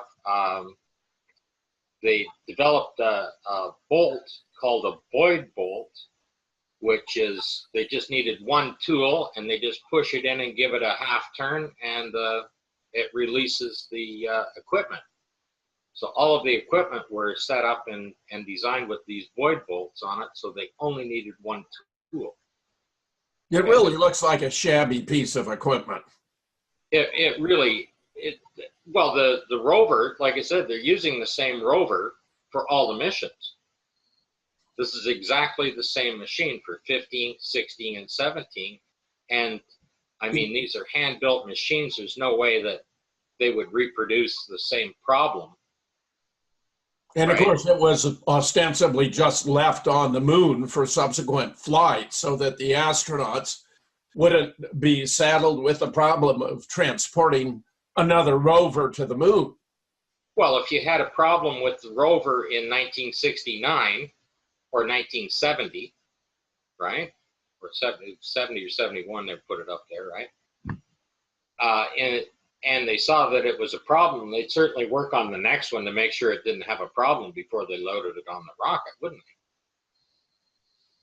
they? They'd be testing all that equipment out again.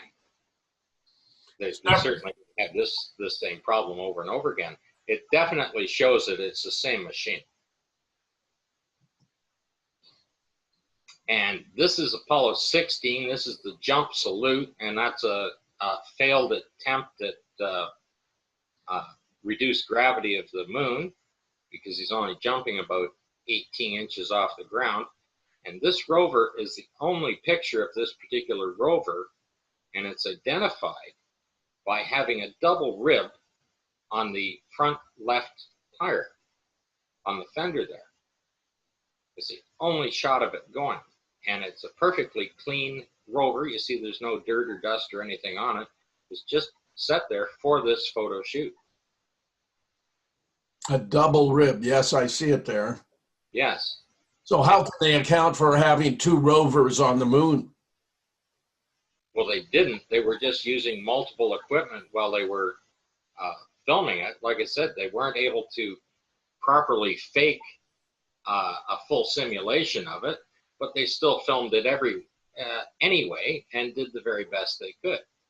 And this is what they were doing. When the equipment broke down, they just brought another piece in while they were filming it. Hoping that no one would pay close enough attention to even notice the difference. You have to realize in 1969 that the only photographs available to the public were just what they put out for the media. There might be 2 or 3 dozen for each mission that were put out for magazines and newspapers and, you know, National Geographic, that kind of thing, right? That they put them in. The other hundreds of photos or thousands of photos were not available to the public, right? And when NASA first put up, even on their first website, right, there was only a limited amount there. And in 1999, Kip Teague, working for NASA, put the entire journal up of all the photographs. And of course, 3 years ago, they put them on Flickr as well. They've updated them and put them on Flickr as well for the public to see. And NASA claims that on Flickr in the last 3 years, they've had over 1 billion views of the photographs. Well, 1 billion views are going to lead to a lot of observations of anomalies. There's a few other things. Here are the 17 rover. This is right in front of the rear right wheel. Okay, that's the frame rail. You can see the arm that's going up there on the left. The arm that the arrow shoots through is for the seat itself. So you can see that in each of the photographs where it's sitting. The actual frame behind that is completely different in each one of the photographs. And I mean, it's part of the structure of the rover itself. You can't just change that. Those are the 3 separate rovers, and that clearly identifies that there are 3 separate machines. You see the way they're constructed. I presume the rover was simply a variation on a dune buggy of the kind we find in Southern California ubiquitously. Except they made this one fold up with 4 electric motors running the tires. And on the bottom are the 3 different treads that they actually make. Which is completely ridiculous. You're supposed to have one rover with 1 set of tires, not leaving 3 set of tread tracks. Well, it should always look the same, right? The one on the left that's very square, the top left of the tire tracks. Yeah. You can see it's a perfectly straight line. Well, the Apollo 15 rover was damaged. It damaged the steering and everything else. And when they tried to fix it up, it's actually dog tracking so that the tire kicks a little sideways, so that instead of the chevron, it's only running on one part of the tire, so it looks like a square bar. You mean that you are suggesting there's a legitimate explanation for this variation in the tracks? That's the one rover. That's the top left tread. That rover's damaged. This is Apollo 17 though. This rover's been running around in 15, 16, and 17. Okay, that's the same rover that broke down, that the steering arm fell off in 16 that we saw in the other picture. It's the same rover. They keep repairing this thing and keep using it over and over again, even though it's damaged. Do we have any records of the astronauts performing these repairs? Were they photographing their work on the rover? No, of course they didn't photograph the work on the rover. Okay, I mean they were sitting on Earth, and the entire support crew were coming in there, and probably Grumman and Boeing and everybody else are trying to keep this stuff running. It's just an elaborate joke. It's such a ruse. Yeah. Now this is Apollo 17, and they just threw the arm away when they were done. That steering arm right there is on the ground, and it finally fell off the rover completely. So they threw it away, and then they set a golf ball down beside it. And Apollo 14 is the only one to claim to have a golf ball. And if anyone is analyzing this photograph in particular, and you zoom in about 10 times in, you'll start to see golf balls all over there. They were using this as a driving range when they were having lunch between filmings. Now, this is Apollo 15. When they were simulating, and Paul and I have done a video on this as well, when they were simulating the landing of this, they actually dropped the machine. Okay? It crashed to the ground. It dropped probably 8 or 10 feet when they were lowering it down on the gantry crane, hard enough that it broke the leg right off. On the one side, the secondary struts are snapped out and the thing kicks out. That's the exhaust bell housing has been crushed on it, and it hit hard enough that the rover came right off. Okay? Broke the rover right off its mounts. On the right are the 2 schematics of the rover. The top one shows the schematic of the actual lowering arms, how it swung out and down. And on the bottom is, with the rover in place, just the schematic of that square, and then the wheels go in on the angle in there to fill that spot. So when you look over at the actual photograph, the 2 big arms are the ones at the bottom that come up on the 45-degree angle up to the rover. They're sheared. You can see they're sheared right off.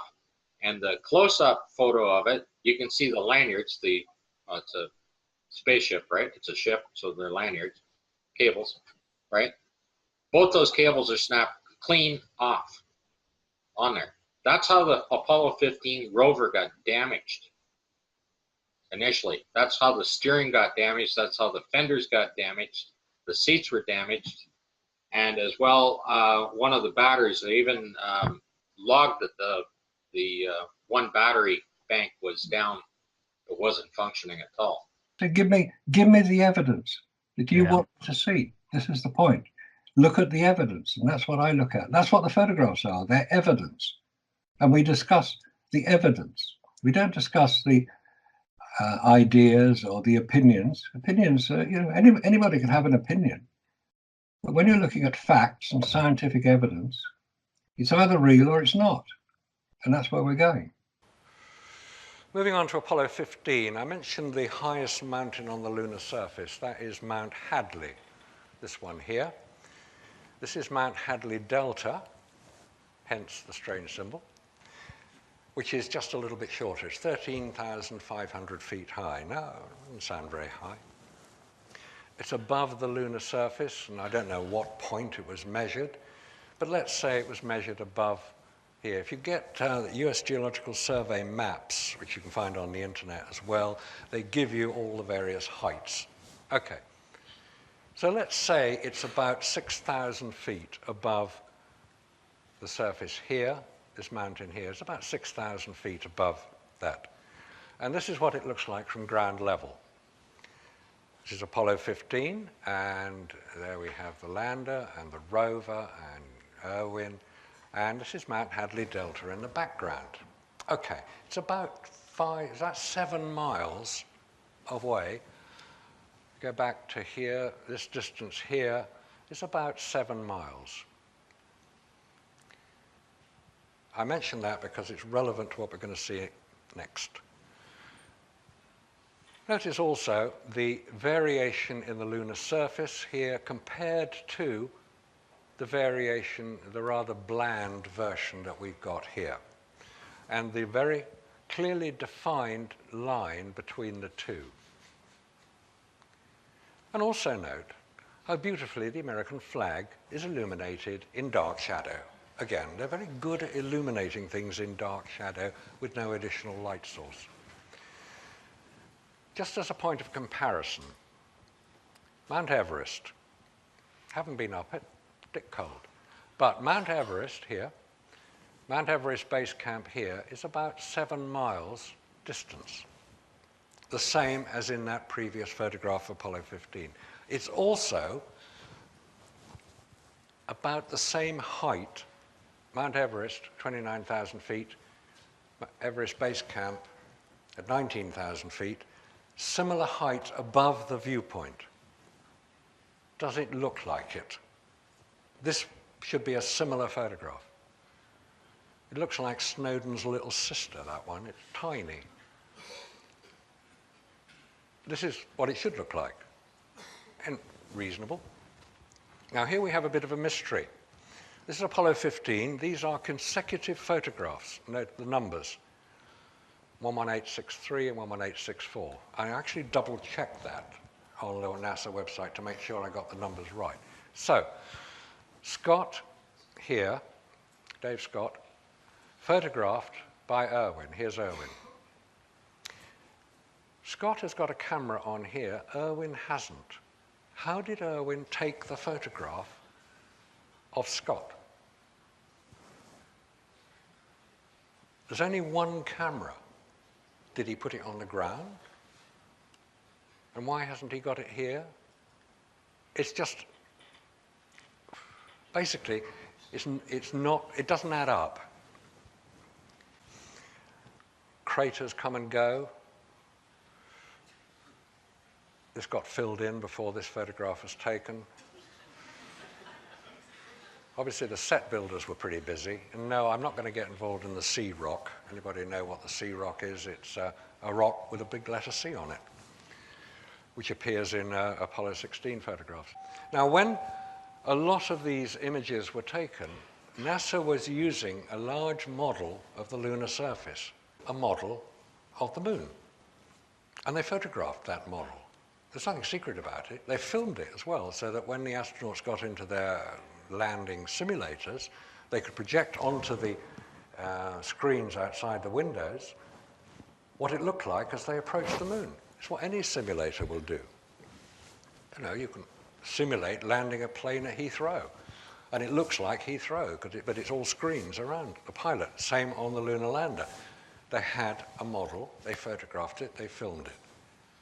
Who is to say that that isn't a picture of this model? And they forgot the Terminator. You start looking in detail at some of these photographs, Apollo 17, this one, and you'll see that there appears to be cutouts and strange background interference. You shouldn't get that sort of interference. I know these are digital images, so you'll get pixels, but these are scanned images from the original transparencies, we're told. And that's probably Earth, though it's hard to tell. Now, think about this for a minute. You're on somewhere you've never been before. You're wearing a spacesuit, which is bloody uncomfortable. Could be a bit hot and difficult. You've got a camera that's got no viewfinder, and you've got to work out the exposure and the composition. And you've got to get 3 objects lined up. You've got to get your mate, Schmidt. You've got to get the American flag, obviously. And you've got to get Earth to show where you are, i.e. not on Earth. And you've got to get them lined up exactly right. Now, I'll tell you what, I've tried to recreate that photograph. And after about 20 attempts, I just gave up. It was almost impossible to get the 3 lined up, correctly exposed, correctly focused, with no viewfinder. Come on, guys, don't mess us about. We're intelligent enough to be able to work these things out.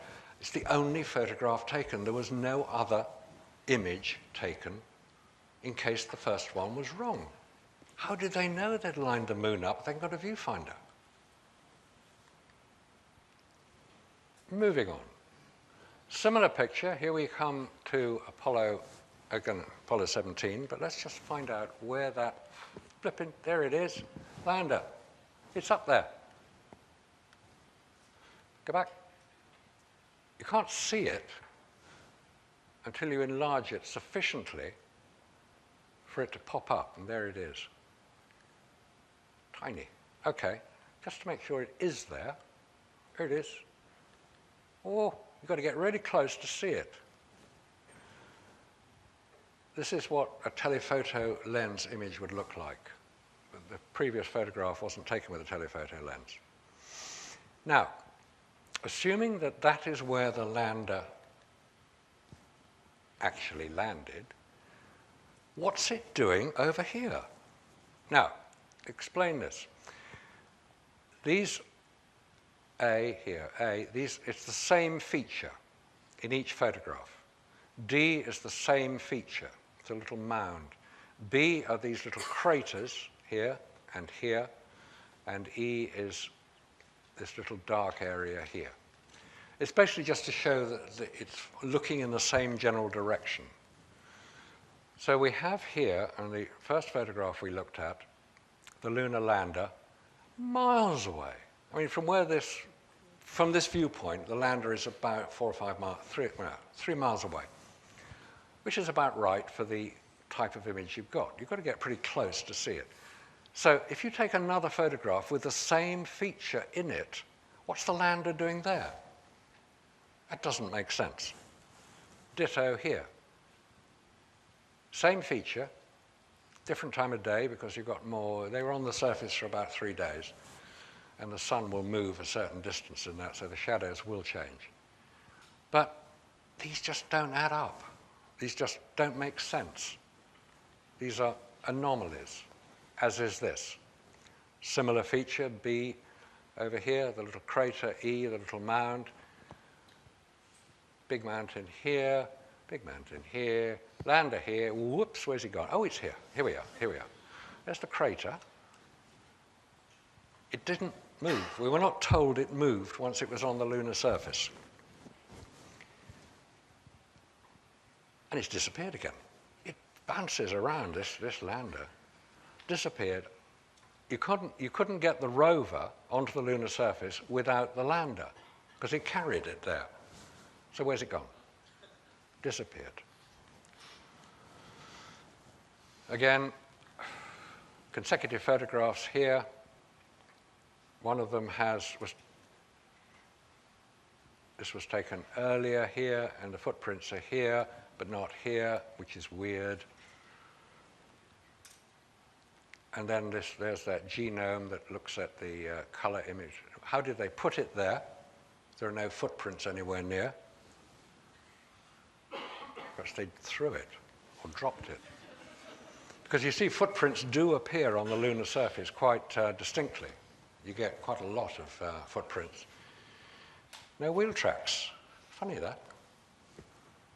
We're told it weighed about 450 pounds on Earth, which would make it weighing about 80, 90 pounds on the lunar surface. Enough to produce a wheel track, I would have thought. And they're very keen to show us the wheel tracks, as we'll see later, but they don't appear on here. And then no wheel tracks. Plenty of footprints, no wheel tracks. Did they drop it there? You can say it's being moved. There's dust in the wheel here. Did they kick it in, or what happened? It's an anomaly. It's an inconsistency. It's unexplained detail, which is, the more you look at these things, the more you get. Oh dear, here we go again. This is the fake photograph of Apollo 14. Spin the thing round so you've got the flag over here. It's exactly the same image, just reversed. And then this photograph, coming up now, appeared in Alan Shepard's biography called Moonshot. Alan Shepard is most famous for having taken a golf club onto the lunar surface and hit a golf ball with it. And guess what? You can see the golf ball. If you ever watch golf on television, yes, you can see golf balls flying through the air head on. You can't see them going across because they move too fast and they're quite small. Here's Alan Shepard. Here's Ed Mitchell. There's the craft. Oh, the flag. They've moved it. Because if you recall, it was right alongside the lander. There's a checkerboard thing here. So the question I asked originally was, who took this photograph? Because there were only ever 2 astronauts on the lunar surface at any one time. We saw one on Apollo 11, and the photograph was taken on a cine camera. No, this is a Hasselblad photograph. There are crosshairs. Not very clear, but they are there. There are crosshairs.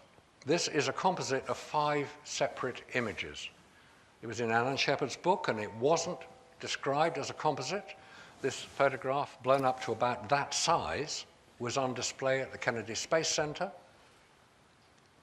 until we made the point to NASA. He said, well, we know this is a composite because no 2 astronauts were ever photographed together. So why are you showing a composite? Why are you showing a fake photograph? They took it down then. But they wouldn't admit that it was a fake. They did say that there was one image here, another image was here, the spacecraft was a 3rd image, the flag was a separate image, and these were all painted on. Sorry?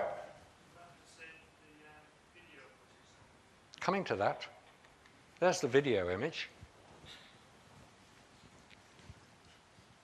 Notice the flag is different, but it's a similar composition. That's where they got the idea from, obviously, but they didn't get it right. Either they're too arrogant to think anybody is going to notice, or too above everything to consider that anything they do would ever be questioned.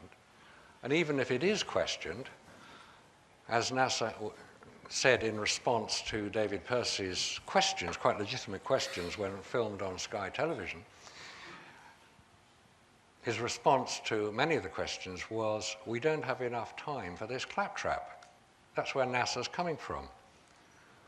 Well, if you're a National Academy of Space Actors, I suppose you probably wouldn't. So we are seeing on the screen is a photograph, I assume taken, or we are meant to believe, taken by Neil Armstrong, who has already exited the lunar module, and his partner in crime, Buzz Aldrin, is starting to descend the ladder to join him on the surface of the moon. This is Apollo 11. So where should we take it from here?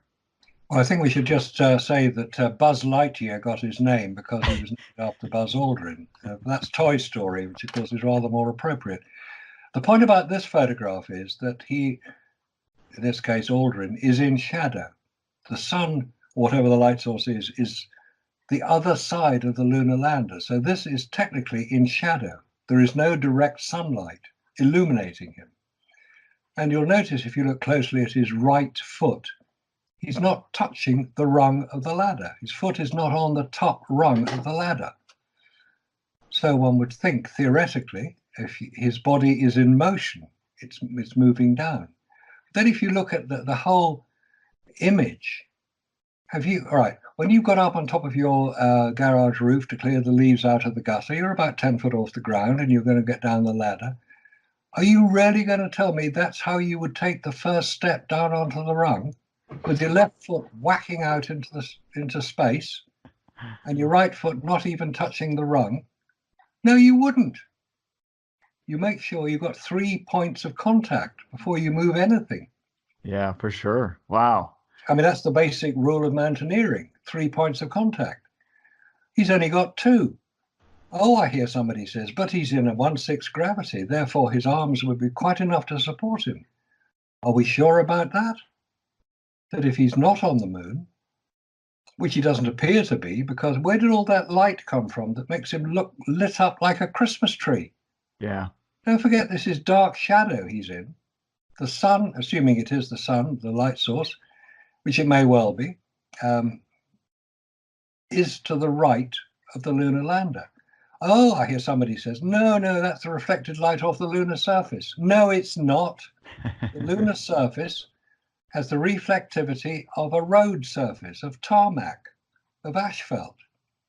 8% of the light hitting it is reflected from it.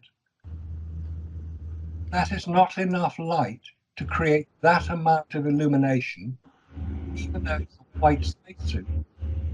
When we look at a broader picture, a broader image of this whole picture, the lunar surface, assuming that's what it is, the lunar surface is not overexposed. That's right. That's a good point. And Kodak Ektachrome has a very low tolerance of exposure latitude. You've got to get the exposure absolutely spot on, or you ruin the picture. Yeah. So if the directly illuminated surface is reasonably well exposed, maybe a half stop or so above correct exposure, Buzz Aldrin is not overexposed, but he is exposed enough for the film to record it, but it's not enough light being reflected off the lunar surface. And Neil Armstrong, wearing a similar type of white spacesuit, is not a big enough figure to reflect enough light to create that amount of illumination to be recorded on Kodak Ektachrome film. This photograph was taken here on Earth under studio conditions. With multiple light sources would appear. So yeah, it's a really good point. Yeah, to have Buzz Aldrin in the shadow there, to have the camera lens, the shutter there to be open long enough to gather that much light, then any photographer would point to the fact, I think, in thinking through this, that the surface of the moon then that was in the direct sunlight would have been completely overexposed. Yeah, of course it would. Completely overexposed. In fact, any professional photographer, and there are interviews with many professional photographers who've been asked to look at the lunar photographs, and they say they're fake. They couldn't be taken on the moon.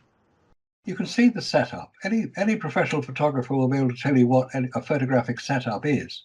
They can tell you where the lights are put. They can even tell you the intensity of the light. These are people who know what they're talking about. We're asked to look at the lunar photographs, and they say, well, where's that light coming from? Where's that light coming from? Why isn't he moving? Why is it? There are so many anomalies about it. Once you start to look at it in detail, you realize that there's no way these things were taken on the lunar surface.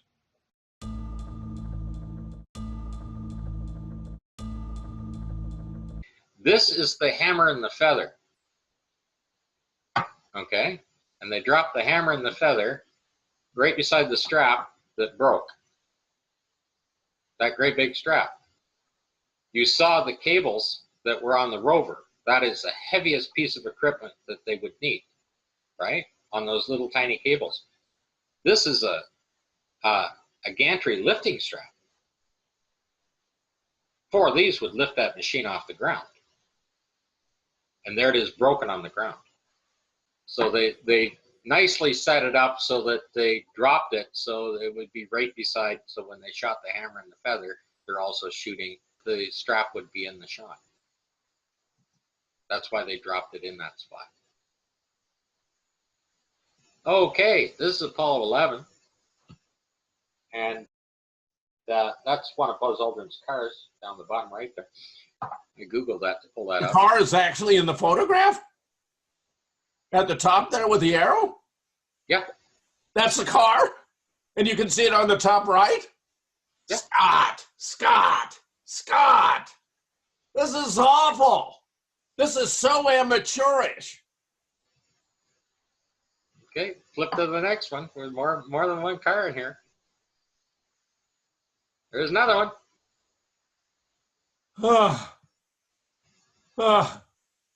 I'm breathless. I'm breathless. It's a junkyard. Over to the right on the rocks, you can see where the car is way back in the distance there. Over to the right of the rocks, there's more cars that are buried, sticking up. One's kind of half in, the other one's kind of upside down. It's a virtual junkyard, is what you're looking at. And you realize in the 60s, most people don't realize that, is they didn't recycle metal the same way. They just put them out. They put them out in yards and disposed of them that way. Right?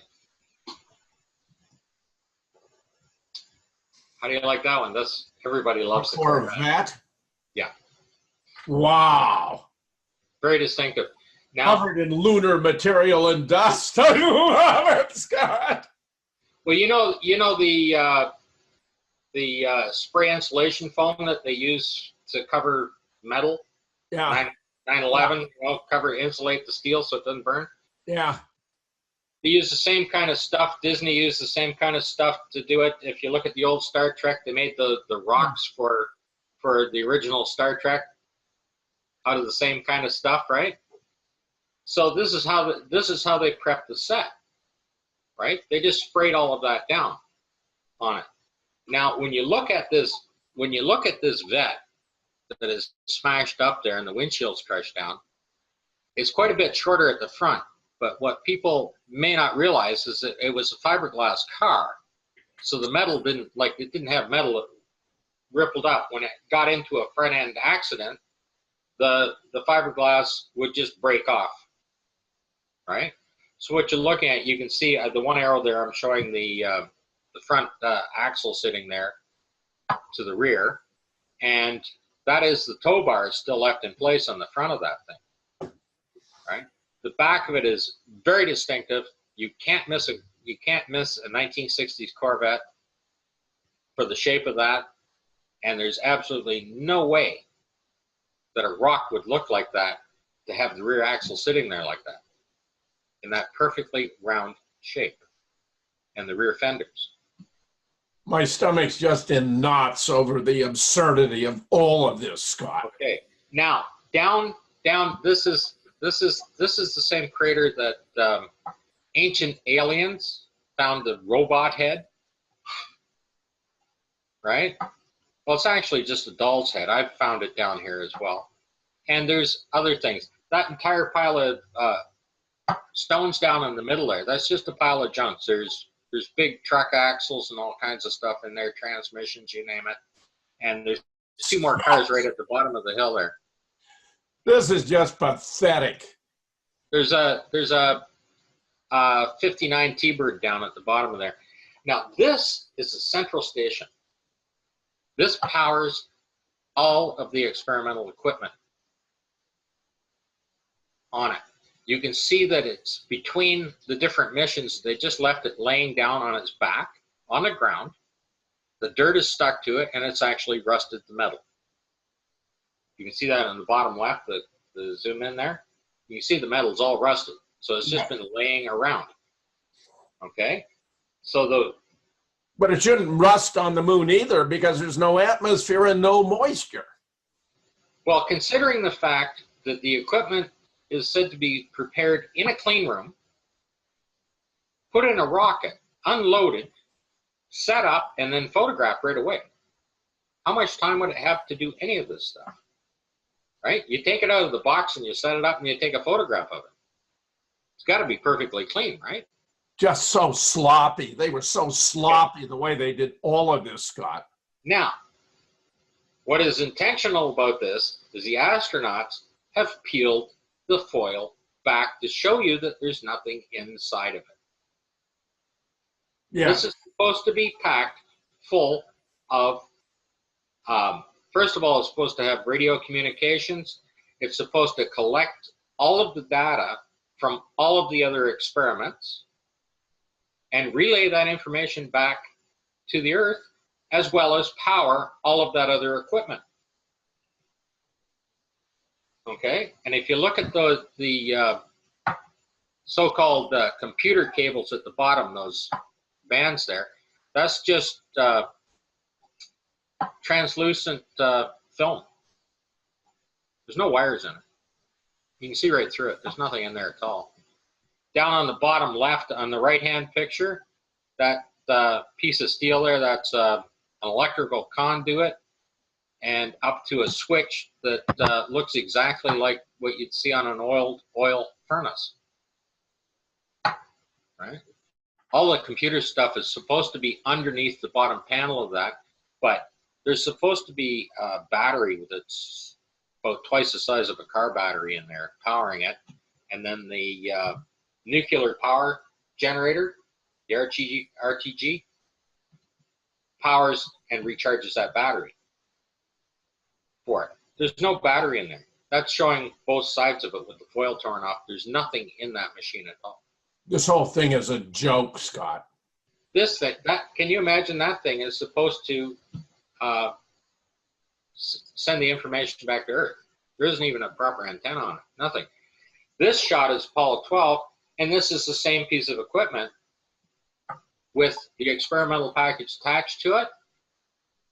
And then when you see the little crisscrosses down there, that's where the foil was piled up on it. And then it just came down to the bottom thing. That's exactly what it is. The previous image you were looking at, this is the same thing as it's set up. There's absolutely... And more preposterous mold on the moon. Well, yeah, it's been laying around. First of all, while they're rehearsing, none of it's functional. You realize that they did all this they're using the same equipment that they did to practice with. Like they probably thought at one time they were going to go to the moon, right? Wasn't going to happen. They didn't go out and put equipment down or anything else. They just simply are using the same equipment that they were practicing with, which are just mock-ups.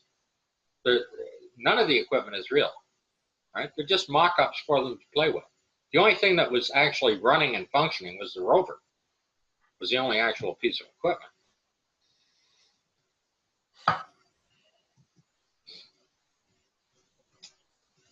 And here's another piece of equipment on the bottom, on the left-hand side. The arrow showing down there, you can actually see water standing in there. It's perfect, smooth and flat. Okay. No atmosphere, no water on the moon. Hence another dramatic refutation that this was taken on the moon. It's just so insulting, Scott. It's so insulting from beginning to end.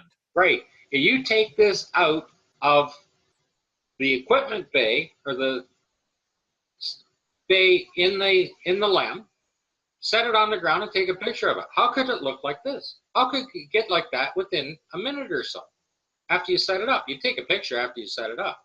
You can see the water is dried back on the right-hand arrow there, right? The water is dried back and the mud is just caked onto it, and there's actually green mold around the edge of it. Okay? The same equipment is left lying around. That's Apollo 12 on the left-hand side and Apollo 14 on the right. And you see it's just been out in the sun baking until it started to crack. So see where cracks in? Does it feel up at the top? Where do you surmise this was taken? The landfill site, okay, which is still in operation today, which is not only a military but a NASA landfill site, is on the southeast corner of Cinder Lake. Of which lake? Cinder Lake in Arizona. That's the Cinder Lake is the mock-up they did of the lunar surface where they put all the craters and blew all the craters in. So it was actually shot in Arizona. Well, I've had other people tell me to look other places because they believe it was other places. But then I went back and I looked at the log files. I studied all the astronauts. I studied all their log files, all their schedules, everything else, right? And they were flying back and forth between Florida and Arizona, right? And if you realize these guys, I mean, you can't just make those things up because those schedules are there, and those astronauts, I mean, they're media magnets, right? They're being interviewed every day. So they have to be where they said they're going to be, right? You can't interview a guy if he's off there, or if he's in Australia, or he's somewhere else, right? Like every day they were in the media. They're being interviewed while they're doing the training, everything else, because there was such a hype about it. So the log file, when they say they took the T-38 trainer and flew from here to here, that's probably where they were. Well, that comes right up to the liftoff. Their schedules go right up to the liftoff. Okay, it's the only two places they can be. Florida or Arizona. Well, they had simulators in both, right? They had the large gantry crane. They did the practice simulation of landing the thing. Okay, and of course, you can see there's no footprints around anywhere near that can. It's back we got a beer can on the moon. Like I said, if I found the pizza boxes, I'd know what. I know. God. I got tons more. This one's great. Look at that. Look at that nose cone of that rocket up there. That missile. In the top right? Yep. That's it in the background. This is Apollo 14. Okay. And in the center picture, you can see where the nose cone is there. Those are two cars up on their sides. Wow. Okay. Now, down in between, you see the round on the left car up on its side? Yes. Just look over a little bit, you'll see a perfectly round ring. That's about a 59 Ford with the Continental kit on it. That's the tire sitting up there, buried in the dirt. That's another car sitting in there. And then on the bottom right, I didn't use another photograph. Just to the right of this photograph, the next picture over, on the bottom, that is the Bentley that they even mention in audio, and it's in the transcript. A Bentley. That's the Bentley. You can see that car sitting there. One of the most expensive cars in the world in the landfill. Yeah, but they threw him out. It's probably Elvis Presley's. Now, this is Apollo 11. Now, Apollo 11 weren't so bold when they were doing stuff. They simply took a photograph of the equipment. So there's a close-up of what's down inside that crater. And you can see the top arrow there. That's a gear with the chain on it running down. Those are all gear cases. And then this great big case down on the bottom, and it's got this big arm sticking out on it, kind of almost a bucket scissor arm, claw arm sticking out. But that's the actual gear case sitting right there. And like Kip Teague has tried to hide most of this stuff and erase it and blur it, and he's using Photoshop effects on it, right, to make it grainy and everything else. But they're all right there. That gear case is the same. That chain at the top is just a dead giveaway, right? But all of that stuff down there is just scrap metal parts. Junk. Yep. Now you can see how the astronauts, this is Apollo 14, they're using the handle there to point out where that rock is, where that face is, right? Yes. And once you understand that the astronauts are pointing it out, okay, there are many ways to point it out. Sometimes they just get off the rover and take a walk out and around it and back. They'll just walk around it and back, and you'll see it sticking out of the dirt or whatever, right? That's how they point it out. Sometimes they use this kind of method. I wouldn't have found that unless I started to understand how the astronauts are pointing it out. Yeah. And you could just say, oh, that's just an unusual rock that looks like a face. Okay, but it's painted. It's an Indian head, and the band is painted on the rock.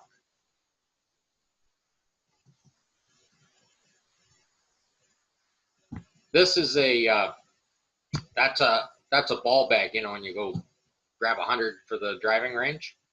Yeah. Well, some of the golf courses back in the 60s, they just had little miniature golf bags that you carried them out in, right? And the GC on the bottom is a golf course.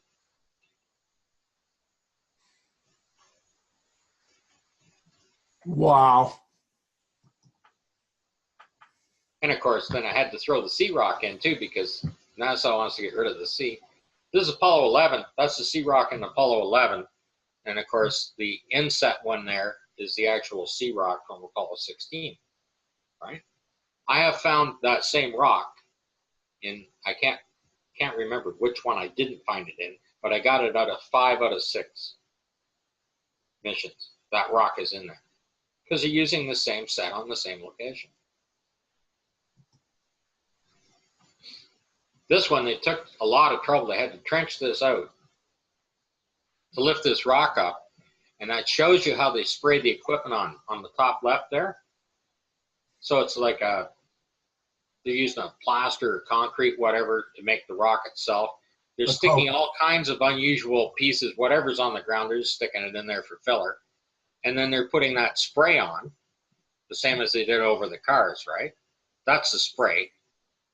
Like it's a clay mold spray or whatever, but you can see it's shot on, the rock's laying on its side. If it got on there over time, when it was laying down, it would fall vertical onto it, and it shot sideways on and stuck this way. You can see it. But you can see the clear line on where they were doing it, right? Oh, and if you back one up a bit, back that other one back up. On the right, you can see that there's a steel bar there with rope tied around it.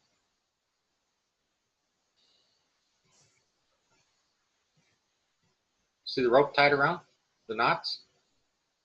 I'm looking at it. I see the end of the bar down here to the right. The arrows are pointing to various aspects of it. Yeah, where the rope is tied around. There's rope tied around each one. There's the knots on the left-hand side, and you can see the rope going across it. Now this one, there he is pointing it out again, right? The astronaut's nicely pointing it out. And this is a different design on how they made a rock.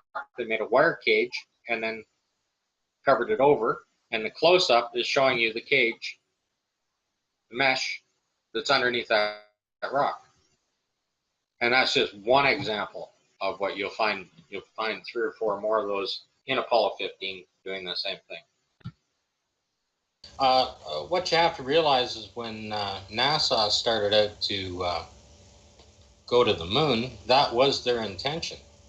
Their intention wasn't to do a simulation. So, I mean, any film director who set out initially to do a simulation of a moon landing, okay, would have complete control of the set, complete control of the actors, complete control of all the props and lighting effects and any atmospheric effects that it would have. That would be all planned and laid out and done. And of course, if you were going to do a series of 6 of them, you'd be shooting them back to back. Well, NASA initially was going to the moon, and at some point in time, they decided that they couldn't fail. They had to prove that they were a superior nation in the Cold War. And when they decided to do the simulation, they were using the equipment that NASA had already produced, the sets that they were practicing on, and the props as well, like the lander and the experimental packages and stuff like that. And of course, anyone producing and directing this thing also had to use the astronauts as well. They weren't actors. Okay, and as a matter of fact, any director would want to have complete control of the cameras. Well, they didn't have control of the cameras. The astronauts had control of the cameras as well. And this is what has happened throughout these videos and the photos, that the anomalies are there. The astronauts intentionally wanted to show the fraud. They most likely were doing this for their three fallen comrades, the Grissom, Chaffee, and White, and they were documenting this in these photographs. They probably weren't intended to be released to the media at any time. I mean, the initial photographs that were put out there was maybe 2 or 3 dozen for each mission that were put up for magazines, newspapers, and other media events. And these other photographs were just simply archived, tucked away, and 25 years later, NASA wants to keep promoting their moon landing, and they started putting up the photographs online. They digitized them, put them up, and everybody looks at them and says, oh yeah, we landed on the moon. That's not what's in the photographs. What's in the photographs is the very detailed documentation of where it was actually shot, the equipment that was used, that it was the same equipment being used over and over again for all 6 missions when they were filming this. And when they weren't using it, it was just left lying outside on the ground. It's you can see the equipment aging with time through the 6 missions. If you're looking at particularly the experimental equipment, okay, and when it got so bad, then they had to replace it. Yeah. So let me ask you something, Scott. You know, this is one of the things that I found really fascinating about this is when you look at some of these photographs. I mean, it appears that they're like old cars and old pieces of cars and stuff like that. And you told me something that really kind of blew me away about where NASA had originally set up to do some of these pictures, and that was in Flagstaff, right? And in particular, I believe you said that it was like in a junkyard in Flagstaff. Is that right? Well, the landfill site's still there today. It's right on the southeast corner of Cinder Lake, and Cinder Lake is the moonscape that NASA recreated on there, and that's where they were doing all the simulations. That's where Farouk Albez was training the astronauts to get their timing down and to familiarize them with the use of the equipment. And it only makes sense that they would use a landfill site if they were going to create something. They already had the big earth-moving equipment there. Nobody would even notice that you're doing anything, even if you're flying over it. It just, it's just big equipment moving dirt around. So it was quite easy to create the set, and it's quite easy to remove it after you're done. Yeah, that's amazing. So what they did to kind of set this set up is they covered a lot of the stuff with kind of a gray ash type of soil, or a gray colored soil. Is that right? Or how exactly do you think they prepped this, to hide most of the debris in the landfill? Well, they probably used a stone slinger, probably mixed it into a slurry and blended the color of the clay in that they wanted to get the color that they wanted for the moon. And you can see that's covered with that, and some of the rocks that are shown when they're chipped back, they're much whiter underneath. They're either using a plaster coating or a lighter clay. And even if you take a look at Google Earth at Cinder Lake, you can see the landfill site there, and you can see that very white clay in that landfill site. It's still there today. Wow, that is absolutely amazing.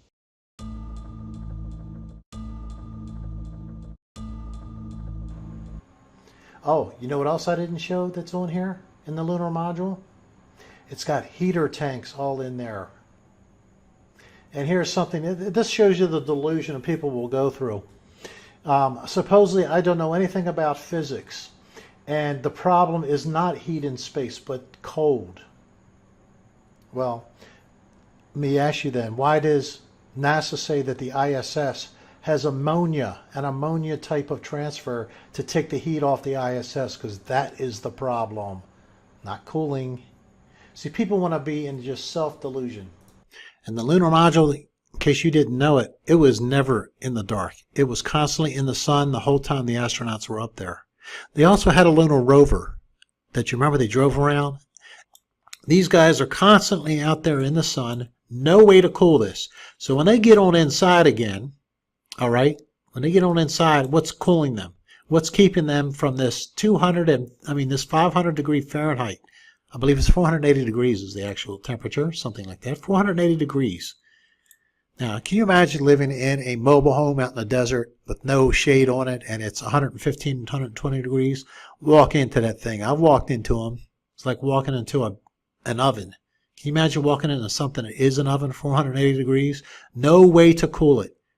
But, Rich, it's got to have a cooling mechanism. Well, let's see what's on this thing. We have a 5-band steerable antenna. 5 bands. What 5 bands was it picking up on the moon? Radar antenna. This gets me too. What in the heck did they need a radar antenna for on the moon? Just to see if thunderstorms were coming, maybe?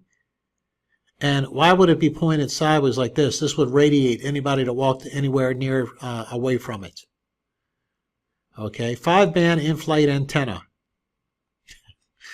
VHF antenna. They got enough antennas and things like that, don't they? The ascent stage. That takes care of all this over here on the other side. RCS thruster assembly. So this is all has to do with taking off again. RCS nozzle. Here down here we have the descent engine skirt. This has to do with the engine that supposedly landed on the moon with. We're going to debunk that too. And then you have the landing gear. The forward hatch where they went in there. They just opened this thing up like it was nothing. Any air pressure in there would immediately be sucked out. Okay? Because there's no air pressure out here. So I don't know how they pressurized it again. I don't even know how they breathed. How do these people walk around in a constant 500 degree Fahrenheit environment and have their suits cooled? And how did they even exhale? Because if you had any little hole to exhale through, to vent out into the moon, so to speak, the pressure immediately would suck out, I would think, everything in there. Am I wrong on that? So they're just breathing constantly. Now, they might have oxygen in here, so to speak, but they're exhaling carbon dioxide. That's got to be vented somewhere. Other than that, if it's not, the pressure of these suits is just going to continually build and build and build as long as they're in there. And they were on the lunar surface for hours, driving around in a buggy like it was nothing, 500 degrees. Can you imagine getting into a car at 500 degrees? That's what these guys did. Drove around like it was nothing. And still, I want to know what these thermal suits are. Okay? If this is isolating them for 500 degrees, and if they happen to get in the shade here, absolute zero or very close, or let's just say minus 100 degrees Celsius. All right? How did it keep them from immediately freezing? All right? So how did this cool? How did this cool? It couldn't have. There is no method available for this to cool.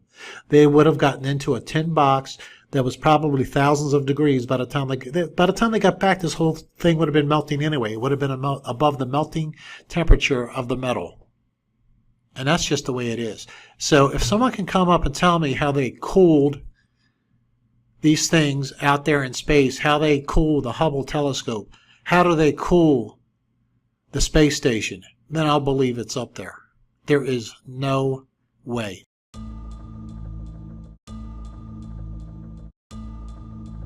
So today what we're going to look at is we are going to look at simple power transmission of TV signals, the way they were done back in the 1960s, the way NASA itself admits they were done, and we're going to see how impossible it is for them to set up any kind of antenna on the moon and have it transmit to the Earth using the power they had back then. Now we're going to come back to this, and I'm going to have links to all this stuff in the comment section below. So to make this as soon as possible, let's jump to the next section. Now, since the public loves to use Wikipedia because it's God on earth truth, we're going to use it. Now, you can find other external sources for this. I found it at space.com and a few other places. Again, the links will be at the bottom here. Let's look at analog television, because that is how the television signals were transmitted supposedly from the Apollo missions. And we're going to particularly look at power. Now, one thing we have to look at here is there was a supposed accident on Apollo 13. So they upgraded, supposedly, the batteries on every other one after that. But we're going to look then at, let's look at Apollo 13 and before, because we had Apollo 11 and 12 where they did plenty of transmissions from the moon. And I'm not even going to get into the part that the Earth was spinning, the moon was spinning, they're moving in conjunction from one another. I don't know if I'll get it covered here, but there's one area where it says it wasn't a problem for these cameras because even when they were filming the lunar module descending or moving in space, they were, and the astronauts on the surface, they were moving slow enough so it wouldn't blur the picture and things like that, because they get into how they had to shrink it down to a very narrow signal, and that's just technical BS to try to get around the fact that there wasn't enough power to transmit what they had on the moon, even 50 feet away probably. But people want to believe it went from the Earth to the moon. We talked to them. Think about this. We had transmission of audio back and forth from Houston to the astronauts. The astronauts could talk to each other. They could both hear each other. These are transmitters, receivers, microphones. These are all using power. These astronauts standing on the surface of the moon, supposedly their whole backpack, or almost all of it, had to be used for oxygen. So where were the batteries they were using? And these are things that I'm throwing out there for you guys to be able to even add more to what I'm going to add here. So now the LM, that's the lunar module. That's what we're concerned with, because when the lunar module was on the moon, it's not connected to the service module, which was supposedly rotating around waiting for them to come back. And it tells you what the electrical system was designed for. Guess what? None of it ever mentions powering the antenna itself. Can you believe that? They had a whole 65 kilowatts per hour at 4 kilowatts max for a 35-hour lunar stay. So check this out. They couldn't use more than 4 kilowatts. That's 4,000 watts of power. Or they run out of power before they left. And you know they don't even want to get close to running out of power before they left, would you? And here's the killer. You ready for this? 28 volts DC. 28 volts DC went into inverters to convert it to AC. And I can tell you, even 10 years ago, these inverters that we used to be able to get were a lot less efficient than what they are now. God only knows how bad it was in the late 1960s. But we're going to say they're extremely efficient. Even more efficient than today. In fact, we're not going to consider any power loss going through an inverter. How's that? And I'm not going to use any power loss going through wires. And I'm not going to consider any power loss transmitting from the air or through no air. I don't know what it's transmitting through. I guess it's just unimpeded. But from the surface back to the lunar module, through the antenna, and then back to the Earth, and then from the Earth back up. We're not going to even account for that. Originally, and this is what we're looking at, it was designed for 3 fuel cells. And they added one after the Apollo 13 so they could have more power. Well, when you look at the diagram, you show me where they had room to fit it in. And the lunar modules were made in advance, so they didn't recast them again. Here's what we're looking at. Here's the most important thing right here, the lunar module descent.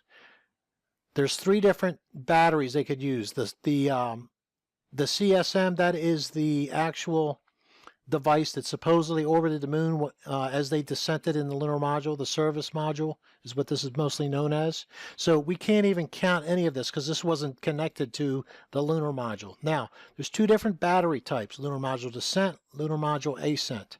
We're only interested in lunar module descent. As they say in this PDF, link below, these are the only batteries used the entire time the astronauts were on the surface of the moon. 29 stinking volts. It's a little bit more than 2 car batteries, guys. 400 amp hours capacity. They couldn't use much, and plus they're in, what, 251 degrees Celsius, I think it is, during the day, and minus whatever if it's in the shade. Very efficient.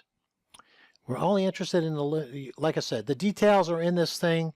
I'm not lying to you. Look it up. They're only using the lunar module batteries when they're on the surface, period. Now here's the design where they put the batteries in. And of course they're showing them very sleek and thin and everything like that. You could just slide them into the wall or something.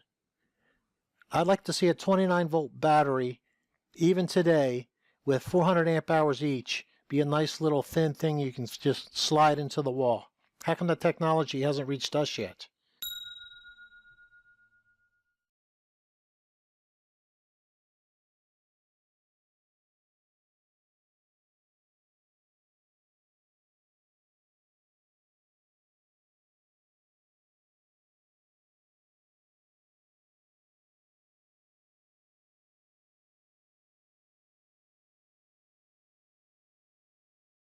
You know how big a car battery is? That's 12 volts.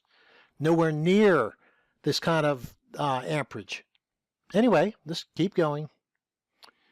Now, if you know how to read a schematic, you will see that the lunar batteries are right here. Now, the most they could use for the antenna on the surface of the moon, which they don't show, is the largest circuit breaker that they have. Like if you have, let's say in your house, you have an air conditioner unit that requires 200 amps, let's say. You can't connect it to a 100 amp service. It'll blow the circuit right away, or it'll melt the wires if it doesn't blow the circuit. That's why we have circuit breakers. Most washers and dryers in the United States either run on 30 amp or 50 amp type of things, and you can't overload them. You can only go as much as the highest amp you have. Now, what's the highest here? Total is 100 amps. Now, as they keep going out, you'll see that each bus that goes out to these different subsystems, they only get 30 amps each. So 30 amps is all that was available on the surface. These 100 amps, if you know how to read a schematic, these are all internal. They don't get to the outside, but we're going to say they do. We're going to say 100 amps goes out to the antenna. All the power, 100% of the power we're going to use for the antenna when they're out there, okay? Here we go. Lunar battery was a spare added after Apollo 13, so we don't care about that. We're going to use Apollo 11, the most famous one, the first time on the moon, as the example. All right, so the most important thing to remember is they had 100 amps available in the circuit, and here we go. 400 amp hours capacity. Nothing, as you're going to see. So let's look at something else here. Now let's take a look at something that everybody can relate to. We're going to look at WABC News, or WABC transmission. We're going to look at WABC out of New York City, which has its antenna on top of the Empire State Building, so there's absolutely nothing in the way, no terrain, no other buildings. It's the highest building there, other than the World Trade Center buildings, and the antenna faces southwest, so that's not even facing towards it. So let's look at WABC, and we're going to look at analog, because analog is what they used in the 60s and 70s, and I already know what somebody's going to say. Yeah, they had technology ahead of ours. They went digital. Well, stuff your ignorance where it doesn't show, and then pull it out again, wipe your face off, and learn that digital requires much more power than analog. So I'm giving NASA every benefit of the doubt here. So we have ABC out of New York. It's AB7. That's the channel in New York. And anybody who grew up in the United States in the 60s and 70s knew that, generally speaking, the higher the channel, the highest you would get on regular channels was 13, and then you would get into the VHF band, or I'm sorry, you would drop into the UHF band to get other channels. But generally speaking, this was just broadcast on the VHF band. And what we have here is, I want to focus in on the power that this uses. Here we go. The transmitter uses 34 kilowatts of power. That's 3,000, well, that's 34 times 1,000, 34,000 watts of power. Now, how far can this be seen when you had analog television? How far could you see it? Maybe 40, 50 miles. At 50 miles, you were definitely getting a lot of snow and a lot of mess up. Maybe if atmospheric conditions were perfect, maybe 60 miles, but it would still be a very snowy picture. And I'm giving benefit of the doubt, saying it was a channel 13, best technology back then, with the strongest power, which, by the way, wasn't 34 kilowatts. It wasn't allowed to have that much back then. But now it is 34 kilowatts of power. Will transmit 50 miles. 34 kilowatts transmits 50 miles. Now, there's one more place I want to look here. This is another Wikipedia article called List of North American Broadcast Station Classes, link below. Low power in the U.S. Low power TV, U.S. VHF, these are the channels I was just talking about, 2 to 13. These are the most efficient. There's no more efficient transmission of television than this, guys. There just isn't. Everything else uses more power. Everything else. This is why VHF was picked for the main channels in the United States. It's because it was the most efficient. There's nothing more efficient to transmit television signals. 3 kilowatts analog video. That's what we're talking about. 3 kilowatts. And how far does it go? At most 50 miles. And then you get in all kind of fuzzy stuff. Now, people don't know that today because everything's digital, and you got these antennas that bring in the digital signal. But if you happen to live somewhere where they have an analog signal, this is the lowest figure I can figure, 3 kilowatts. This is roughly equivalent to what they used on the moon. If they used every stinking ounce of power on the moon, then they beat it by 1 kilowatt. So, how can TV channels on Earth using the same power or more, the 34 kilowatt is the one that goes 60 miles. In any case, we're going to use this. Everything to the advantage of NASA. 3 kilowatts goes 50 miles. And 3 kilowatts on the moon goes how far? Well, it's actually 4. So let's give it 1/4 more. Actually, let's give it double. Let's give it double. 6 kilowatts. So it goes 100 miles. And if they used 100% of the power, they're not keeping air conditioning or heating going on in the lunar module. The computer's not working. The oxygen inside isn't going. It's not keeping the inside pressurized, and all that kind of stuff. Light systems. Again, no loss of power because of going through inverters and different wires and different things like that, which cracks me up. There's a picture, if I find it, I'll put it in here, which showing the camera outside in supposedly 251 degrees Celsius temperature in the sun, and it's got the regular plastic coating on the wires going to it. It's just absolutely insane that we believe this stuff. Anyway, So, doubling the power gives 100 miles, way more than what they could possibly use on the lunar module. And what are we told? We are told that only 4 kilowatts, if they use the entire max, risking being able to take off, they were able to transmit 232,000 miles.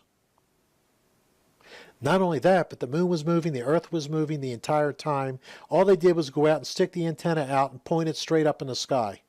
There was no rotation of the antenna, nothing like that. And look at this too. You see the antenna up here pointing straight up? So the whole time the lunar module, it's pitching and going back and forth and different things like that. It's actually going sideways and it's rotating every which way, but it never lost the signal with the earth. Come on! Are you serious? No. You're freaking insane if you think that 4 kilowatts could transmit 232,000 miles with an antenna that was never pointed straight at Houston. And if it was only for the slightest moment. It never rotated. The astronauts left it there the entire stay. Absolutely insane stuff. We didn't go to the moon, guys. Wake up. Okay, guys, let's drive the point home with 4 different pictures. You know, it's okay to be fooled once. We were naive at one time. We were brainwashed, actually, into believing our government no matter what. If you haven't seen the other people's videos, I even did a video on the subliminals they used to do, trust the government, things like that, when they used to play the national anthem when the television stations would come off at night. But bury your pride and just look at what we're looking at. 251 degrees Celsius. Transfer that to Fahrenheit. This is just regular plastic wire going out to the camera. Don't worry, it gets better. Here's a close-up of the camera. Look at this plastic wire going up to into here. And then you have this on the front here. This isn't even coated. So now you can see all the plastic wire wrapping around this, going all the way up to the outside. Absolutely freaking nuts. Look at this thing. How much power do you think this thing consumed? You see, the vibration of my voice box makes the air vibrate between us. Then when the air vibrates your eardrum, you hear what I'm saying.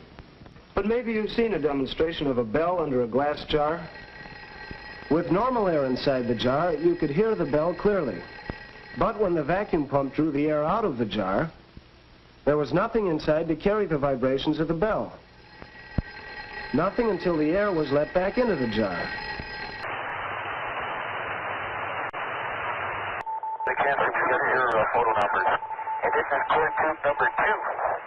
Okay, just in fact, you're almost driving without a hammer. But if you hand it to me, I'll get it in just a second. I'm going to take a couple more shots of this before we leave. Get all I am, I get the pictures. All right? Driving in real easy, Houston. During the Apollo missions, all kinds of sounds have been recorded that should not be possible if they are on the moon in the vacuum of space. Good. In the Apollo missions, you can hear all kinds of sounds.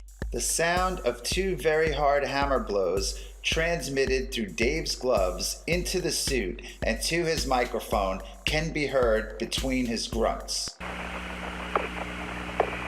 And we return to the Apollo Lunar Surface Journal, which more and more begins to look like damage control and misdirection. And here is what they have to say about the Apollo 17 hammering. The last paragraph there at the bottom.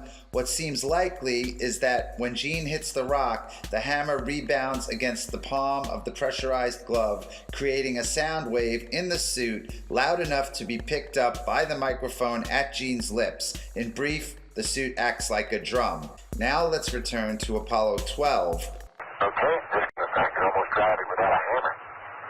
But if you hand it to me, I'll get it in just a second. I'm going to take a couple more shots of this before we leave. Get all I am, I get the pictures. All right? Driving in real easy, Houston. That does not sound like the spacesuit acting like a drum at all. It sounds like a metal hammer striking a metal object repeatedly with authority. Pictured is Alan Bean during Apollo 12, striking a metal core tube into the so-called lunar surface with a metal hammer. This is an interview with Apollo astronauts Alan Bean and Pete Conrad, done by the Apollo Lunar Surface Journal. They are once again taking the position that the sound is coming through the hand and transmitting into the microphones in the helmet. Alan Bean says, "I would have said it wasn't possible," and Pete Conrad responds, "The other guy can't hear it." If the sound is coming through Alan Bean's microphone, then like his voice, it must be transmitted directly into the headset of Pete Conrad, so his statement makes no sense. Alan Bean's statement makes a lot of sense, since it would not have been possible in a vacuum. When Bean says, "I would have said it wasn't possible," he has science on his side. And he also has NASA on his side, at least up until August 19th, 2011. And this brings us to the most important graphic in the film. This is a web page that has been disappeared from the internet by NASA as of August 2011. It was at nasa.gov, running concurrently with the Apollo Lunar Surface Journal between 2009 and September 2011. However, this page, which was created for children, you can see the banner at the top, Lunar Science for Kids. This page directly contradicts the assertions made in the Apollo Lunar Surface Journal concerning the hammering sounds in Apollo 12, 15, and 17.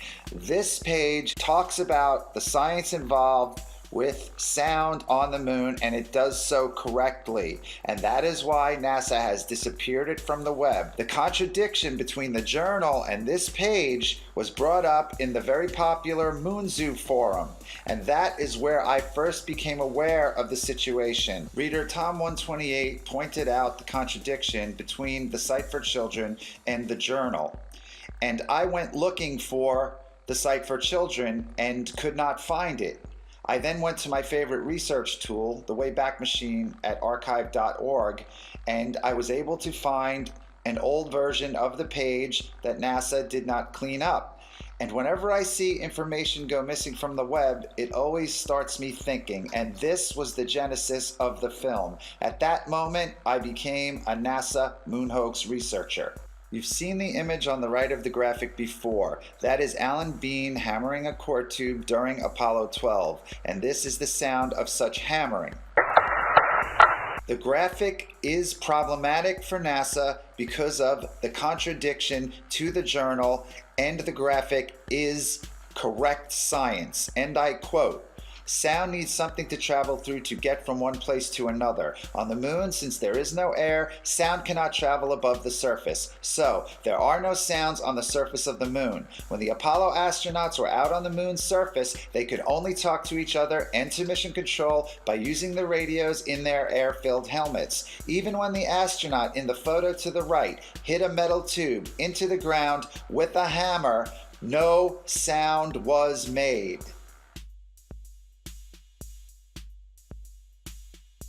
All of the sounds so far analyzed were made by the astronauts as they were handling tools, but now we are going to analyze some sounds that are made a distance away from the astronauts.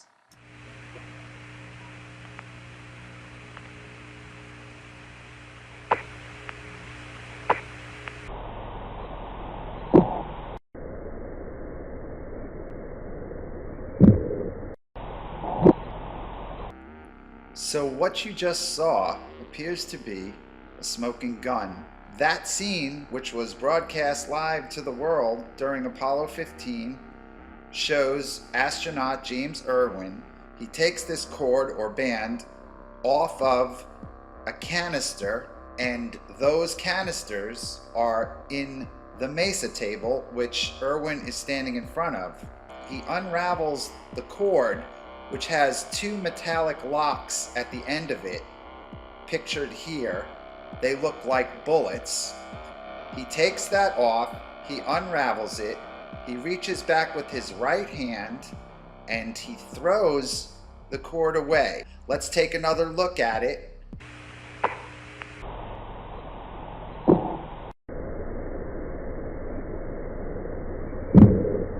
So the argument has been made for the hammering that the sound is coming through the glove and it's miraculously getting into the microphones. But we don't have to deal with that argument because James Irwin releases the object and it hits the ship and he's not touching it, and that sound is picked up by the microphone inside the astronaut's helmet. And you can always tell that that's the microphone in play because you will always hear the sound of the suit air supply system in the background whenever the astronaut is transmitting, and you will hear this sound remain on for a split second after the astronaut stops transmitting. Yeah, you better believe it. Yeah, you better believe it. Both the outside of the ship and the inside of the ship in the cabin are in the vacuum because the lunar module does not have an air hatch. So when the astronauts leave the lunar module, it is depressurized.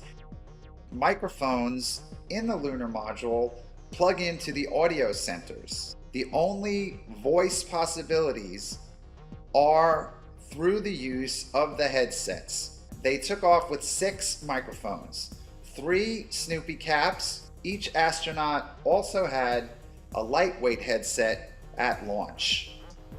While they were on the moon and the suspect audio event took place, they were wearing their Snoopy caps. Communication cables, which are the umbilical cords that the astronauts plugged into while in the lunar module, as you can see from the checklist, were stowed prior to EVA. Also, looking at the same exact checklist, we can see that the lightweight headsets were also stowed prior to EVA. So, there were no live microphones inside the cabin. So now let's take another listen, and we will slow down the audio so you can hear the air supply unit remain on for a split second after the object hits the ship.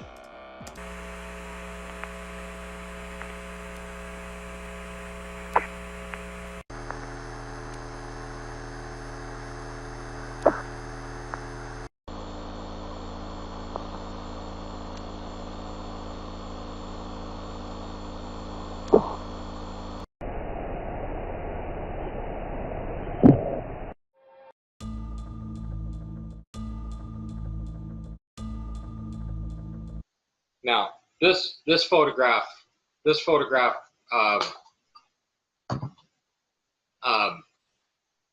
wouldn't have come out till '99, and I know a lot of people have researched it. I couldn't believe when I hit it that nobody had found it before me because it's very blatant. There's 3 or 4 of them in the series on this, showing this lighting.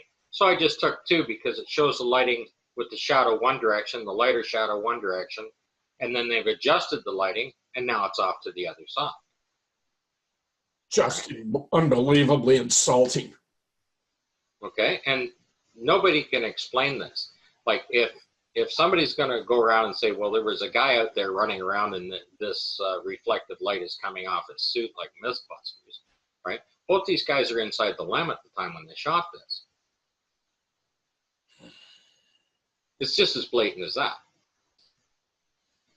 This one, Paul and I did a full video on this. This is the Apollo 16, and the side of the craft, it literally explodes. Those panels literally are blown off on their simulated liftoff. Okay, and if you look at the top right, you can see that the paint, like they're using the same LEM over and over again, and the paint is peeling back on it. And I imagine the astronauts are so frustrated, they just decided to blow the panels off the side of it so that they could get the thing fixed up, right? And the video shows them blowing that off. The bottom right-hand photo there shows the panels literally torn apart. And what is behind those panels are all of the sensitive instruments and controls that run that machine. Okay, and when you see the size of the explosion in the video of the takeoff of the Apollo 16, okay, this thing would have ruptured the hull and completely wouldn't just disable the machine. It would just literally explode with the amount there when it ruptured the hull in that kind of a vacuum. Okay. So it would have destroyed their ability to launch from the moon. Well, this thing on liftoff, that's all of their controls and relays, telecommunications, everything else are behind that panel, directly behind it. I believe they were using steam, high pressure steam, to simulate the landing. And then when they got to the liftoff, all of that equipment was in the lander part, so they didn't have anything to simulate an exhaust on takeoff. And I actually have a shot of the interior control panel inside the LEM, and it shows a full bank of heater switches, and then it shows gauges, and it says steam pressure right on it. Steam pressure right on it. Right on the panel. Before we go to the next photograph, that leg there is the ball swivel joint is snapped right off when it landed. The leg is sitting off to the side of the pad. It's pushed right off to the side. It should be in the center. It's actually broken right off. Well, the equipment was so flimsy to begin with. I mean, you know, nothing like this could have sustained the actual pressures and stresses to which it was purportedly subjected on the moon. Had any of this been real, I think this flimsy thing would have fallen apart immediately. Yes. Flip the next one up. There we go. Okay. On the right hand side there, on the ground, are the ball swivel joints for the secondary strut. Now they didn't even clean this equipment up. All the broken pieces, you can see all the broken pieces have been stuffed up underneath the machine. But those are the two ball swivel joints that broke off of that leg. Okay? And on the left hand side, if you're looking, the leg on the left, you can see the distance, the length of that leg is a lot shorter than the one on the right, because they had to bring in another strut long enough to prop it back up, because it was now sitting in that crater. The one on the right being longer than the one on the left. Well, the legs actually do compress. The bottom 32 inches compresses down, but if the one on the left had compressed, the foil would have rolled up. Okay? Yeah. It hasn't compressed at all. So the other one they replaced it in, the one on the left is 32 inches up to where the secondary strut comes in, and the other one is around 4 feet. Or 48 inches, a foot longer. When the astronauts, you see photographs of the astronauts walking up, that's almost at the shoulder height, and the other one's at their waist. And it, of course, if this had been bona fide, they'd be symmetrical, the same length. Well, they would compress down shorter. Now, this is, those are their backpacks on the ground. If you look at the top right one, you'll see one has the covers taken off, and the other one there is sitting up underneath the machine, still together. And of course, the astronaut taking the photograph has to have one on. He can't function out there. And the astronaut in the background's got one on, and only two are supplied. So we got two extra backpacks. Well, that backpack isn't really a backpack. That's just a cooling system for the suit. When you're running around doing a simulation on Earth, you got to keep these guys cool in those suits. And that's all that is. That's the sublimator core. What's laying outside that thing is sublimator core. Right. Now, here's the close-up of this is a museum photograph, what they have on display in the museum. And in the center there, that round core, that is the sublimator on a full active backpack, the PLs. PLSS, right? The battery's down on the bottom right, the oxygen tank's on the bottom left, and the 2 oxygen purge tanks are at the top, right? What's on the ground beside that leg is just 2 canisters with that sublimator core to keep the suit cool. Like, they didn't need to have extra oxygen or anything. They're running around on Earth. They just needed to keep the suit cool, and that's what you see. You see that core in there. This is Apollo 15. That is the opposite side.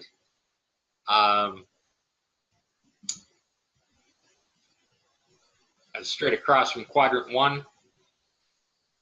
On it, quadrant 3, this is shooting in from quadrant 3. And you can see the scratch marks down on the bottom and the wrinkle on it.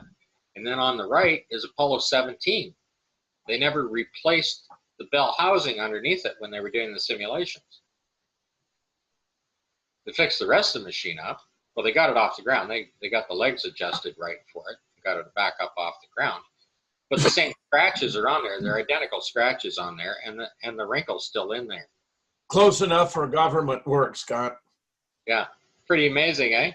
Stunning. This shows that they're simulating. And you can't have that on the moon either. Mist. Little morning mist. Somebody said it could be dust. Well, there's no wind either. That's right. That's right. That's right. The fact of the matter is, it just can't be there. Okay, this is the Surveyor. Okay, this thing managed to get to the moon all by itself, landed by itself. Didn't need people on board or anybody else. Didn't even need a transporter. Okay. What is interesting is the Russian machine is identical to this. The panels, everything, even the way they're cut out, are identical. The only difference I found when I was studying it is the top panels. One are solar panels and the other is supposed to be a high gain antenna. These ones are supposed to be solar panels, and if you look, it's just a piece of particle board with a 1x3 down the front of it. Okay, and the other one, you can see where it was glued down to something else. It could have been old countertop or school desk or something like that, and they're reusing it here. And you can see there's standing water on top of the on the right there on that panel. Yes. You can quite clearly see it, and if you've really got a good thing, you can see where he wiped his finger, because the cuff checklist tells them to wipe their finger. The mirror, the panoramic mirror on this thing is just covered in dust. Well, you can even see a reflection from that little mound there in the water. Yes, absolutely. But the panoramic mirror is pointing on an angle down, and it's covered in dust. The rest of this machine is absolutely whistle clean. It's all absurd. It's all just absurd beyond belief, Scott. Absurd beyond belief. This is just mock-up equipment that they were using to do the filming. None of it's real. None of it's functional. Okay? And it was used, this is exactly the same equipment for all 6 missions. The same rover, the same LEM. Everything is being used over and over again. One small step, one footprint on the moon. Iconic photograph. How did they take it? How did they take that photograph on the moon? Right, the camera was mounted on the chest. A Hasselblad camera has, the nearest you can focus it is about 3 feet. So you take it off the chest, and you point it at your foot, and you take one photograph. No, that is not the way it works. It's beautifully exposed. It's right in the center. You're seeing exactly what you expect to see. That was taken here on Earth under controlled studio conditions. And if anybody can prove me wrong, I'd love to hear it. For 20 years, I have asked that question. Please prove me wrong. I'm still waiting. And then the moon rock, of course. Don't forget the moon rock, because that proves we went to the moon, doesn't it? Moon rock proves we went there. The Russians, not questioning it, proved we went there. And the reflectors left on the moon, at which we fire giant lasers, prove we went there. No, it doesn't.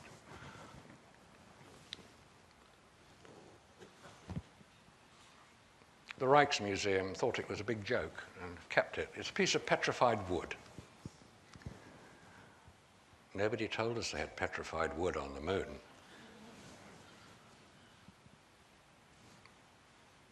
If you saw this original, would you believe that this would commemorate the visit of 3 astronauts on their world tour to the Netherlands, presenting the Dutch government with a piece of moon rock? Yes, you would.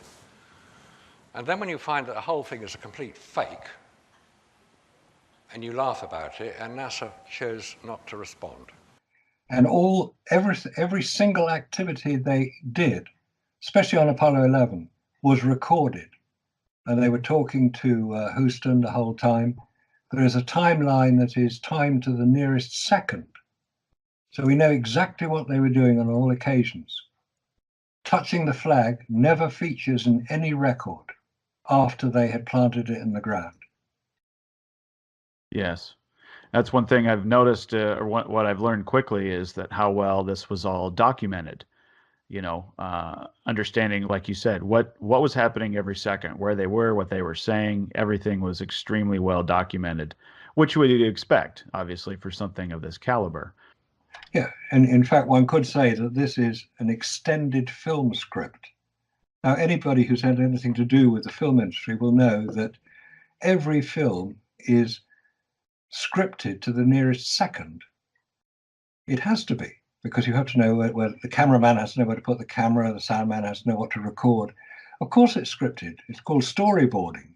And you get the images that are put there so that you know roughly what your next scene is going to be. It's a major part of filmmaking. And what we have here with Apollo is a script. It's a film script, which they followed quite accurately, because the whole point about Apollo was it was simulated. The whole thing was simulated over many years. In fact, in different parts of the United States, there were simulations going on all the time. And when they were simulating the Apollo 11 mission, it was done in real time. It was 8-day simulation. There's nothing unusual about that. And also, a key point, there's nothing secret about it either. Yes. People involved knew what was going on. It was a simulation. It was a simulation. Yeah. They're recorded, they're filmed, they're photographed. So when you have a debrief about it, you'll say, oh, Buzz, don't put your foot there, put it there. You fall off. It's called debriefing. That's what you do. Of course you do. There's nothing secret about it.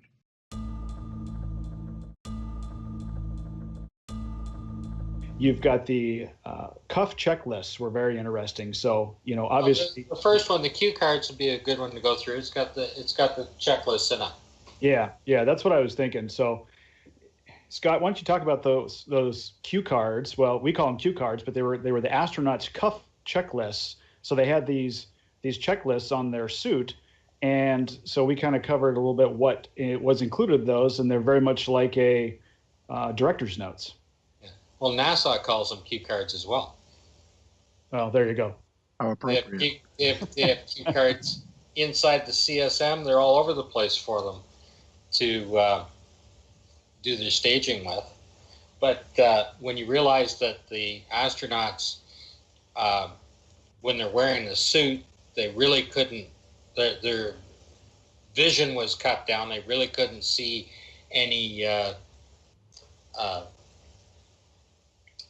anybody giving them direction, and they really couldn't hear them giving them direction. So they gave them the cue cards on their wrist, and that's why the cuff, right? The wrist is the cuff. So that's the cuff checklist, and those are just little staging scenes. They're little storyboards on what they're supposed to be doing during that scene. And what you'll see is that they're showing a rock. They're giving the dimensions of the rock. They're giving the dimension, the direction of the sun, the camera settings that they're supposed to take, and there's no way they'd know that in advance on a manually operated camera. They'd show that, how many shots they're going to take of it, the distance they're going to stand away, where their footprints are, where the disturbed area is, where they picked a rock up and moved it where the hole was and where the rock's going to be, and what the mineral content of a rock, once they split it open, is described for them in the cue cards in advance. Wow. And those are all there. And then there's director's notes giving them, that they're supposed to give the observations enthusiastically and stuff like that. It's quite interesting. When you look at all of them out there, and I think Apollo 17 has their own little language where they're talking about different beers that they're drinking, whether it's a Coors Light or a Pabst Blue Ribbon, and they're referring those to a short can and a long can, which also refers to a 4-minute film for the DAC camera or a 12-minute film. You see up on the left there, they're showing where the footprints is, where the disturbed area would be. I mean, they haven't been there before, right? All the camera settings are there. You can see that clearly. Even the dimensions of the rock and what the mineral content would be when it's split open. Scott, who made this stuff available for public release that we're looking at? NASA. They weren't concerned about this? I mean, they don't know. It's kind of leaked out. Everybody from NASA that was there in the 1960s is long gone. Yeah. Well, yeah. Okay? And when the public are demanding information on NASA or on Apollo, right? They just go into the file room and pull up the archives and put it online for you. Yeah. They have no idea. That particular plate there, the color plate at the start of the video, shows the date and time, who the director was and who the photographer was. Yeah, there it is. Yeah. Well, even what we showed Okay. before that is in the cuff checklist, you've got the guy's name, Jones. Yeah, right there. So there on the right, you've got Jones standing. So he's obviously, the director knows where he's going to be, so he's not going to be on the shot. And then if you go and you can see his name is on the color plate, so he's the inspector. And then if you look at the dates of the color plate, look at the dates there, and then compare it to the actual Apollo 17 mission dates. Now, all of those are online. All of those are on YouTube. That's unbelievable. Because, See, I mean, there, November 28th, 1972. Yeah. Okay, now go a little bit further in the video, and you'll see what and I put in there what obviously the mission dates are. Week and a half prior to, right? Yeah. This is absolutely unbelievable. I mean, they have literally released the information that busts them dead to rights. Yes. All of them are on YouTube for each of the missions. And just look at the raw uncut. And the color plates are on there. The other ones have been edited out. They're realigned and stuff like that. They've been edited out. Wow. I have a copy of all of them right back to Apollo 7, I think.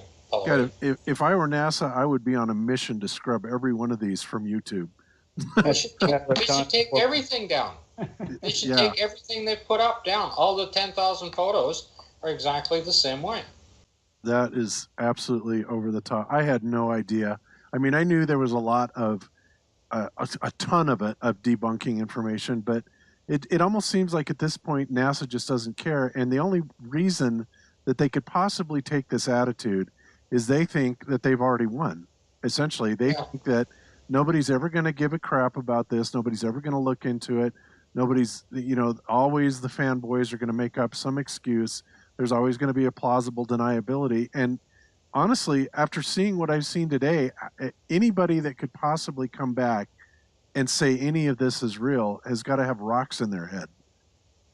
I mean, just with what you've shown us today is over the, not to mention all the stuff that's come out before that, but I had no idea that like these diagrams existed, person placed here, prop placed here. This is the specs of everything. You can read through the checklists all day long and not see anything until you understand what's going on. You have to study it like I've done. Apollo 16 Cuff Checklist. The checklists are prepared months before launch. However, the information contained in them is impossible for NASA to know in advance.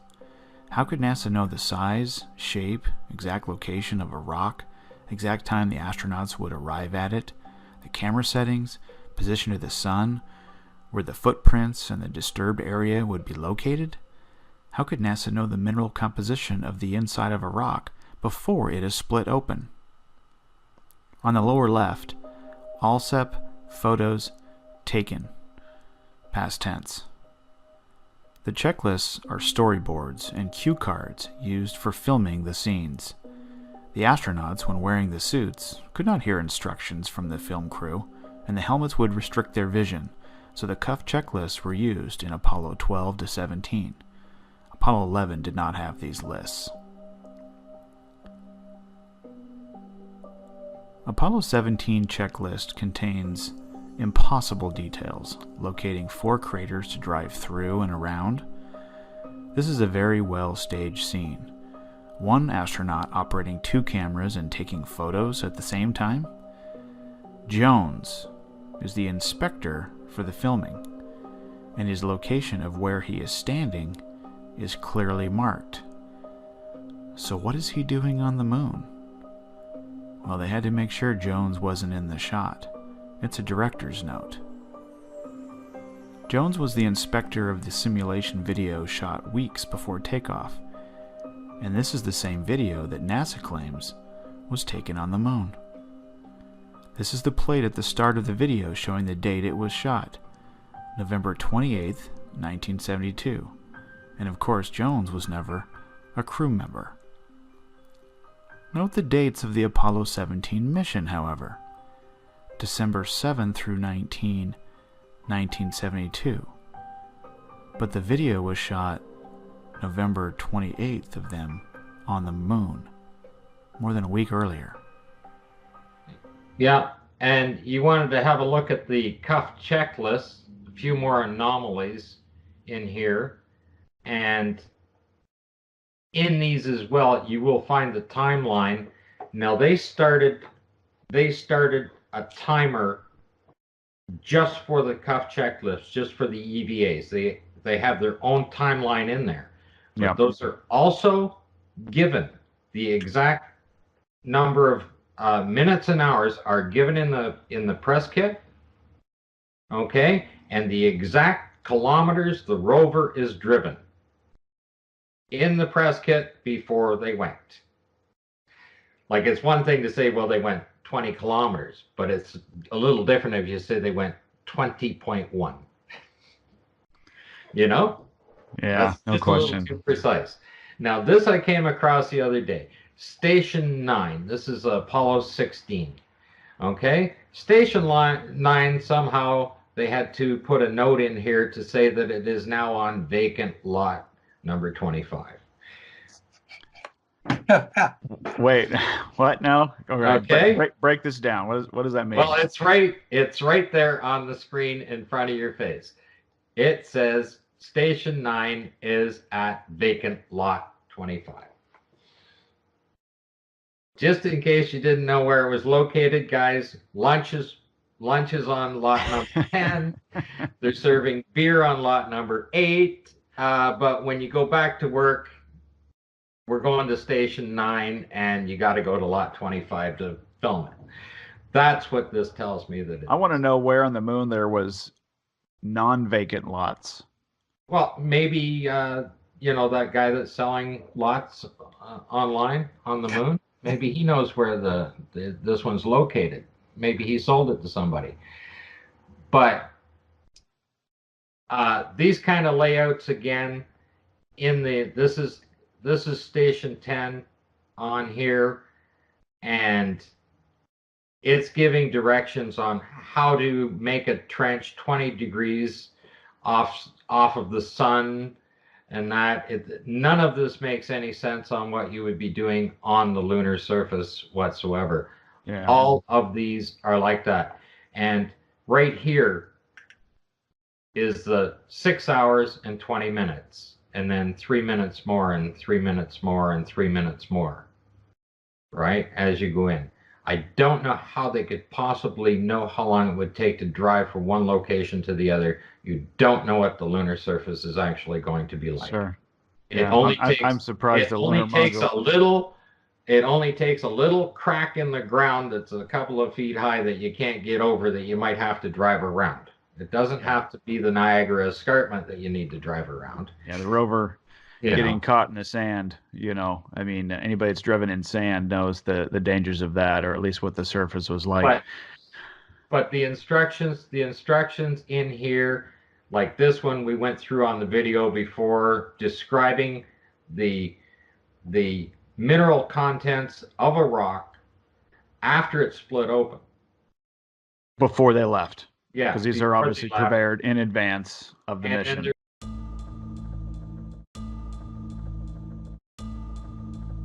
And I really wanted to get to this timing issue. First, I'd like to do is jump in. Just introduce everybody to what a press kit actually looks like and the type of detail that it has. Okay. Can you maximize that window, Scott, so we can see it all on your screen? There we go. Probably go to 125% then. Okay.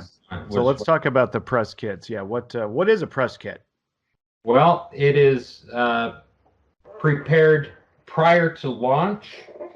Okay, and it gives detail to the media, basically on basically what is going to happen up to and including liftoff and things like that.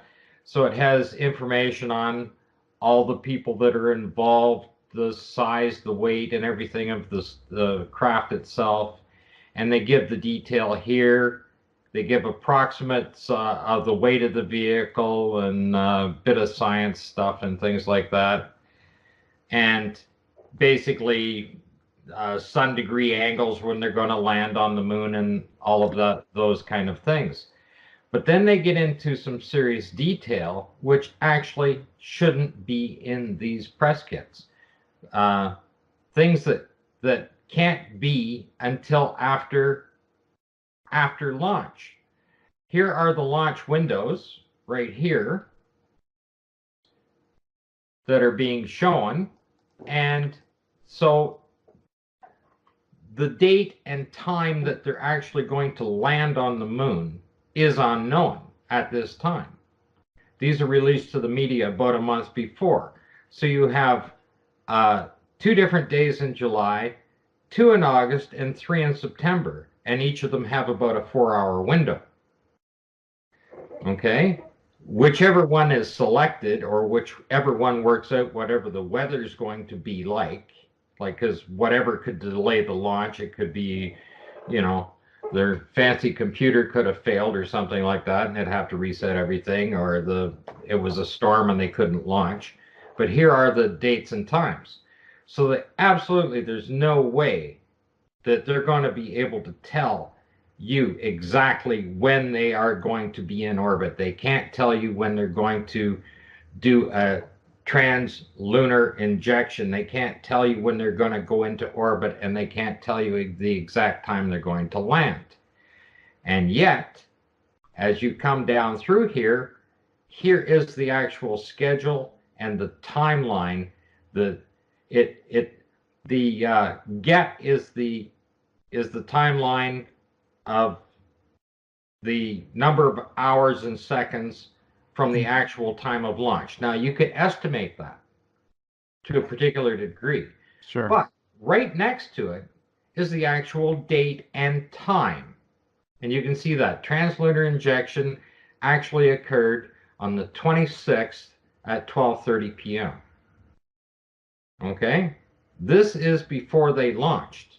And like I said, you had 5 different days to launch. This is where the detail is far in excess, and it continues on right down through every step of the way throughout that. And it shows all of these things, and the dates and times and everything else are included in the press kit. So just to keep it quick and short in here, in the press kits, there's an example of it that I pulled up for it there. Here is the splashdown. I clipped this out. The splashdown is at 295 hours and 12. 95 hours and 12 minutes. Yeah. On the 7th at 4:46. Yeah. And there it is right there. And the actual landing time was they on the 7th. They actually landed, this is rounded up to the minute, but that's actually within 7 seconds. So the entire mission lasts, what, 12 days or so? 12, 10, 11, 12, 13 days? Is that what these missions lasted typically? Yeah, pretty much in there. Somewhere in there. 10 to 12 days, yes. 10 to 12 days. And these are released a month before, saying here's the plan. Here's when Neil's gonna urinate. Here's when Buzz is. I think one of them was one of the astronauts was talking about how much fruit they had eaten. Yes, but they have no idea what date they're going to take off at, and yet in the press kit, they return to Earth and splash down within 7 seconds.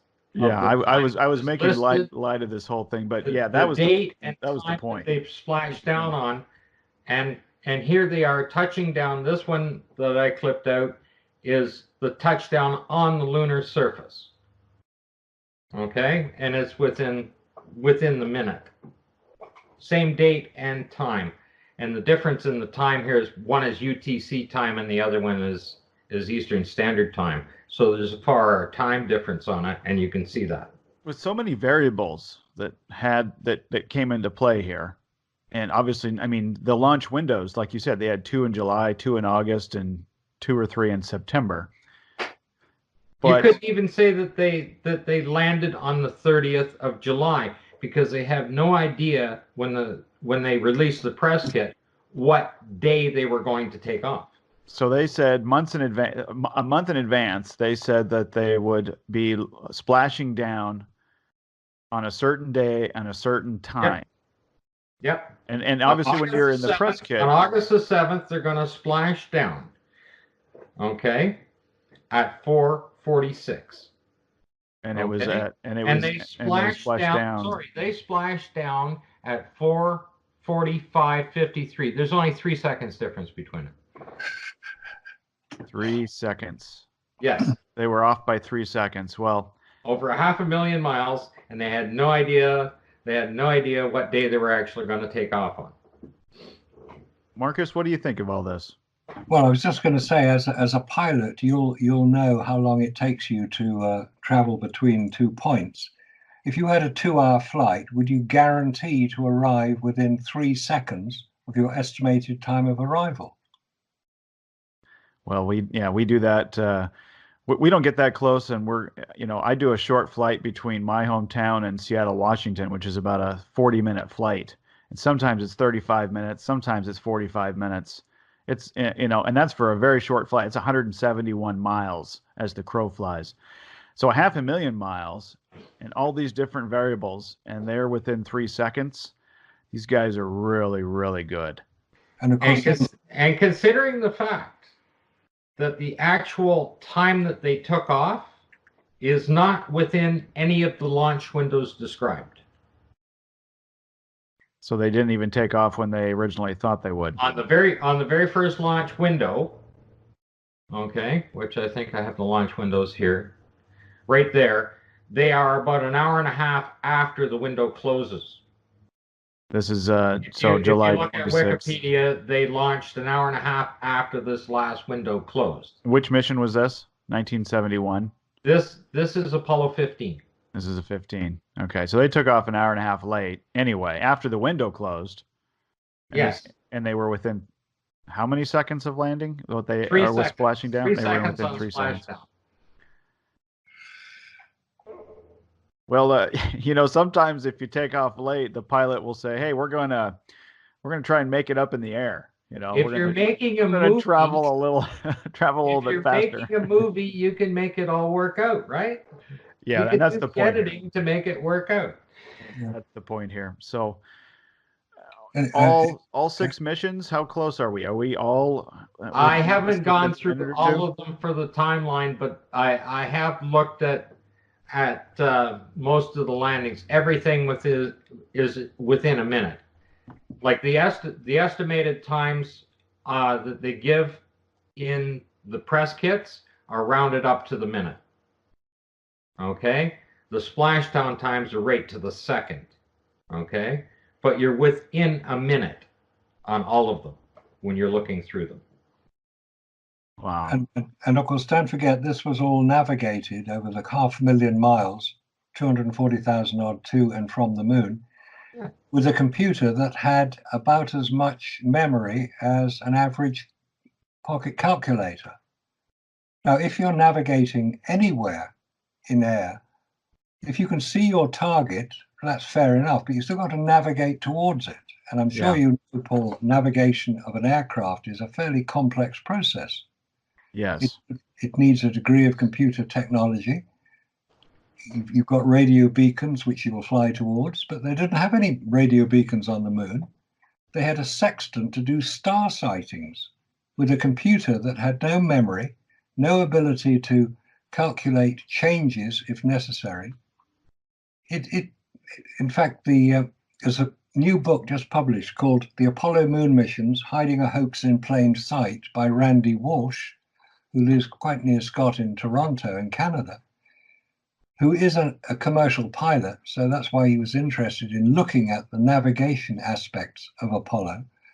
And he couldn't believe it. He couldn't understand how they could do it, because the computing power available on Apollo was so primitive, and the computer itself was so primitive, that he thought there's no way they could have done what they said they did. And that's from a pilot, somebody who understands how you navigate across distance. But this is distance on Earth, not distance in space. Now this is the Apollo 17 press kit. The image is on the right-hand side. Okay.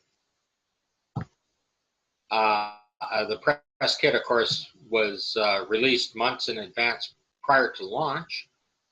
So somebody was able to completely show the view from the commander's window, the entire view of the entire scene at the bottom there, and then the schematic view at the top right. Okay, the lander itself is basically in the middle of that scene,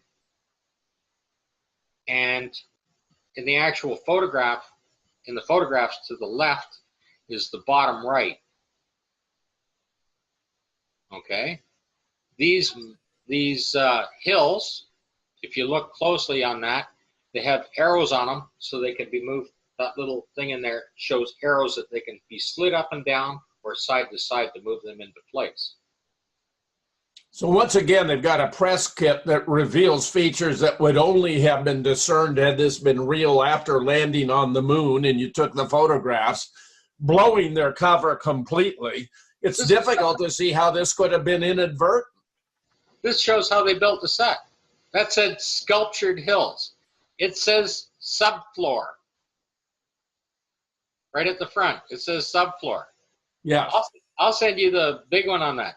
Those are arrows on the lines of the mountains to show that they can slide up and down or move side to side as they place them.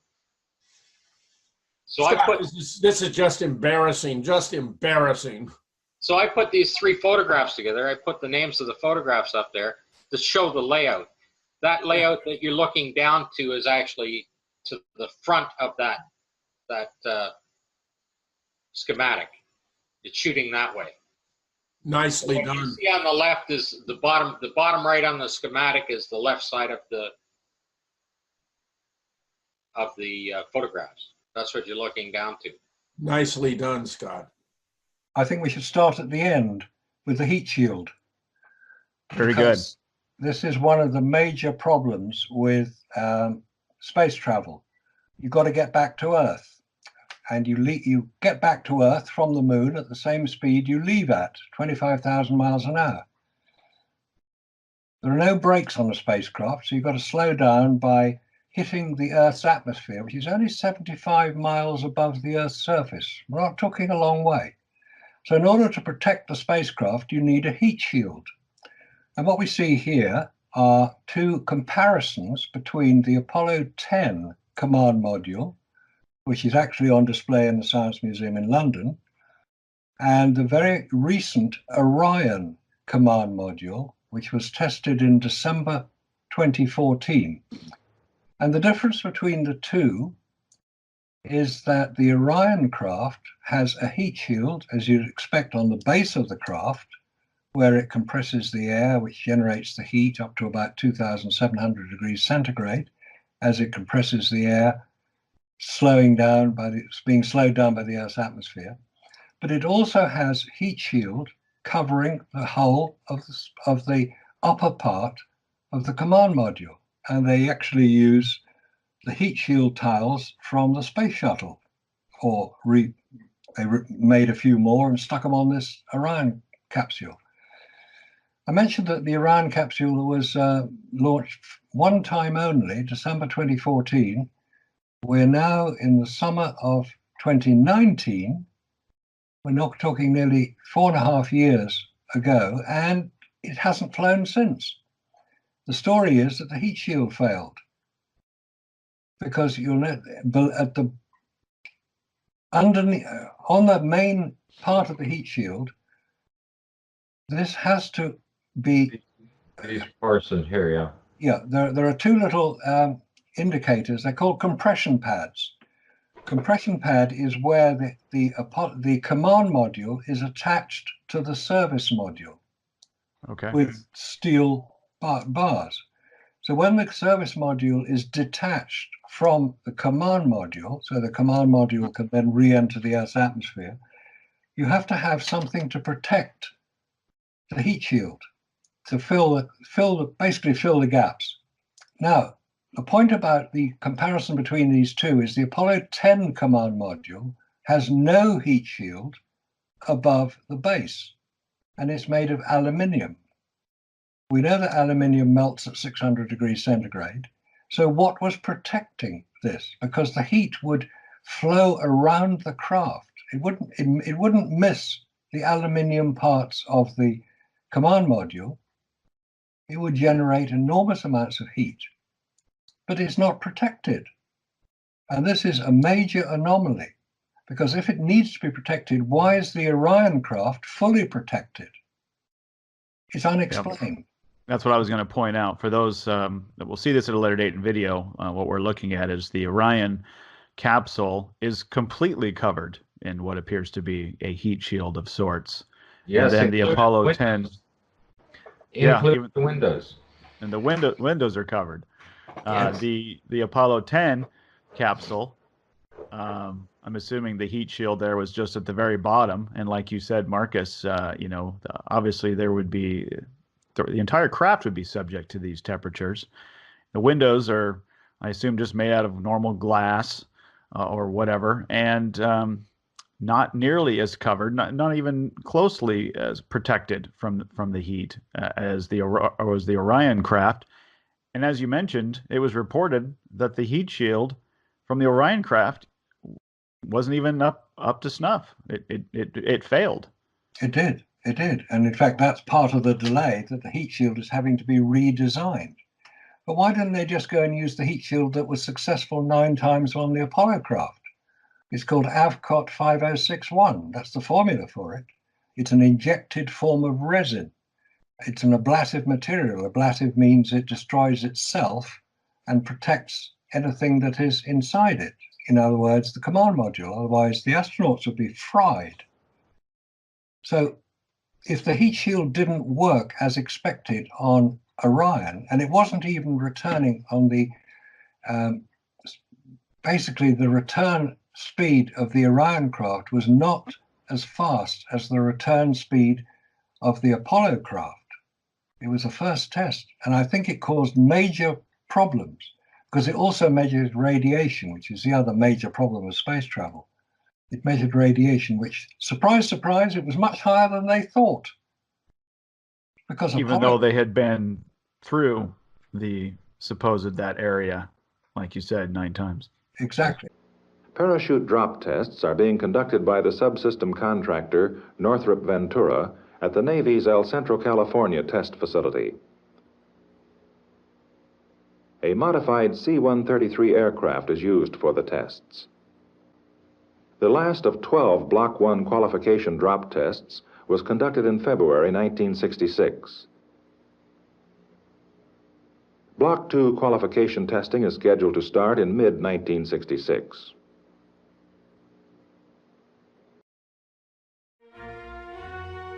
At this point, we are left with only one consideration to make.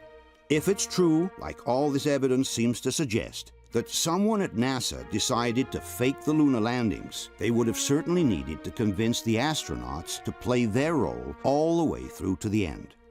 It could not have been possible to fake the lunar landings without their full cooperation.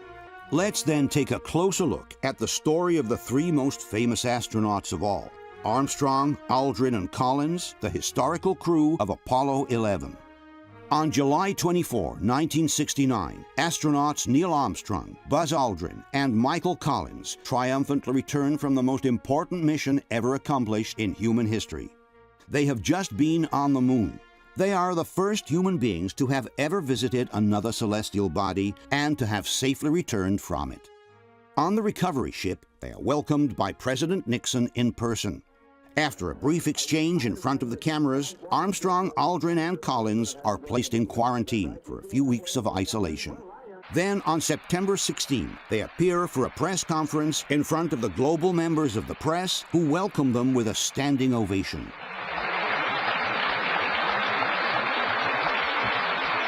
Everyone expects to see 3 absolute heroes radiating with happiness and pride for their incredible achievement. But their faces appear somber, tense, somehow preoccupied instead. They seem uncomfortable, and there are several truly embarrassing moments during the event. When the 3 astronauts are asked the meaning of a mission that has brought mankind on another celestial body for the first time, the 3 don't seem too eager nor too enthusiastic about answering the question. Many of us and many other people in many places have speculated on the meaning of this first landing on another body in space. Would each of you give us your estimate of what is the meaning of this to all of us?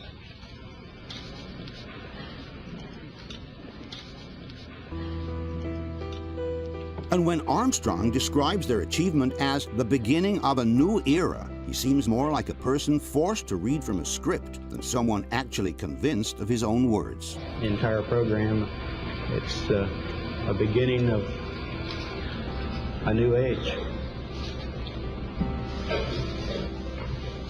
Possibly the most embarrassing moment of all comes when the famous astronomer and journalist Sir Patrick Moore asks the astronauts whether they could see stars from the moon. When you looked up at the sky, could you actually see the stars and the solar corona in spite of the glare? But not one of them, surprisingly, remembers having seen a single star by the naked eye. We were never able to see stars from the lunar surface or on the daylight side of the moon by eye without looking through the optics.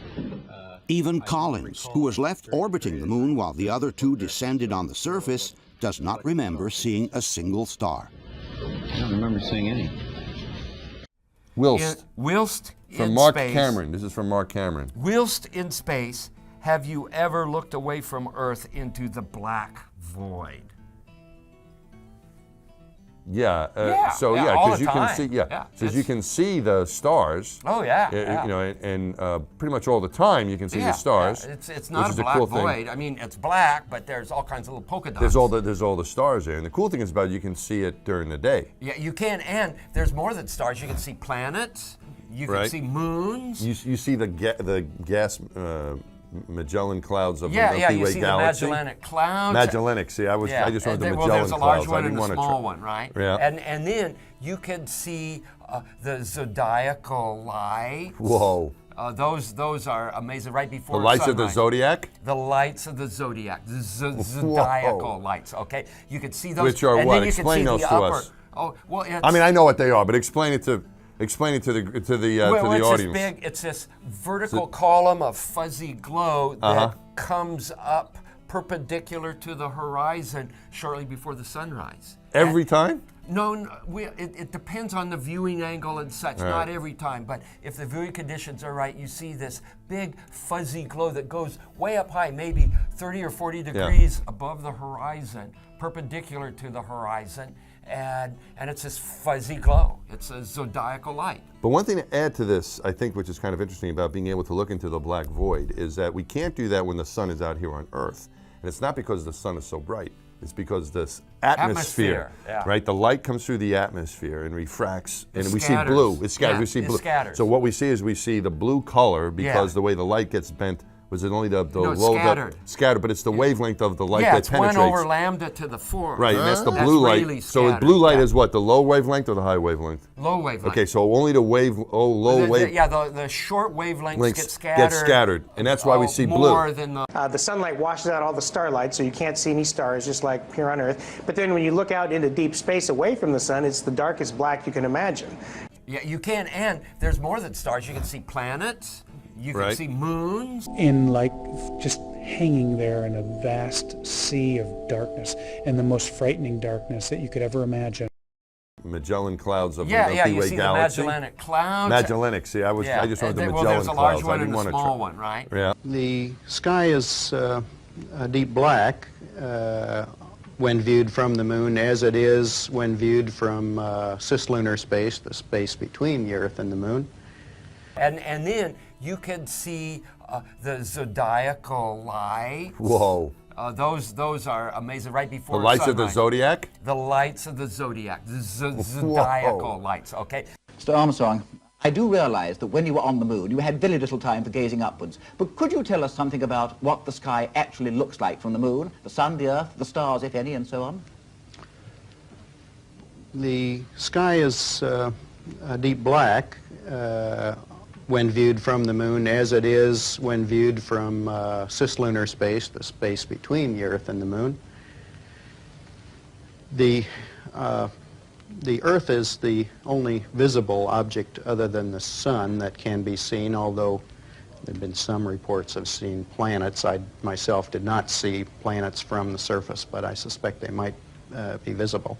There's more than stars. You can see planets. You can see moons. You see the gas. The sky, of course, was black, but it had sort of a velvet sheen to it. The biggest visual surprise was just how black the sky was. You have a brilliant sun, brighter than any sun you normally would see, even here in New Mexico. You have these extraordinarily high mountains. We were in a valley deeper than the Grand Canyon. But then you have this black sky, a sky blacker than black, as the old Vidicon expression used to be.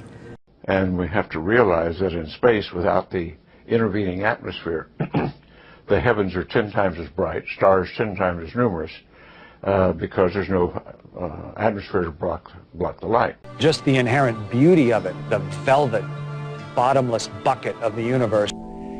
In like just hanging there in a vast sea of darkness, and the most frightening darkness that you could ever imagine.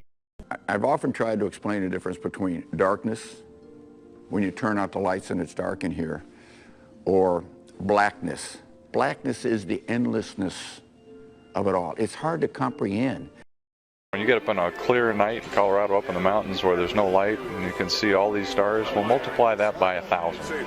That's what it's like in space. And we could not see stars. One wonders where the Apollo 11 astronauts have truly been in the crucial 8 days of their mission, given that they don't remember seeing a single star by naked eye.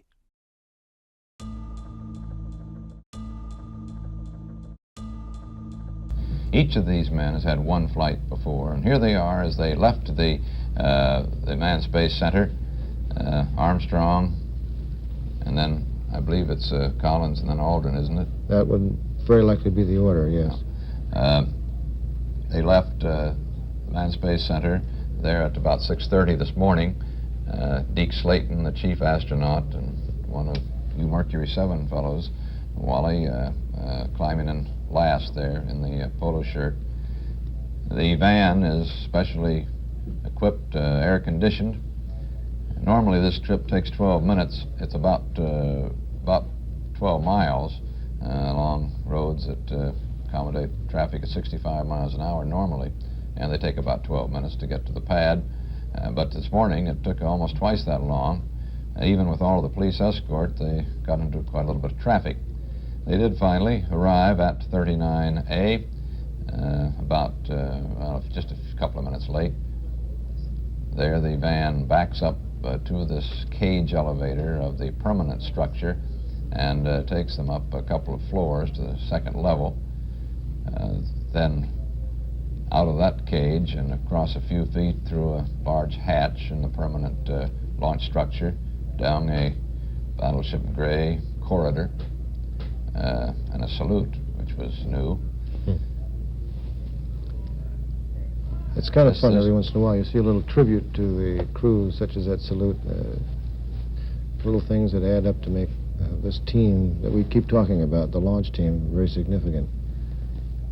That patch on the back, you see, that's Armstrong with a special patch on his back, which we were surprised to see. We hadn't seen it before, and we speculated a little earlier, you and I, Wally, on what it was. You were right, as I expected you to be, when you advised that it probably was for wear or scruff protection. Yes. That's what it is. It's a chrome cell patch. Houston advised a chromel patch that they put on there.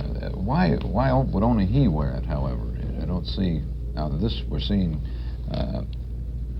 Collins back here, and he apparently doesn't have it. I suspect he may have had some wear on that flight suit, his prime suit as we call it, and this patch was to protect the abrasion that he may have found in his couch or while in the trainers. We try to wear the suits enough to break them in, but we also try to preserve them as carefully as we can. Landing module OI shutdown. OI shutdown, complete. Capricorn 1, you should have full CM internal power. Roger, Houston, we have internal power. Vehicle final status check. Begin status check. TLR pressure reading is 45.2. Roger, Houston. Roger, Capricorn. We copy. Crew, would you and your men please follow me? Hey, what the hell is this? There's no time to explain. Please follow me. Are you nuts? I said there's no time to explain. This is an emergency. Please follow me. Now!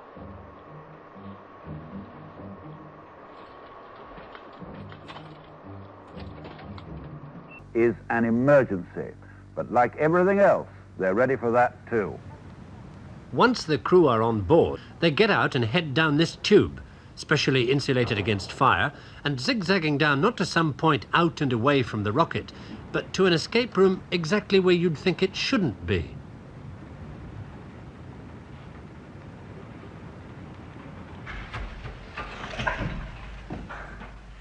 Three and a half minutes after they get the warning in the capsule, the crew could be down here in the blast escape room via that 200-foot escape tube, 40 feet below the base of the rocket. They find themselves in a totally rubber room, walls and floors, and they head for safety through a 6-inch steel door. Once they're behind that door, it doesn't matter what comes down this tube behind them.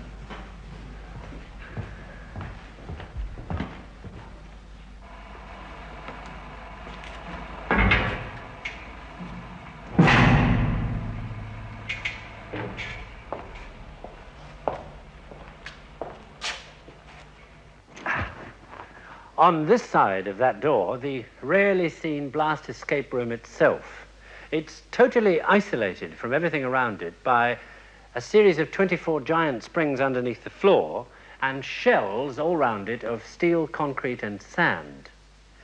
It contains enough food, water, and air for 20 people for up to 24 hours. This is Paul Cunningham, Capricorn Control. The space vehicle final checks have been completed. The access arms are swinging in the final retract position. The destruct systems are now fully armed. TLR pressure reading is 45.2. Roger, Houston, 45. The flight crew has completed the final launch vehicle range safety checks. At T-minus 50 seconds, the launch vehicle will be on full internal power. That begins the actual launch sequence. The weather's reported good, scattered clouds at 10,000 feet. All systems are go, all lights are green. We're at T-minus 3 minutes, 6 seconds, mark. The launch officer is given a go to begin the firing command automatic sequence. From now until T-minus 50 seconds, that system is preset. Initial stage thruster check is normal. Roger. We're coming up on T-minus 1 minute, 30 seconds. The final range safety checks are completed. The launch safety officer reports all systems are nominal, and we are go at this time. The launch escape tower is now fully armed. In the event of an abort, the tower will carry the command module away from the launch vehicle and will activate a system of drogue chutes at 10,000 feet. The flight crew reports all guidance and navigation systems are functioning properly. The range safety officer reports all tracking stations are operational. Should have launch vehicle power transfer right about now. Capricorn gives your ALCS update. Roger, Houston, we read nominal ALCS. Roger, Captain. We're at T-minus 30 seconds. At the present time, all systems are go, all lights are green.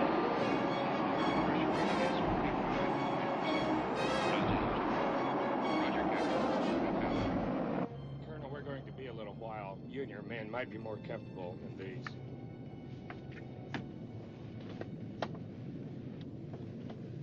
We are T-minus 18 seconds from liftoff. We're T-minus 15 seconds. T-minus 10 seconds. 9, 8. We have ignition. 6, 5. We have outboard engines. 3.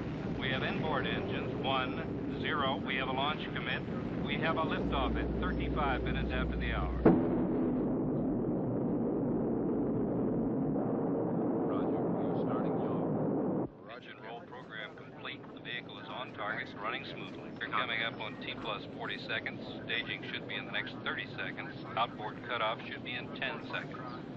Roger, Houston. We have outboard cutoff. We'll be go at T-plus 2 minutes, 29 seconds. We're go for staging. Roger, Houston. 5, 4, 3, 2, 1. We read staging.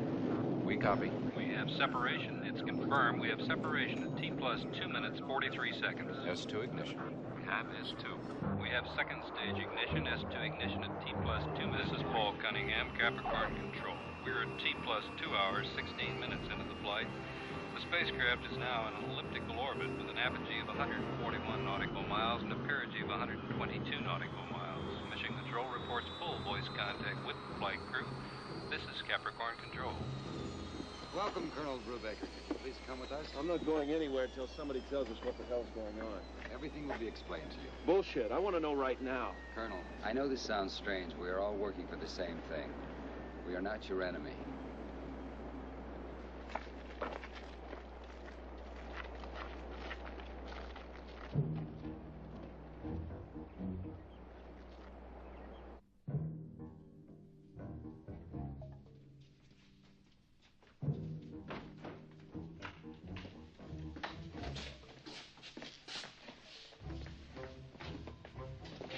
Please wait here. I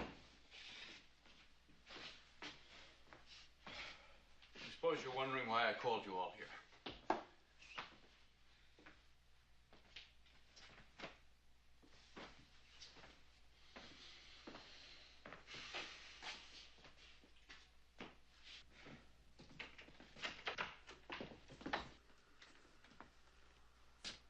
Good morning.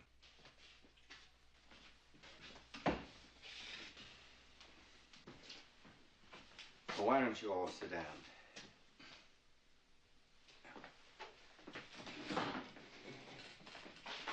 Now we're getting to what they call the moment of truth. Come with me. I want to show you something.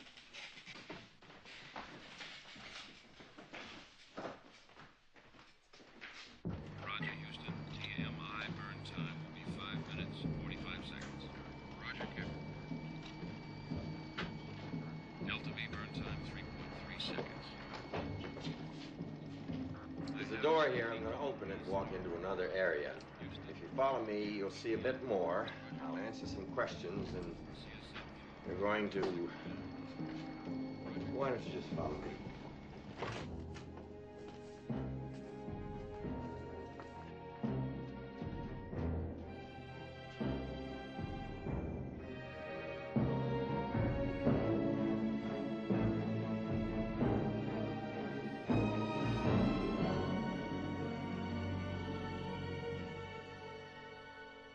You don't really think you're going to get away with this? Well, I don't know. It's a chance. Maybe it's not a very good one, but it's a chance. Who knows about this? Almost nobody. Houston is monitoring the actual flight. All the telemetry is coming from the command module, so are your voices and the medical data. We recorded everything from the practice simulations. They don't know. All we need from you is the actual television transmissions during the flight and landing. That's all. Just the television transmissions. That's all. Just the television transmissions. We inserted a change in the onboard computer so the spacecraft will land 200 miles off target when it returns to Earth. You'll be flown to an island near that point. From there, you'll be transferred to a helicopter. The helicopter will fly you to the space capsule and you'll be put inside. It'll take the recovery forces a minimum of an hour and a half to reach the splashdown site. By then, you will be inside the capsule. When the prime recovery carrier arrives, they'll find you inside the capsule and take you out of the spacecraft. Well, that'll solve everything. What's this all going to solve? It'll keep something alive that shouldn't die. Before you all begin to moralize, you take a look around. You look at what we've done and how much more we can do. You look at what we've meant to this country. Nobody gives a crap about anything anymore. People close their garages and triple lock their doors, they hide under the beds. They're even afraid to turn on their television sets for fear of what they might find out in the evening news. There's nothing more to believe in. Now, you want to blow this whole thing wide open? God knows what it might do to everybody. I'm sorry. I'm so goddamn sorry. I just don't know what else to do. I'm hanging on by my fingernails, just like everybody else. Go on. You want to be the ones who give everyone another reason to give up? Go on. This is really wonderful. Oh, shit, this thing is out of my hands. You think it's all a couple of loony scientists. It's not. It's bigger. There are people out there, forces out there, who have a lot to lose. They're grown-ups. Don't you understand? It doesn't have to be like this. You have to help. It's gotten out of control. It's too big. You wouldn't. Tell me you wouldn't.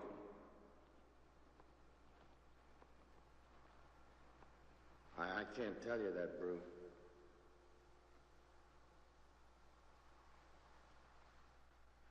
Another surprising fact is that, instead of pursuing a successful career within NASA after their triumphant mission, the three astronauts suddenly decided to leave the space agency.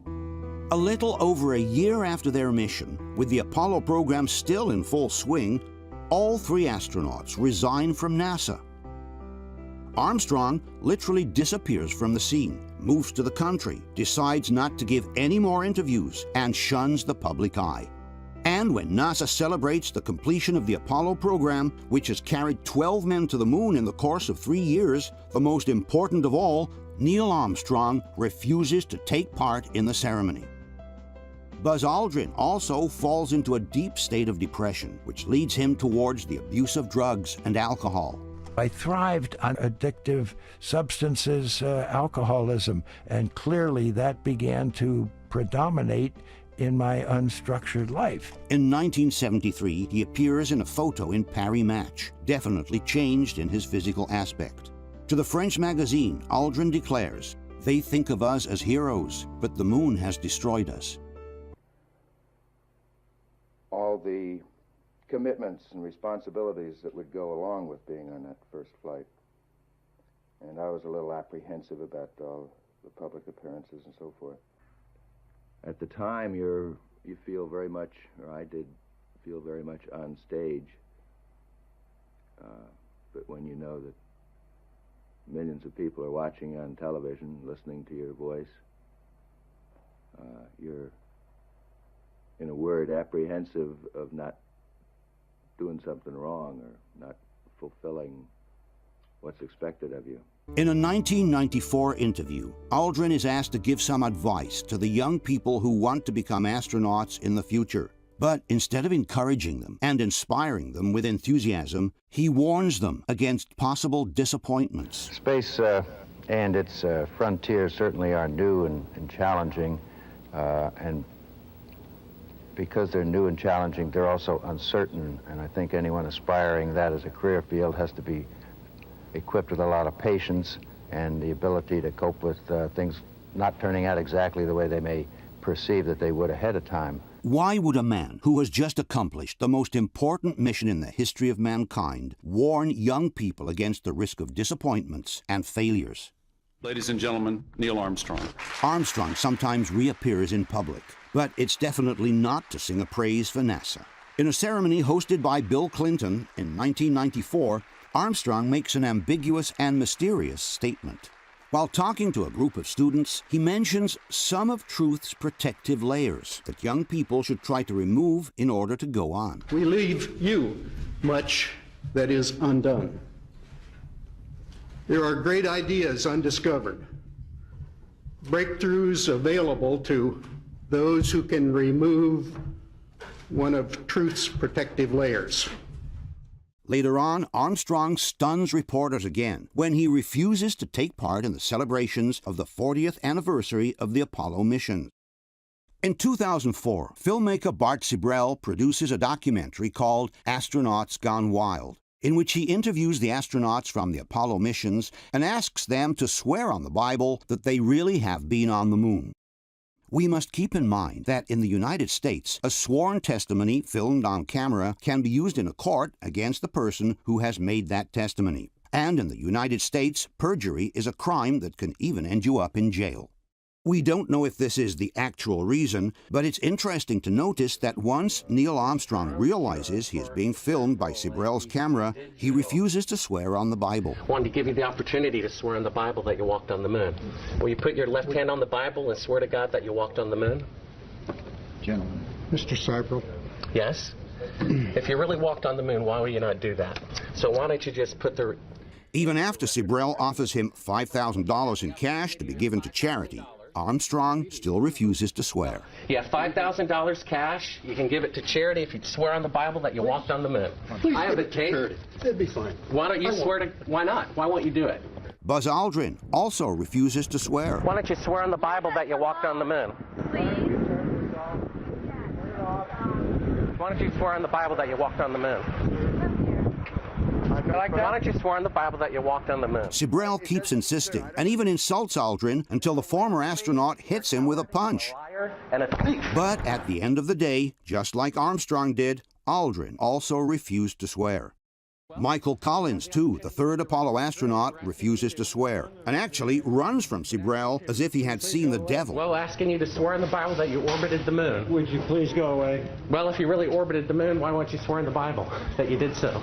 I just don't understand why if you orbited the moon, you wouldn't have a problem about swearing to the Bible on it. Sibrel certainly doesn't have a pleasant approach, but if someone has really been on the moon, why not swear anyway? All you would have needed to do to get rid of the nuisance would have been to stretch your hand out and swear on the Bible. On top, Armstrong could have given $5,000 in charity by simply performing that act. But none of the three astronauts wanted to do it. Why? You'd do it all again? Yeah, I'm sure there'd be trying moments if I did it again. But having gone through it once, I'd be a much smarter person. And yet, Buzz, it almost destroyed you. Right.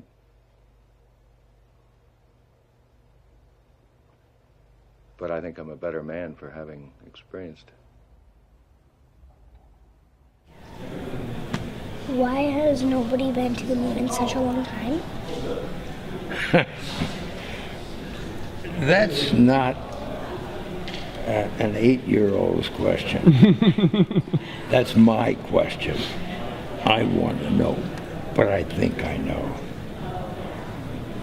Because we didn't go there, and And that's the way it happened. And if it didn't happen, it's nice to know why it didn't happen. So in the future, if we want to keep doing something, we need to know why something stopped in the past that we wanted to keep it going.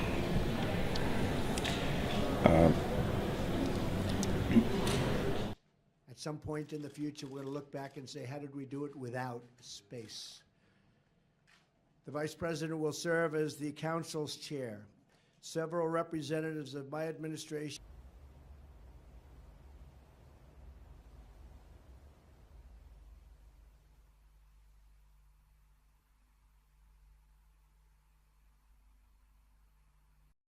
This is an interesting photograph. This is of course, the iconic photograph of Buzz Aldrin.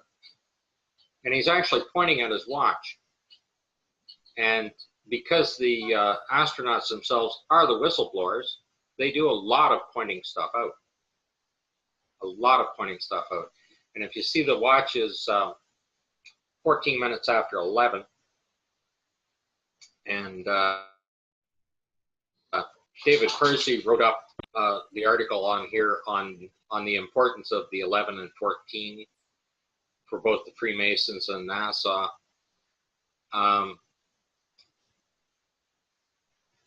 The fact of the matter is, he stepped on Buzz Aldrin's, the official file is he stepped on at 3:16:15 UTC time, and that would make it a quarter after 11 Florida time, I think. However, this photograph was taken 59 minutes and 20 seconds after he set foot on the moon. So it should say quarter after 12 if he was set on Florida time. Okay. If he was on Houston time, it would be quarter after 11, which is also Arizona time, right?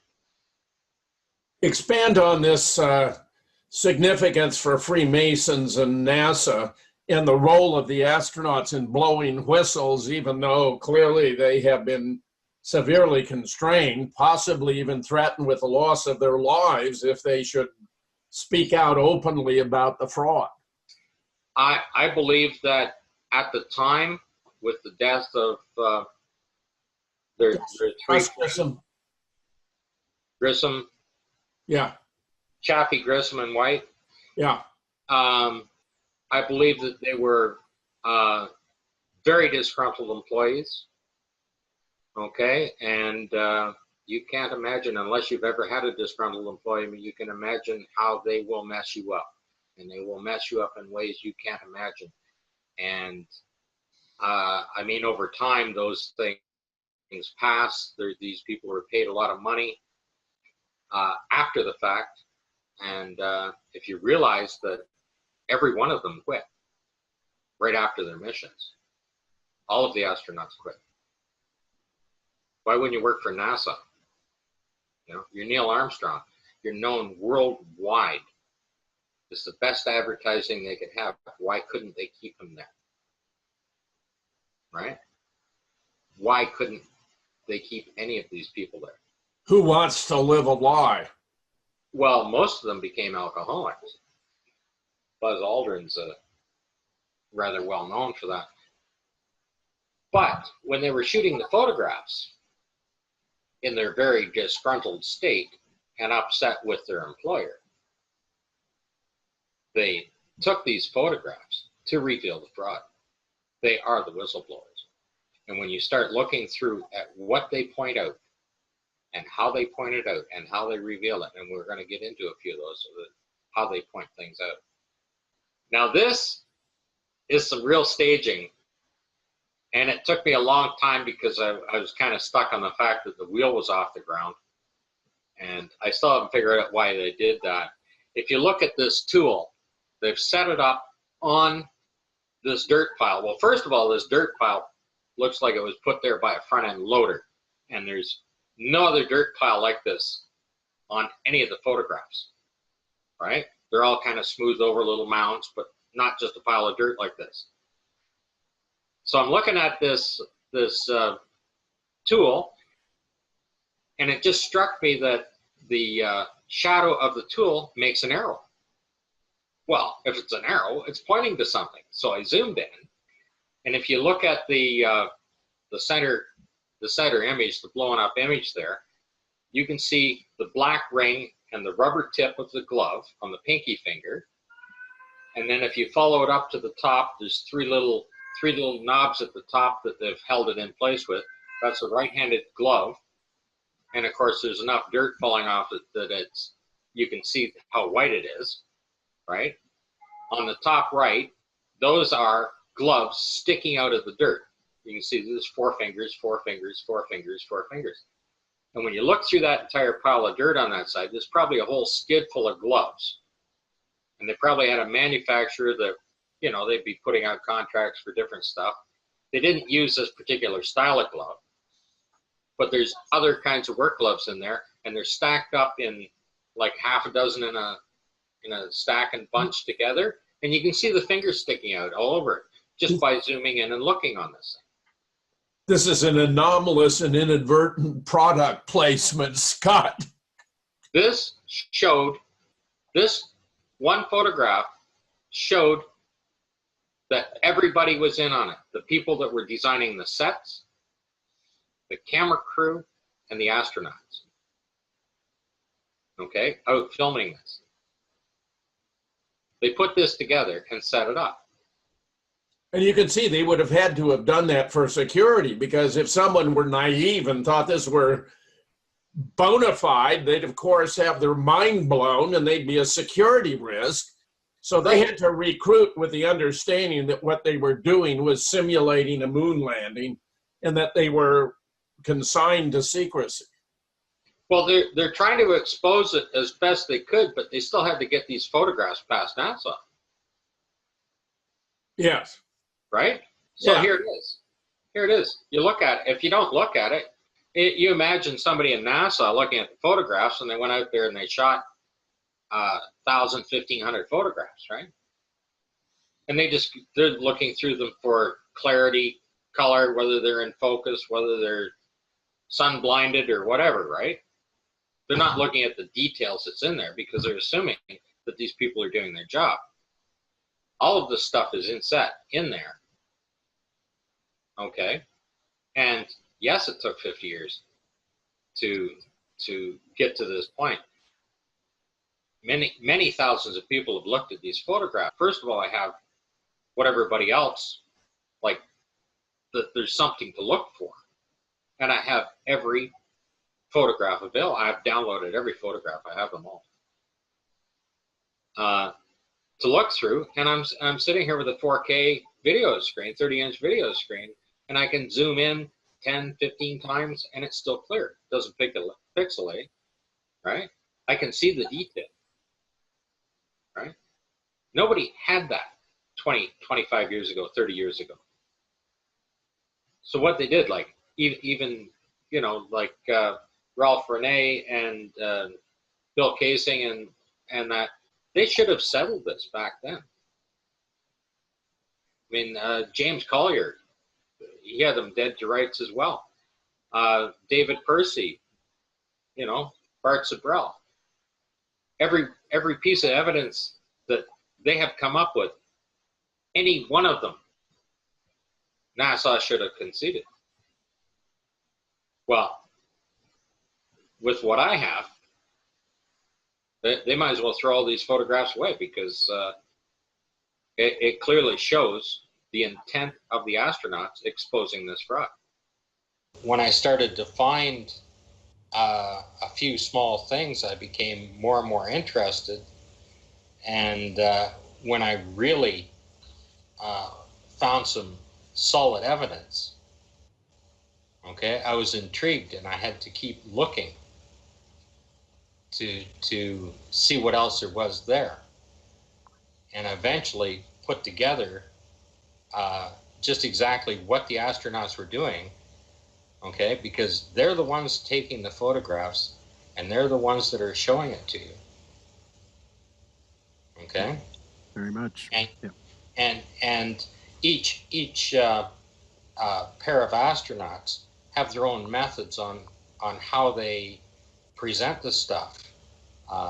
Neil Armstrong and Buzz Aldrin were very subtle in how they presented it. They simply made some nice clean shots of it, and by the time you got to Apollo 12, I mean, they're literally pointing it out. The surveyor itself, even in the cuff checklists, that they're required to photograph it, wipe it with their finger, and then rephotograph it again. And you'll see that in there. And the reason they do that on the surveyor is because the piece of machinery is 100% clean as a whistle, all except for the panoramic mirror. Back that one up to the must-see video where I've made that little plate up. Right there. Oh, let's see. Okay, more 2C rocks. All right. Yeah. Yeah. Now look underneath Paul's name. What is that? Exactly. It's dead. It looks like a dead something. It's dead. I don't know if they made it up as a plaster mold and made it look like a dead animal, or it's a real dead animal. Yeah, I don't know. I'm not sure what that is. It's nothing. That's why I put it on that. That's why I put that one up there. Very interesting. Notice there's no Earth in the sky anywhere. You never see the Earth in the sky, only in still pictures, guys, that I know of.